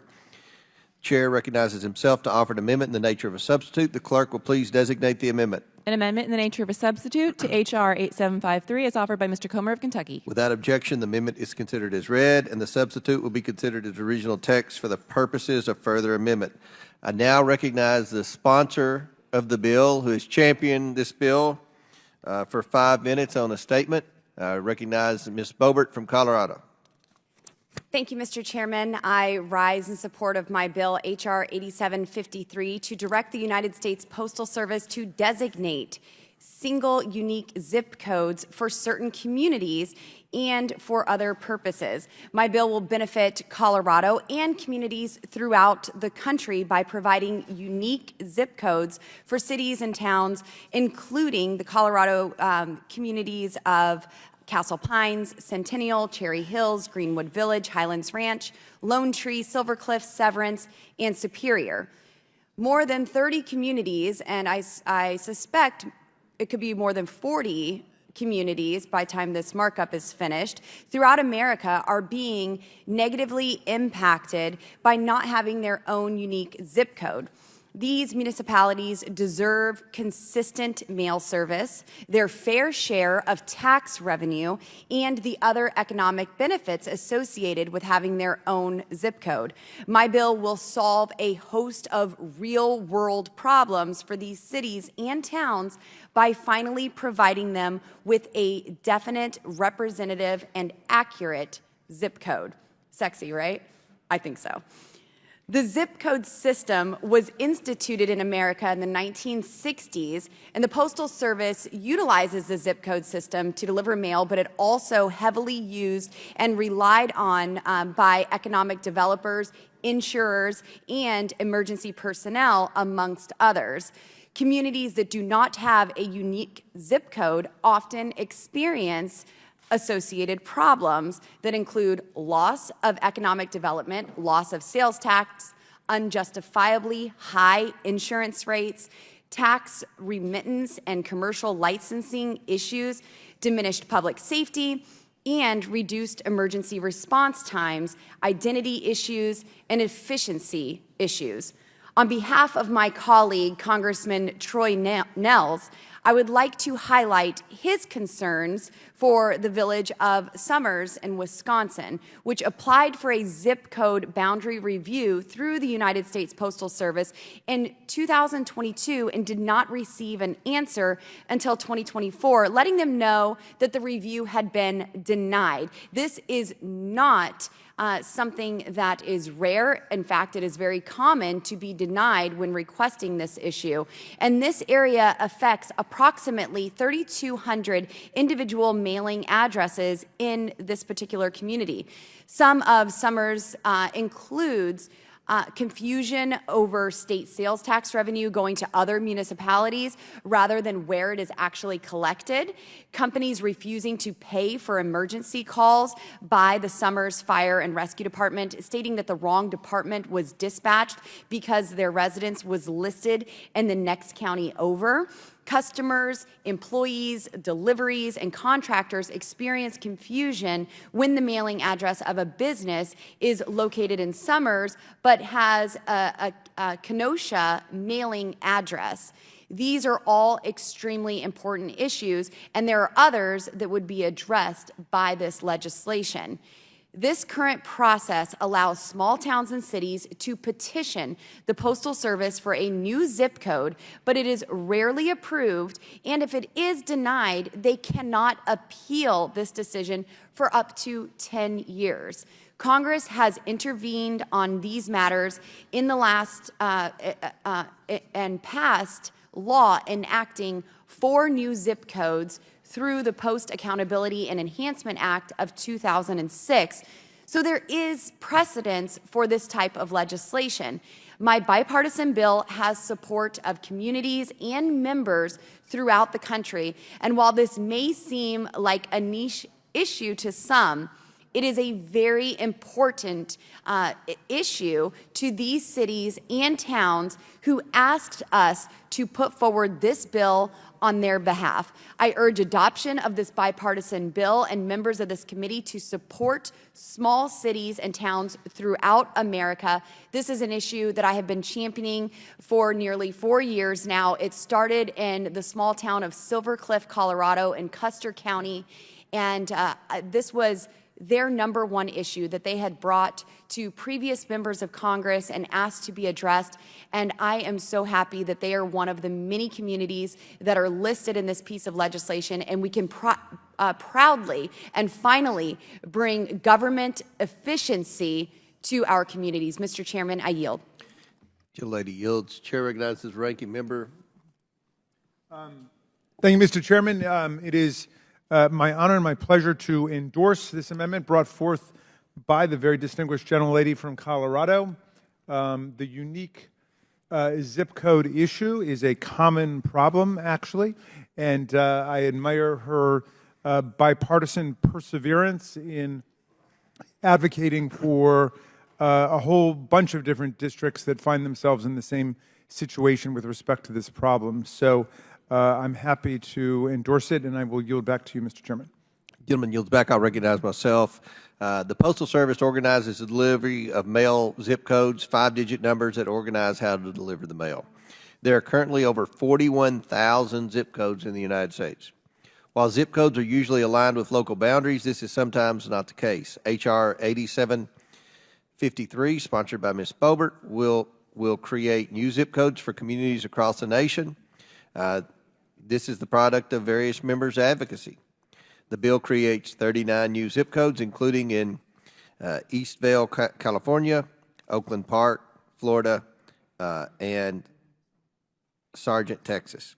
And lastly, I would like to thank Representative Boebert, the sponsor of the bill, for her work representing her constituents in Silver Cliff, Colorado. Congratulations. Any other members seek recognition? For what purposes, Mr. Moskowitz, seek recognition? Thank you, Mr. Chairman. I have an amendment on the desk. Will the clerk designate the amendment? Amendment to the amendment in the nature of a substitute to H.R. 8753 as offered by Mr. Moskowitz of Florida. The staff will distribute the amendment.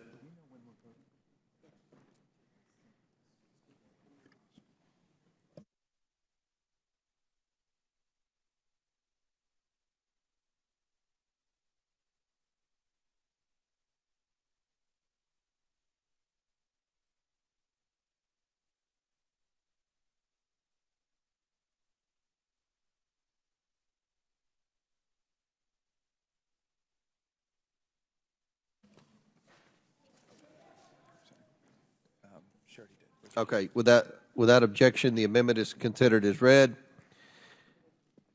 I reserve a point of order. The gentleman from Florida is recognized for 5 minutes. Thank you, Mr. Chairman. I fully support Representative Boebert's bill to give certain communities a single unique zip code.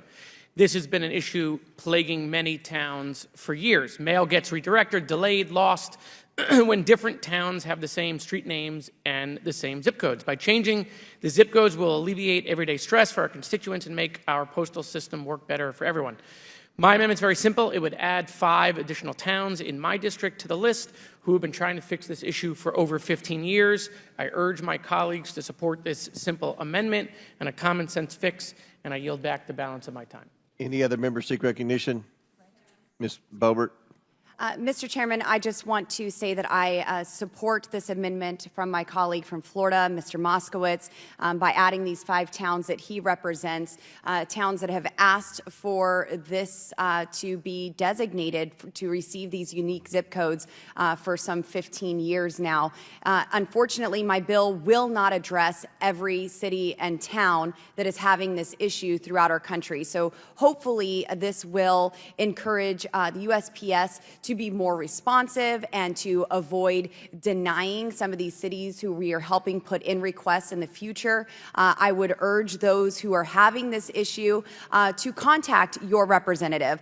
My legislation comes from many bills that have been submitted over the years by members of Congress who were individually trying to solve a zip code issue, who have written legislation, who have written letters to the USPS, and just we're not getting anywhere with it. So we have combined all of these cities and towns, these communities, to designate their unique zip codes.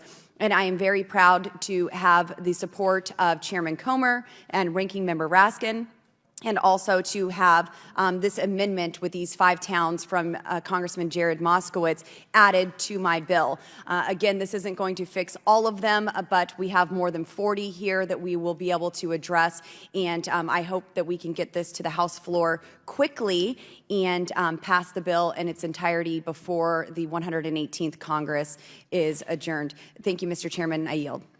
Any other members seek recognition? Mr. Chairman, I have an amendment at the desk. Okay, we're going to vote on this one first, right? Yes. Okay. Does any other member seek recognition on the Moskowitz amendment?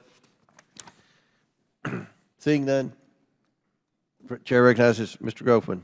Does anybody know what the post office thinks of this stuff? Yeah. Do you think it's going to cost money?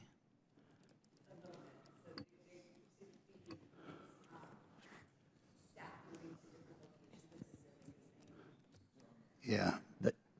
They oppose. Yeah. Okay. I always, yeah. Well, okay. All right. Any other members seek recognition? Seeing none. The question is on the amendment offered by Mr. Moskowitz. All those in favor signify by saying aye. Aye. All those opposed signify by saying no. In the opinion of the chair, the ayes have it, and the amendment is agreed to. Do any other members seek recognition? Mr. Langworthy. Mr. Chairman, my amendment would also... Wait a minute, you have an amendment at will the clerk designate the Langworthy amendment? Amendment to the amendment in the nature of a substitute to H.R. 8753 is offered by Mr. Langworthy of New York. So my amendment would also afford this opportunity. Hold on one second. Without objection, the amendment is considered as read. I reserve a point of order. The gentleman from Buffalo, New York, is recognized for 5 minutes to explain his amendment. Well, thank you very much. I salute the work of the distinguished gentlewoman from Colorado, Ms. Bolbert, on this. This is something that I have been working on in New York's 23rd Congressional District back to my staff days 15 years ago, and asking for inclusion of the community of Pendleton, New York, to have a unique zip code as well. They're currently split in a very confusing manner, and it has been very troublesome for this growing community, and would appreciate any opportunities that this has to be considered by this committee. Thank you. Very good. Any other members seek recognition? Mr. Chairman. Ms. Boebert. Yes, Mr. Chairman, I would just say that I also support Mr. Langworthy's amendment to the ANS, adding Pendleton, New York to this list. He mentioned that there are split zip codes here in this location. I just spoke with a mayor of Severance, Colorado, and I was under the impression they shared one zip code with Windsor, Colorado, but after talking with the mayor, an issue that they've been working on for about a decade now, there are 6 zip codes that the city of Severance shares with. And so that is why they have been included in this legislation. And so I do not oppose the adding of Pendleton, New York. And again, I urge the adoption of this legislation. Thank you, Mr. Chairman. I yield. Any other members seek recognition? Seeing none. All those in favor of the amendment offered by Mr. Langworthy from New York signify by saying aye. Aye. All those opposed signify by saying no. In the opinion of the chair, the ayes have it, and the amendment is agreed to. So now we recess until.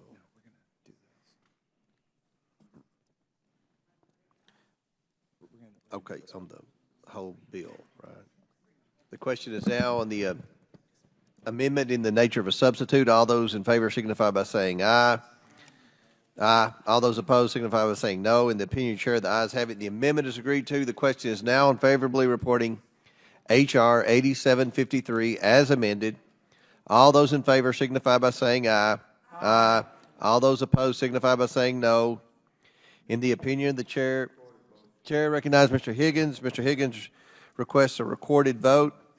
As previously announced, further proceedings on the question will be postponed.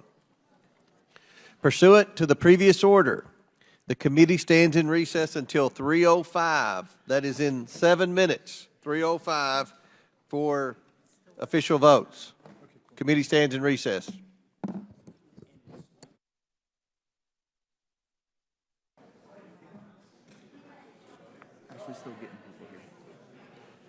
I think we've got enough, don't we? I'm not sure. We got a few people that are definitely missing. Our margins are close.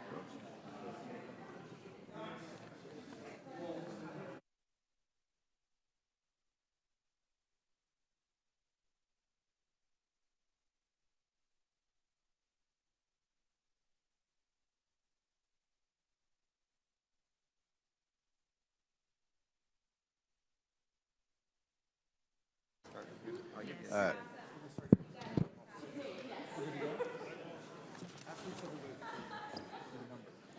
I'm going to go.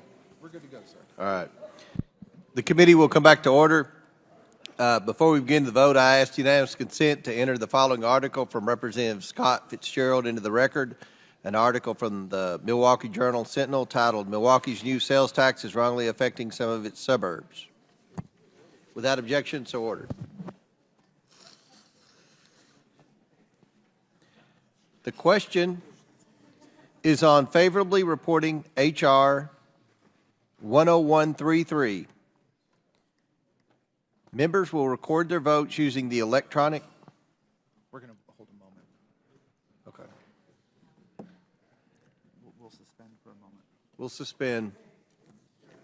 And let me make an announcement. If you didn't get the memo, at the conclusion of the votes, after the postal naming bills, that's always the last vote, we're going to take a committee picture, and we're going to look like one big happy family. It's going to be a great picture. Yeah. No, you can kind of move, scoot to the right a little bit.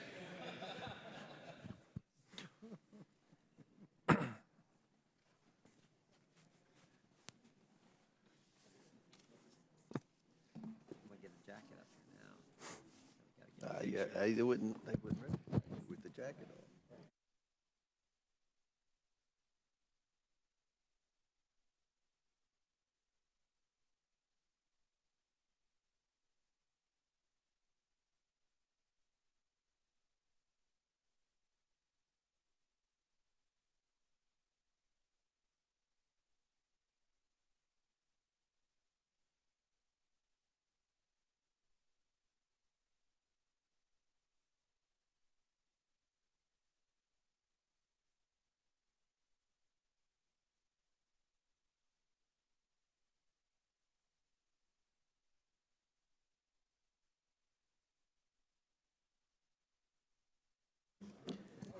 All right, we'll come back to order and we'll begin voting. The question is on favorably reporting H.R. 10133. Members will record their votes using the electronic voting system. The clerk will now open the vote on favorably reporting H.R. 10133.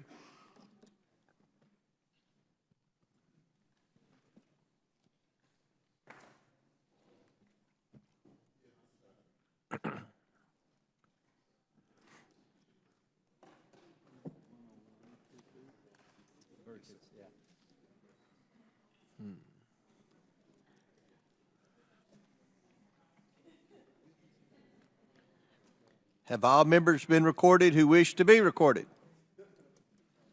Does any member wish to change their vote? The clerk will close the vote and report the vote total.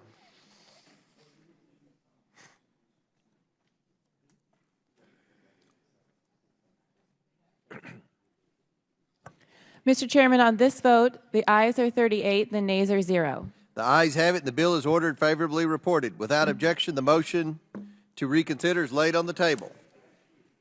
The question is now on favorably reporting H.R. 10132.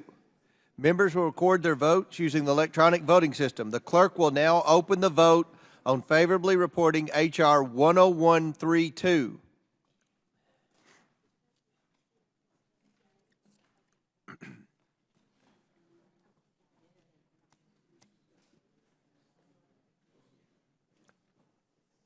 Have all members been recorded who wish to be recorded? Does any member wish to change the vote? The clerk will close the vote and report the vote total.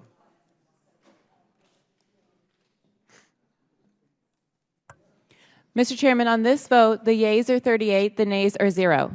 The ayes have it, and the bill is ordered favorably reported. Without objection, the motion to reconsider is laid on the table. The question is now on favorably reporting H.R. 10155. Members will record their votes using the electronic voting system. The clerk will now open the vote on favorably reporting H.R. 10155.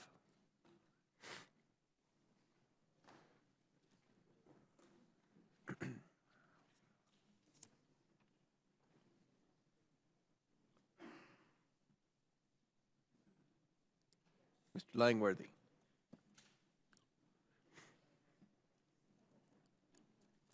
Have all members voted who wish to be recorded?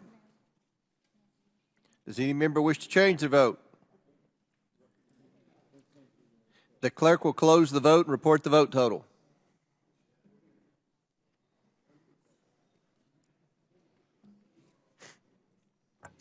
Mr. Chairman, on this vote, the yeas are 38, the nays are 0. The ayes have it, and the bill is ordered favorably reported. Without objection, the motion to reconsider is laid on the table. The question is now on favorably reporting H.R. 162. Members will record their votes using the electronic voting system. The clerk will now open the vote on favorably reporting H.R. 10062.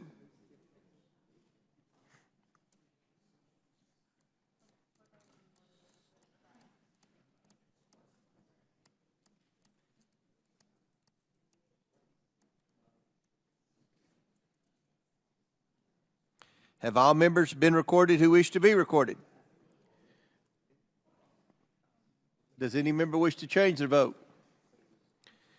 The clerk will close the vote and report the vote total. Mr. Chairman, on this vote, the ayes are 21, the nays are 17. The ayes have it, and the bill is ordered favorably reported. Without objection, the motion to reconsider is laid on the table. The question is now on favorably reporting H.R. 8690. Members will record their votes using the electronic voting system. The clerk will now open the vote on favorably reporting H.R. 8690.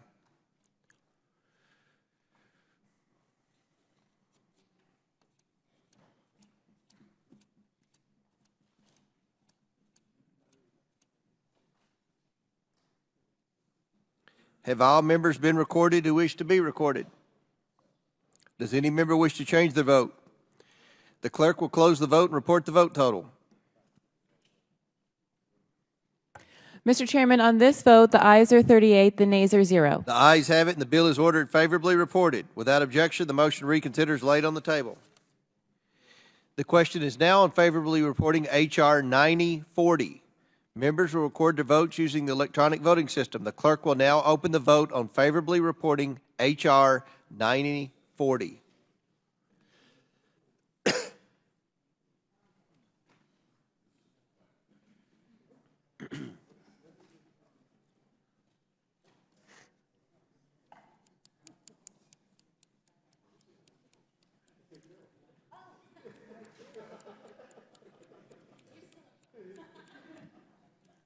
Have all members been recorded who wish to be recorded?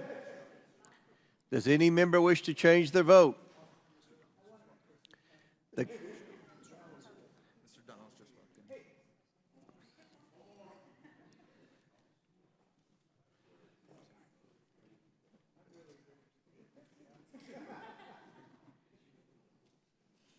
Have all members been recorded? The clerk will close the vote and report the vote total.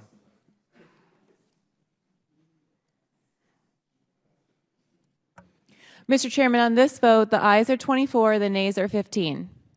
With the ayes have it, and the bill is ordered favorably reported. Without objection, the motion to reconsider is laid on the table. The question is now on favorably reporting H.R. 10151. Members will record their votes using the electronic voting system. The clerk will now open the vote on favorably reporting H.R. 10151.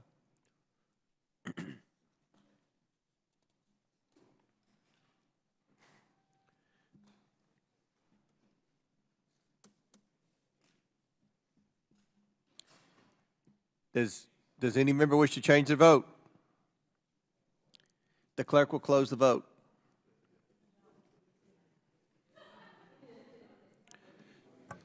Mr. Chairman, on this vote, the ayes are 39, the nays are 0. The ayes have it, and the bill is ordered favorably reported. Without objection, the motion to reconsider is laid on the table. The committee will now resume consideration of H.R. 8706, the Dismantle DEI Act. The question is now on the previously postponed amendment to the amendment in the nature of a substitute offered by the, what have we got here? The ranking member. Offered by the ranking member. Members will record their votes using the electronic voting system. The clerk will now open the vote on the amendment to the amendment of H.R. 8706.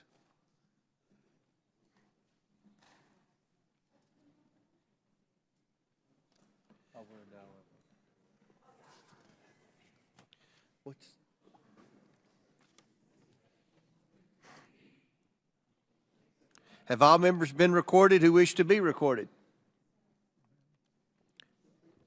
Does any member wish to change their vote?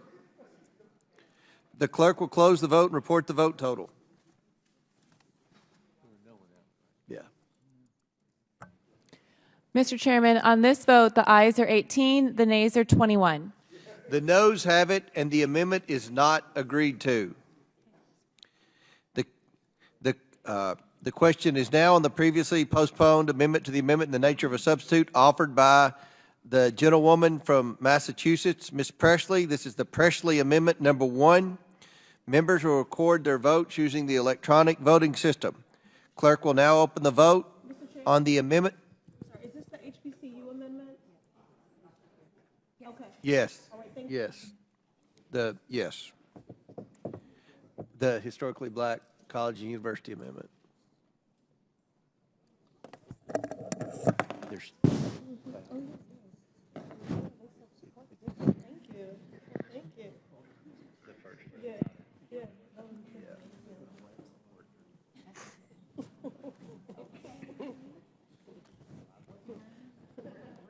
Good teamwork, good teamwork. have all members been recorded who wish to be recorded?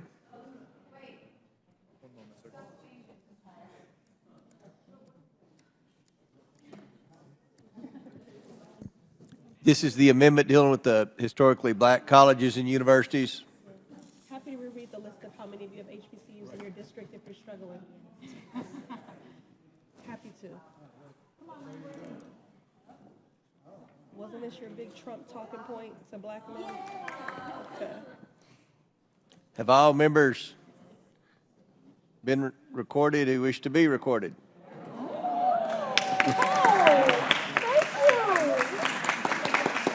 The clerk will close the vote and report the vote total. Mr. Chairman, on this vote, the ayes are 40, the nays are 0. The ayes have it and the amendment is agreed to. Wow. Thank you, everyone. Thank The question is now on the previously postponed amendment to the amendment in the nature of a substitute offered by Ms. Presley from Massachusetts. This is the Presley number 2 amendment. Members will record their vote using the electronic voting system. The clerk will now open the vote on the amendment to the amendment of H.R. 8706.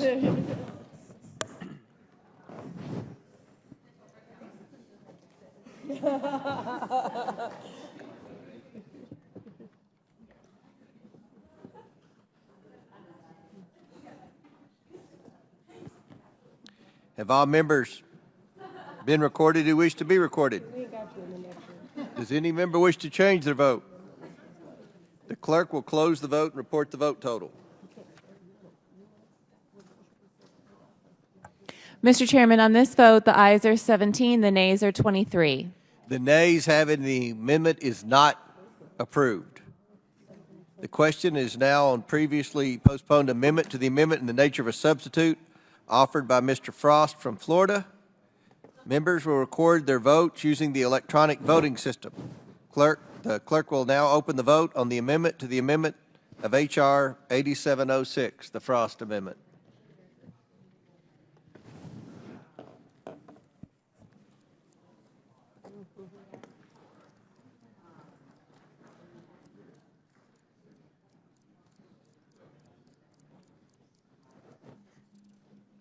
Have all members been recorded who wish to be recorded?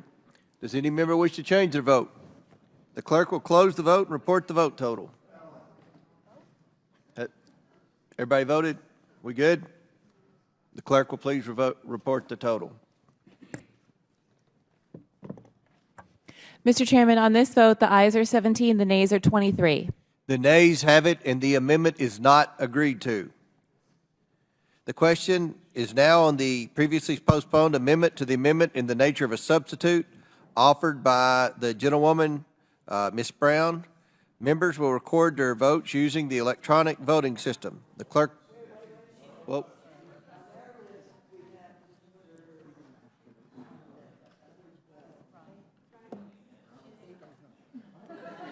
Yeah, we're done, sir. That was okay. That's it. Okay. All right. Okay. The question is now on the amendment in the nature of a substitute to H.R. 8706 as amended. All those in favor signify by saying aye. Aye. All those opposed signify by saying no. No. In the opinion of the chair, the ayes have it. The amendment in the nature of a substitute to H.R. 8706 is agreed to. The question is on favorably reporting H.R. 8706 as amended. Members will record their votes using the electronic voting system. The clerk will now open the vote on a favorably reporting H.R. 8706.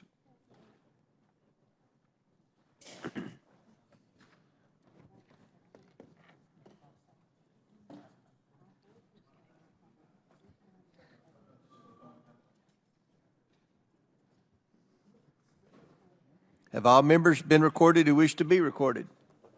Does any member wish? Have all members been recorded? Does any member wish to change their vote? The clerk will close the vote and report the vote total. Mr. Chairman, on this vote, the ayes are 23, the nays are 17. The ayes have it, and the bill is ordered favorably reported. Without objection, the motion to reconsider is laid on the table. The question is now on favorably reporting H.R. 8753. Members will record their votes using the electronic voting system. The clerk will now open the vote on favorably reporting H.R. 8753.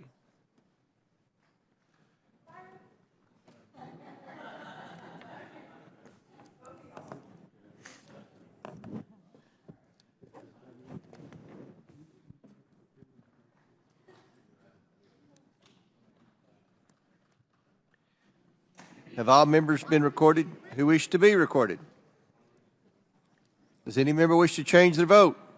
The clerk will close the vote and report the vote total.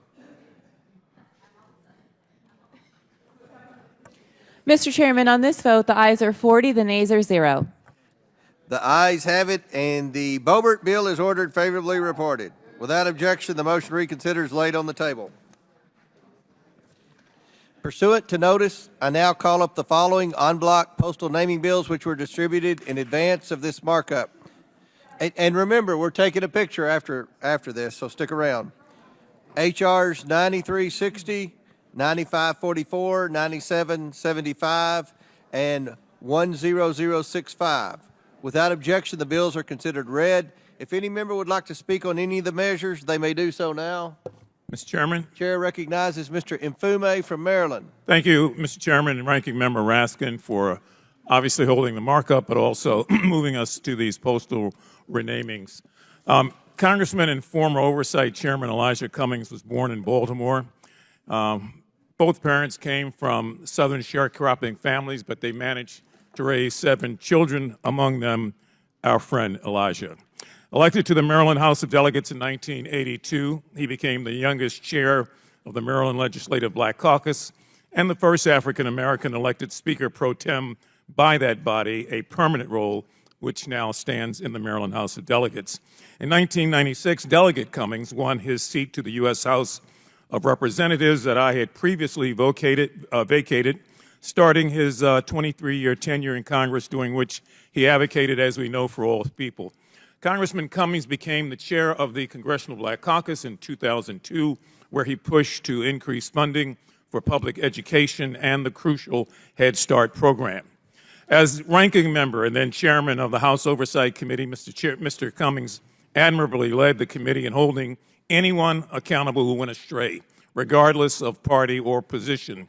The presence of Elijah's portrait hanging over us here in this committee room is a powerful reminder of the promise of our nation. And this renaming is another way for all of us in this body on both sides of the aisle to say thank you to him for his hard work on behalf of our country and the way of doing things that meant so much to many of us. In his role as my role as his predecessor and his successor, I want to thank again the ranking member who serves out of the state of Maryland with me, Chairman Comer, for keeping your word on this naming measure, and members of this committee who have voted to move it forward. Thank you, Mr. Chairman. I yield back my time. Gentleman yields back. Any other members seek recognition on the postal naming bills? Seeing none. The question is on favorably reporting the en bloc package. All those in favor signify by saying aye. Aye. All those opposed signify by saying no. In the opinion of the chair, the ayes have it. The en bloc measures are favorably reported. The motion to reconsider is laid on the table. Pursuant to House Rule 11, Clause 2, I ask that the committee members have the right to file with the clerk. And remember, we're going to take pictures, guys. We're going to take pictures. Members have the right to file with the clerk of the committee supplemental, additional, minority, and dissenting views without objection. Additionally, the staff is authorized to make necessary technical and conforming changes to the bills ordered reported today, subject to the approval of the minority. Without objection, so ordered. If there's no further business before the committee, without objection, the committee stands adjourned. Now we take our picture. One happy family. So is your book out?